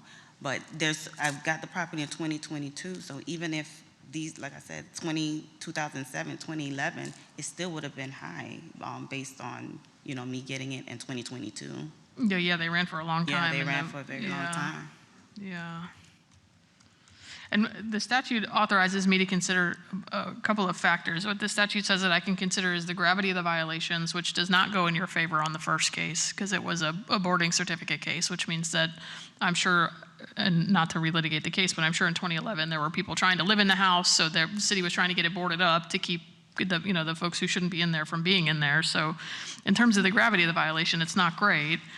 The other thing that I'm to consider is how many cases have been on this property, and the city's testified to me that there were several cases, which doesn't surprise me based on the quick photographs that were scrolled up there and the condition of the property before you bought it. So this was definitely a problem property for the city, and my concern, as I told you before, is that the residents who live next to it have to deal with it. And I paid for some of them because, like I said, when I spoke to the code enforcer, he said, well, this is what needs to be done, and this is what needs to be paid. I think Monique was the one who told me this would need to be paid before we even do anything. That's just to get you into compliance, though. That's not even dealing with the liens after the fact. So I'm inclined to reduce the fines, but the problem is that you're at a very different number than the city is at. You're at 5,000, and the city is at 130,000. Yeah, I would prefer to put that money into the property to make a nicer house than, to pay these old fees.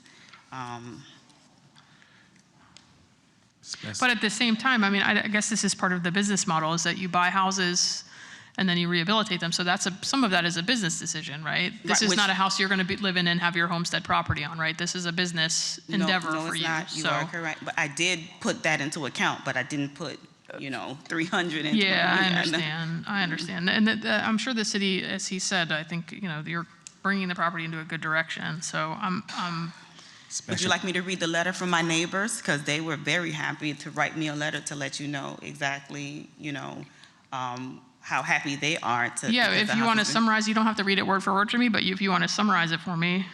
Well, I'll read the back piece then. With the presence of the team on site and on premise, the behavior and activities that have been going on in the community have ceased.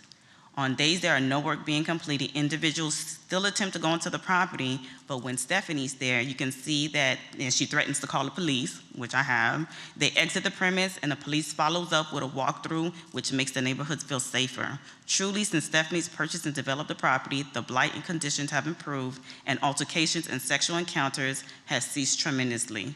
Thank you for your time and review of my memo, Cassandra Burney. Okay. Okay, and that's just, she wrote a 2-pager, but. So the residents are happy, your neighbors are happy with what you're doing? Absolutely. Okay. The city, did you have something to add? Yes, just for an update, my supervisor just informed me that the city is who demolished the building because of the unsafe condition and how bad it was. So the city actually took on the demolishing the building. And $14,000 the cost. And it cost the city $14,000 to demolish the building. Then I'll pay the 14. What's the city's response? The city is, with the $54,225, that is 10 cents on every dollar that's owed.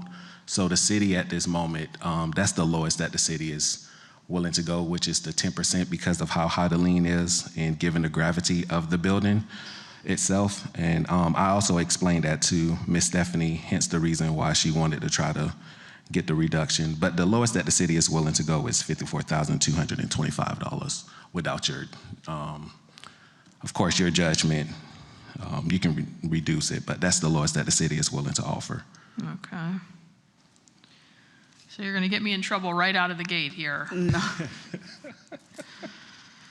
Oh, these are tricky, because I do appreciate what you've done to bring the property into compliance, but I had a sneaking suspicion that that was the case, that the city may have torn the building down, so that makes sense based on how this paperwork looks.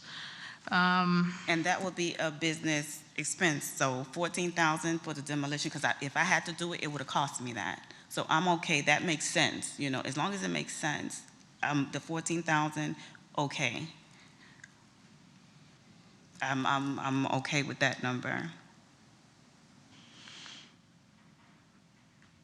All right, more math we gotta do here.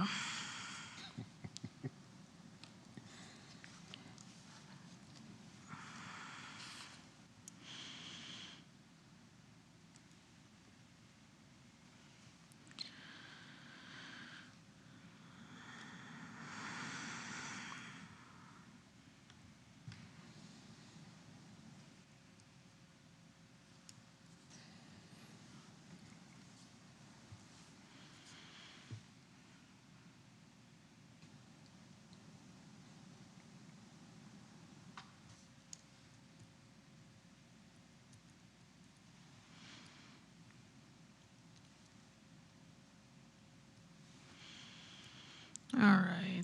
Anything else you'd like me to hear, ma'am? No? Anything further from the city? No.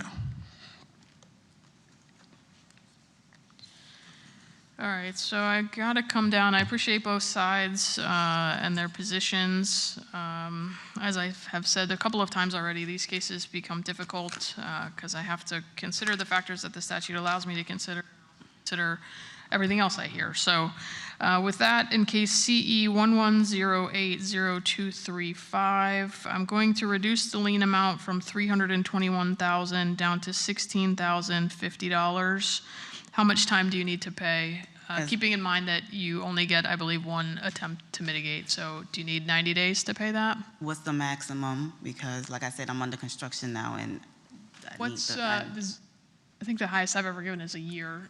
Yes, the year is the highest. All right, so I'll give you a please year. give me a chance? Yes. Yeah. Yes. We talked about that, right? Was it a You year? said I can ask, yeah. Yeah, a year. Yeah, I'll give you, again, my job is to try to find an equitable resolution here based on what I've heard at this hearing, so I'm happy to give you the year. Thank you. That reduces it based on the gravity of the violation that I've heard, but also weighed significantly by the efforts that you've put into the property and the amount of money that you've spent in rehabilitating the property and bringing it into compliance. So in that case, I'll bring it down to $16,050 payable within 1 year. Okay. In case CE 07040356, I will again, after having heard from both sides and considering the gravity of the violation in this case, and again, the new property owner's efforts to mitigate the property and bring it into the condition it is going to be and is now in terms of construction and rehab of the property, I'll reduce that lien from $221,250 down to $11,062.50, again, payable in 1 year. What was that? I'm sorry. 11062.50, payable within 1 year. And she'll give you copies of both of those orders right there. We'll go on to your other cases since you're up here. Numbers, start at number 40 for 930 34th Street, CE 11040429. Do I have to state my name again? We got to do it all over again. We're going to do everything over again. Also numbers 41, this is 40, 41, 43, and 45, CE 11040429, CE 15081006, CE 07120247, and CE 08110018. All right. And you said it was 40, 41, 43, and 45? 40, 41, 43, 45, yes. Thank you. Yep, that's what I have here. All right, Mr. Lattimore, do you want to read all of them in? Yes, I'm going to read all of them in. Thank you. All right. So, agenda item number 40, lien case CE 11040429. This case was cited for work without a permit, and a stop work order was issued on, it looks like April 19th, 2011. All right.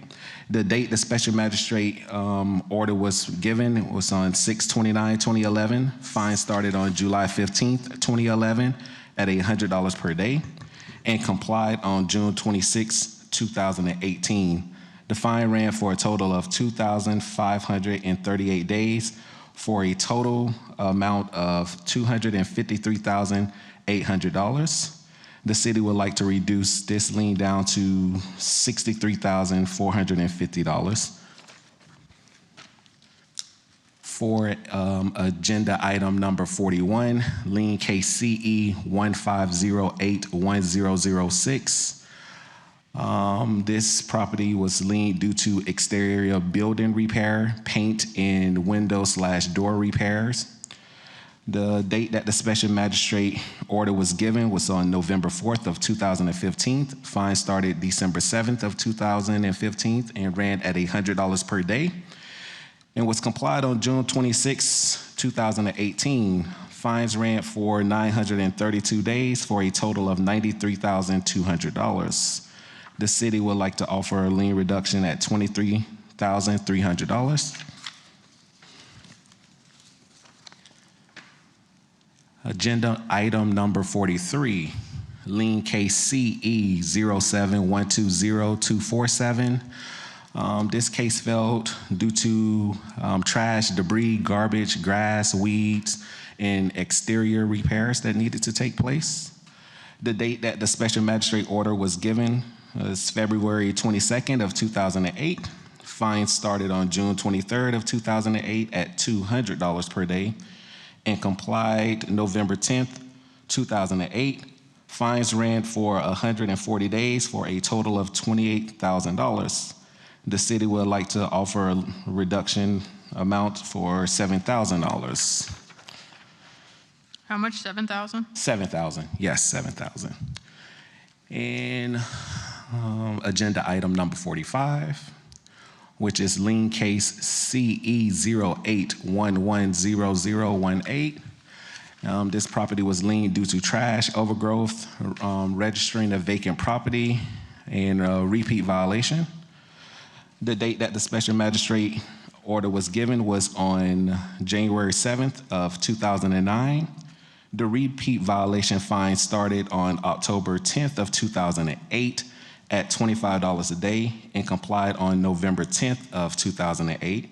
The fines ran for 12 days for a total of $300. The city is requesting to reduce the $300 fine to $0. So to waive that fine completely.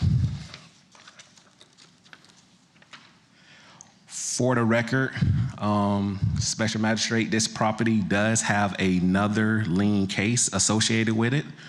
That case is not on the agenda, but it is CE 17110322.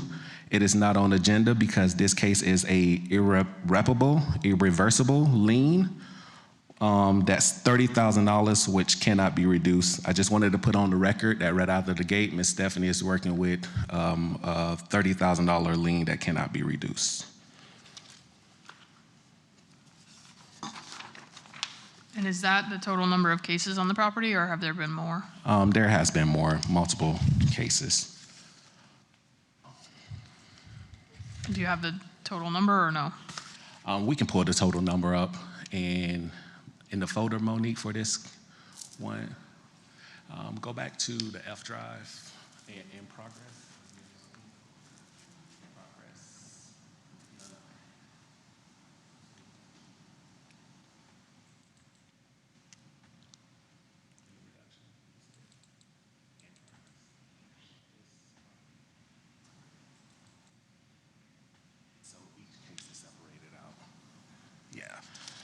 So let's start with CE 11040429. That folder, you see the folder? Yeah. So, you can close out of that. So due to how old this particular case is, a lot of the records are still here in the system. I'm gonna approach Ms. Stephanie first and show her some of the photos, and then I'll give this file over to you if you would like to see it. Yeah, I don't necessarily need to see the old photos. You can show them to her if you'd like to, but I was just curious as to how many code enforcement cases on the property. Sure, not a problem. Let's pull it up. EPL is showing 34. And then they had a similar thing with the All right. So my supervisor, Richard Pasmino, is here. He just informed me that the EPL is showing, which is our city case manager, 34 cases associated with this parcel. And this structure also was demolished by the city of West Palm Beach, and we're trying to find out the costs for the demolished structure. Perfect. And the total to demolish this property was $8,702. All right, just state your name for the record again. Yes, Stephanie Agladoye Kunkanye. Okay, so what's going on with this property? This one has already been constructed, so this one is complete and finished. Okay. Okay, and I put it's a historic area, so going through the historic board and all the things, that cost money. So I put a lot more into this property, being that it was in a historic area. Again, I did all the things I was supposed to do, talked to everyone I was supposed to speak with to make sure that the violations were stopped and to clear the ones that needed to be cleared. Someone was living under a tree there. The neighbors were telling me, that they're, again, happy that because they were the ones that were cleaning the lots, and they're happy that I was able to come in and take care of that for them, so now they can have the homeless squatter on that property moved out. So they were happy that he left the area since I took over, and there's no more trash being left on the property that's bringing down the value of the homes, since they already have an issue with the area being a historic area. For this one, I put more than $600,000 into this area, into this property. Went way over budget because the city, I felt, was nickel and diming me. I had to pay utility lien. I had to pay to get the meter set. I did not know that was a thing up here. So all these extra fees and extra things that I had to pay now has left me with a property that basically, and the liens, I cannot sell. Is it on the market now? It was on the market. I took it off. It's been on the market since last year. And because this came up, I had to take it down. Okay. Yeah. Just for the record, this was actually my zone, and I have to admit, I just checked. Ms. Stephanie purchased this property in 2022, so I cannot attest to anything that took place. But I took over this zone in 2023, and I never saw, since I took over the zone, a homeless person or a homeless activity on the property. That's one of my big things, and I never had anyone in the area call to tell me of homeless activity or the lot being kept in a manner in which it needs to draw code enforcement. So now I can't speak to anything that took place prior to me taking over, but I do know when I patrolled the area, I didn't see any of that at this property. So what you're telling me is since she took ownership of it, it's been considerably better. Yes, but when the homeless that she's referencing, I didn't see any of that activity. Okay. It was a vacant lot. When I was the code officer for that area in 2023 and onwards, it was kept clean, it was kept nice. And I think I spoke with her, that's how I knew her, because she had up a fence and there was some stuff in the swell area, and I told her to remove it, and it was immediately removed. So what it looked like prior to, I can't say, but I do know in 2023 when I took it over, it was well kept. Yeah, I bought it in 2022. Yeah. And how did you buy this one? Same time. I bought both of them at the same time. And you knew there were liens on this one when you bought it? I did. Okay. But when I called the code enforcement, they told me, hey, there's an amnesty, so they would work with you, once you bring everything up to date and cease all of and bring it up to code. So I wasn't afraid of them, but I'm afraid now. I don't know who you spoke to, Ms. Stephanie, and I wish I would have known who you spoke to, because it seems to be some form of a breakdown in communication, especially with words like amnesty. We are not, with lien reduction, and as the lien reduction coordinator, that language is language that we are not trained to use or are supposed to use. Prior to this, this again was another property with everything taken in consideration, where I tried to offer the lowest 10 cents on the dollar with everything taken in consideration, and what Miss Stephanie did to the lot as well. So let me see here.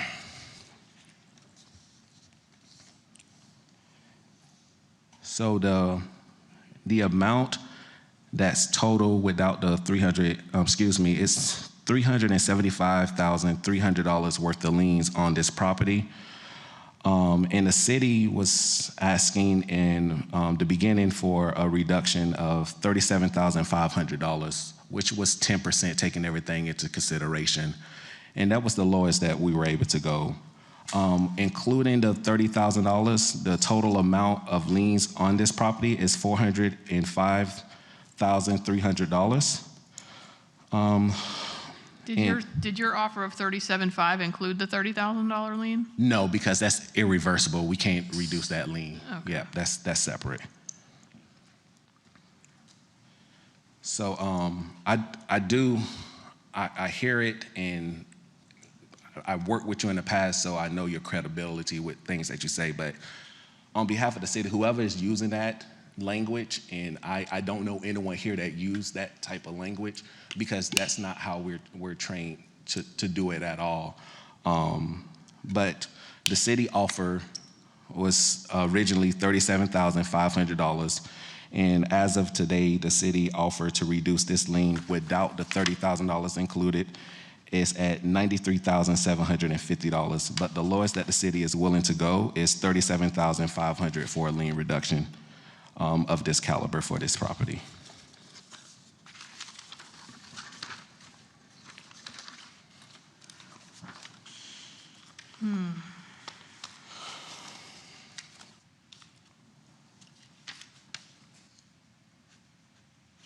Well, let's do the easy one. 45, you said you were willing to reduce to 0, correct? Yes, So that's. let's get that one out of the way. I'm sure you don't have any objection to reducing a lien No, to 0. not at all.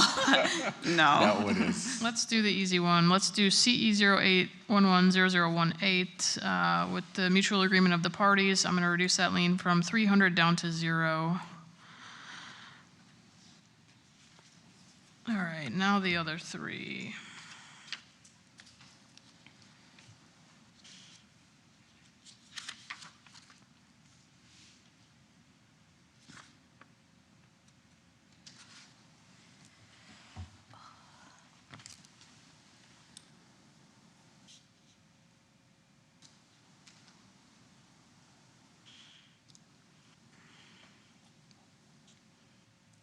What was the irreparable violation? So this is a historical structure. There was a rear structure built to the back of it that was unpermitted. That structure ripped, and it ripped both the historical home, and the structure was unpermitted, and it just completely ripped things. So there were 2 historical violation fines that were cited, and each one was for $15,000, the max. And give me 1 second, I'll have that information for you. I know I have it here somewhere. Yes, but that's what it was. It was a building on a historical home without permits that resulted in a irreversible damage to the historical home. Yeah, I was not the owner at the time. I was going to say, she didn't do that. No. Okay. No, she was not the owner at that time, but it's irreversible. No.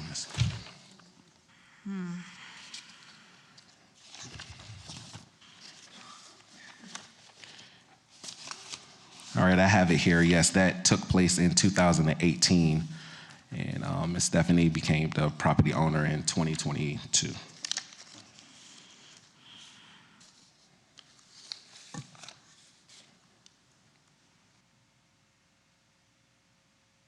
All right, well, this is very consistent with the prior case, so anything else you'd like me to hear? Just have some grace, because this one completely put me. I know, I hear, and especially if you spend $600,000. What was it on the market for? $735 with a $10,000 seller contribution. Yeah, okay. All right, with that, anything further from the city? Nothing further from the city. All right, I'm gonna get in trouble on this one too, because again, the goal is to get the property to look exactly like it does now. Unfortunately, that you bought, and I would encourage you in the future to maybe think twice after this experience about those tax deed properties, because usually they come with a cost that is unknown. But that's for you and your lawyer to discuss. So with that, in case CE 11040429, having heard the testimony of both sides and considering that there were 34 cases on this site and that the city had to ultimately demolish the property at the city's cost, I'm going to reduce this lien from $253,800 down to $12,690 payable within 1 year. In case CE 1508-1006, again, considering the number of cases, the gravity of the violation, and the amount of money that the respondent has, or excuse me, that the new owner has put into rehabilitating the property and bringing the property up to what it is today, I'm going to reduce this $93,200 lien down to $4,660 payable within 1 year. And then CE 07120247, again, considering the same things I just said in the prior two cases, I'm going to reduce this lien down from $28,000 down to $1,400 payable within 1 year. So that gives you considerably less than the city was asking. I know it's still money and that's tangible for you, but I hope it gets you at least to a place where you can get the property back for sale, okay? I appreciate it. Thank you for hearing me out. Thank you. Thank you all. Thank you very much. And she'll give you orders before you leave. Will do. Thank you.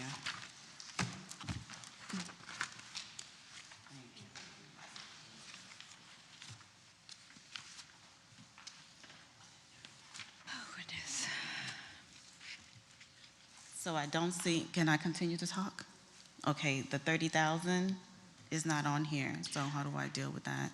You'll have to get with Mr. Lattimore after the hearing. Okay. Yes, we'll do that afterwards. Okay. Number 34, Broadway, CE 20110258.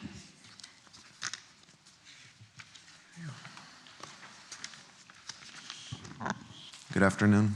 Richard Pasmino, Code Enforcement Supervisor, City of West Palm Beach. The property on Broadway is a vacant lot. The parcel number is 7443 4308905 024 0130. There is a lien code case at this property, CE 20110258. The code case was for trash debris on an unmaintained lot. The special magistrate ordered this case on January 6th, 2021, and ordered it to comply by February 5th, 2021. The fine started running on February 8th, 2021 at $100 a day. The case was brought into compliance on June 18th, 2021. The case ran for a total of 130 days, and the total fine amount in this case is $13,000. I have been in contact with the owner of the property, Grace, who's here, and we came to a pre-hearing agreement to reduce the fine from $13,000 to $1,950, and we're asking that to be paid within 6 months or 180 days. All right, your name, ma'am? Grace Norwich. Thank you. And you've heard what Mr. Pasmino has said. You're in agreement on that reduced fine amount? But the only thing can we request for 1 year, because my husband just passed away December, and all the money is frozen in the estate. So you want 1 year to pay? Yes, please. I don't have any objection. Does the No city have any objection. objection? Okay. I appreciate it. All right, anything else you'd like me to hear? Because, in fact, in December 24, when they sent out a notice, we spent over $4,000, 3 times just for the dumpsters, $2,000, labor, $2,000. We know we comply because it's COVID. And the COVID, we didn't come to for the hearing. And our neighbor on the back, they do their swimming pool, and their contractor put the whatever debris in our property. So and then homeless people because of COVID time. And my husband's over 80 years old. They didn't come to hearing. We 100% think we comply. We had all the proof. But because of COVID, that time, Inspector Joseph Patrick, no communication and never come up. When in June, we see this lien, we really have a big surprise. I think this is really miscommunication during the COVID time. And also because of the neighbor, they put us in a position. And I have all the papers showing they know it's their contractor dump over there. And so to impose, even we agreed to pay the fine, but it's just so unjustified. I just would like to say that. Does the city have a response? No, not for that. We maintain our position.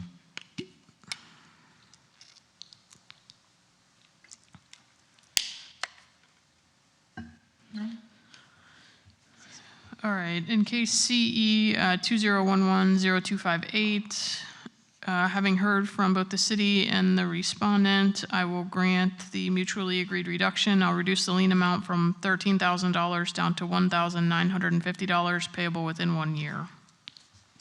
And she'll give you a copy of the order right there, okay? Thank you.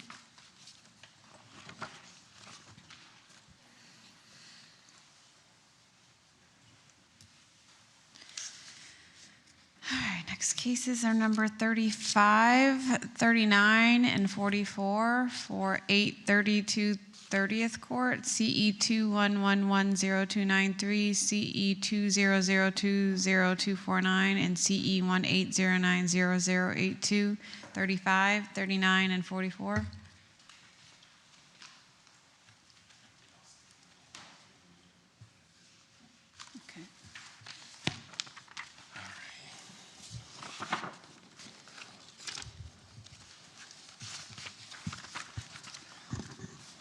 All right.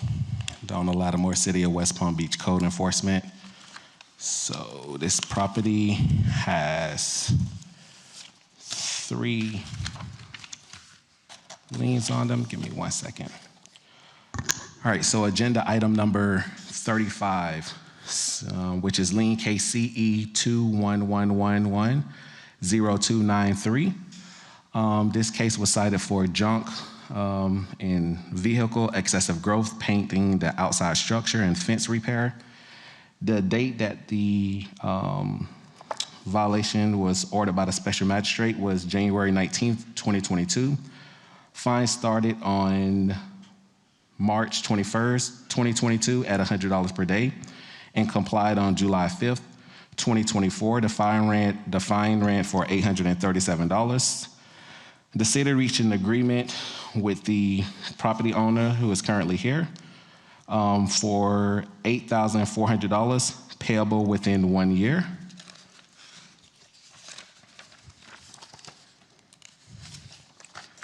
For lien case CE 200-20249, this case was cited for exterior repair, excessive growth. The date ordered was March 18th, 2022. Fine started on the April 18th, 2020 at $200 per day and complied on December 16th of 2025. The fines ran for 2,068 days for a total of $413,600. The city reached an agreement of $41,400 payable within 1 year. And the last case, which is agenda item number 44, lien case CE 180900082, was cited for exterior repair, junk vehicle, excessive growth, address characters. The date ordered was the October 24th, 2018. Fine started on November 9th, 2018 at $100 per day and complied on July 5th of 2024. The fine ran for 2,065 days for a total of $206,500. The city reached an agreement of $20,650 payable within 1 year. All right, your name for the record? My name is Deborah Sullivan. Excuse me. And what's your relation? Are you the new owner? It was my father's property. Okay. And he didn't leave a will, so we were in probate for the last few years. That is quite a process, isn't it? Yes, and quite a cost, and the paperwork wasn't done correctly, so I couldn't really do anything with the house because the house wasn't in my name. And it's a historical house, so I went to the Historical Society because there was an awning on the back that eventually fell down because it wasn't secure. My father had dementia and didn't want anybody on his property. So when code enforcement was there, he kicked him off the property, and I sent my son over because he would listen to my son, and my son, talked to code enforcement. And when I finally got the house into my name after paying it off, and it's been a lot. And so the house, as you can see, has been painted and corrected, and the pool was cleaned, and everything that needed to be done, we did. Okay. And you're in agreement with the amounts that the code officer indicated, the code If you could do supervisor? less, it would be good, because the attorney fees are $22,000 alone. We paid the house off, and then I got a notice from the judge they were going to auction it off, so the paperwork wasn't filed complete and given to the judge. So it's been dragging on for a long time. Are you trying to sell it now? No, I'm going to. Yeah, I actually not going to make any money on it. The next door neighbor that helped me take care of my dad wants to buy it for his daughter. Okay. So there's not going to be profit. I just didn't want the house to. I want it to go to somebody that will take care of it. Understood. Okay. Does the city have any response? No, I was also, no, sorry. I would just like to say for the record, I also was the code enforcement officer in this area and monitored this property very closely with the neighbor that's here. Just about anything that needed to be done, and once we all got onto the property, it was in really bad shape. They also invited me on the inside of the property, so I was able to see what it looked like on the inside. And I was very shocked and surprised since I moved out of the zone to what the structure looks like now. They really did a good job restoring the property. And it is a historical home, so they did it the correct way to restore it. Okay. All right, with that, in case CE 21110293, after having heard from the city and the respondent, I will grant the mutually agreed reduction. I'll reduce the lien from $83,700 down to $8,400 payable within 1 year. In case CE 200202249, I will, again, having heard from both sides, grant the mutually agreed reduction, reduce the lien from $413,600 down to $41,400 payable within 1 year. And then in case CE 18090082, again, having heard from both sides, I will grant the mutually agreed reduction and reduce the lien from $206,500 down to $20,650 payable again in 1 year. And she'll give you copies of those orders right there, okay? Yes, ma'am. Thank you.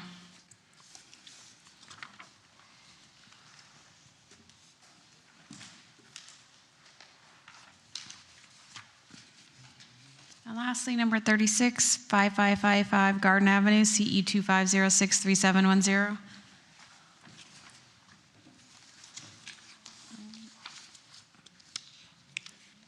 All right, Donald Lattimore, City of West Palm Beach, Code Enforcement. All right, so lien case CE 250637110 was lien due to garbage can placement, landscape requirement, overgrown vegetation, unpaved parking, landscape of the right-of-way with trash and debris. The date the special magistrate order was given was August 6, 2025. Fines started on September 6, 2025 at $75 per day and complied on January 12, 2026. The fine ran for 128 days for a total of $9,600. The city reached an agreement with the property owner for $1,440 payable within 90 days. Your name, ma'am, Bethany Morris, and your relation to the property? owner. Owner, great. So I've heard what the city is saying. You're in agreement with that reduction amount?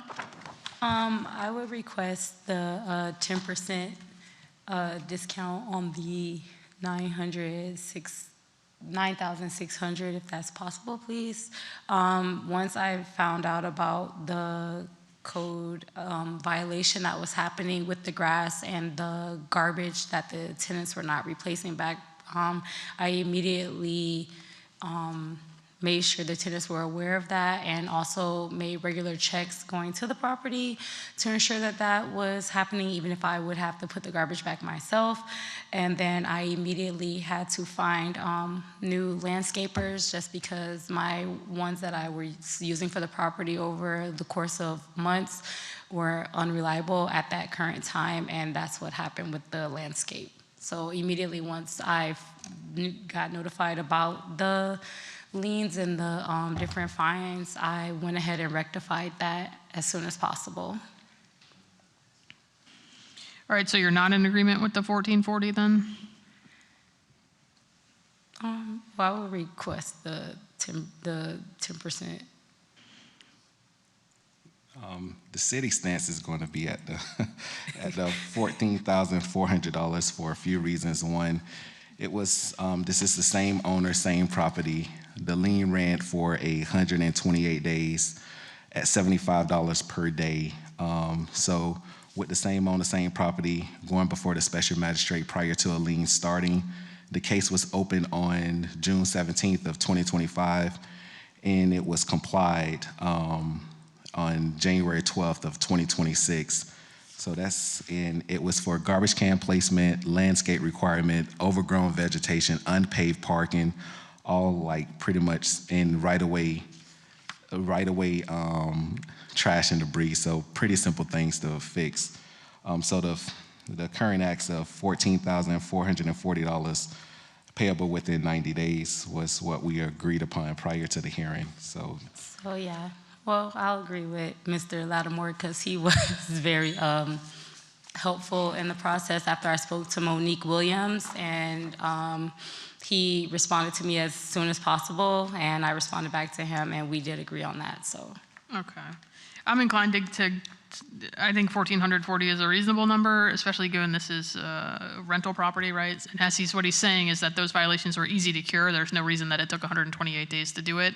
I understand reality is sometimes different, that it takes time to get things done, but I'm inclined to reduce it down to that amount. I think that's a fair number, and it takes into account what you did to get it into compliance, but also preserves the city's code enforcement process, which is part of my job as well. So anything further you'd like me to hear? No, that's all. And just for you, Mr. O'Donnell, we do not have those tenants anymore there because it was becoming a problem where I would have to go over there and do that. So we did have to remove those tenants a couple months prior to once we were notified about everything. So yes. Okay. Good. That's good news because that hopefully means you won't be in any more code enforcement trouble. Correct. Anything further from the city? No. All right. With that, in case CE 2506-3710, having heard from both sides, I will grant the mutually agreed request, reducing the lien from $9,600 down to $1,440 payable within 90 days. And she'll give you a copy of the order before you leave. Okay. Thank you. Thank you. Anything further for the magistrate? Hearing none, I'll adjourn at 1:42.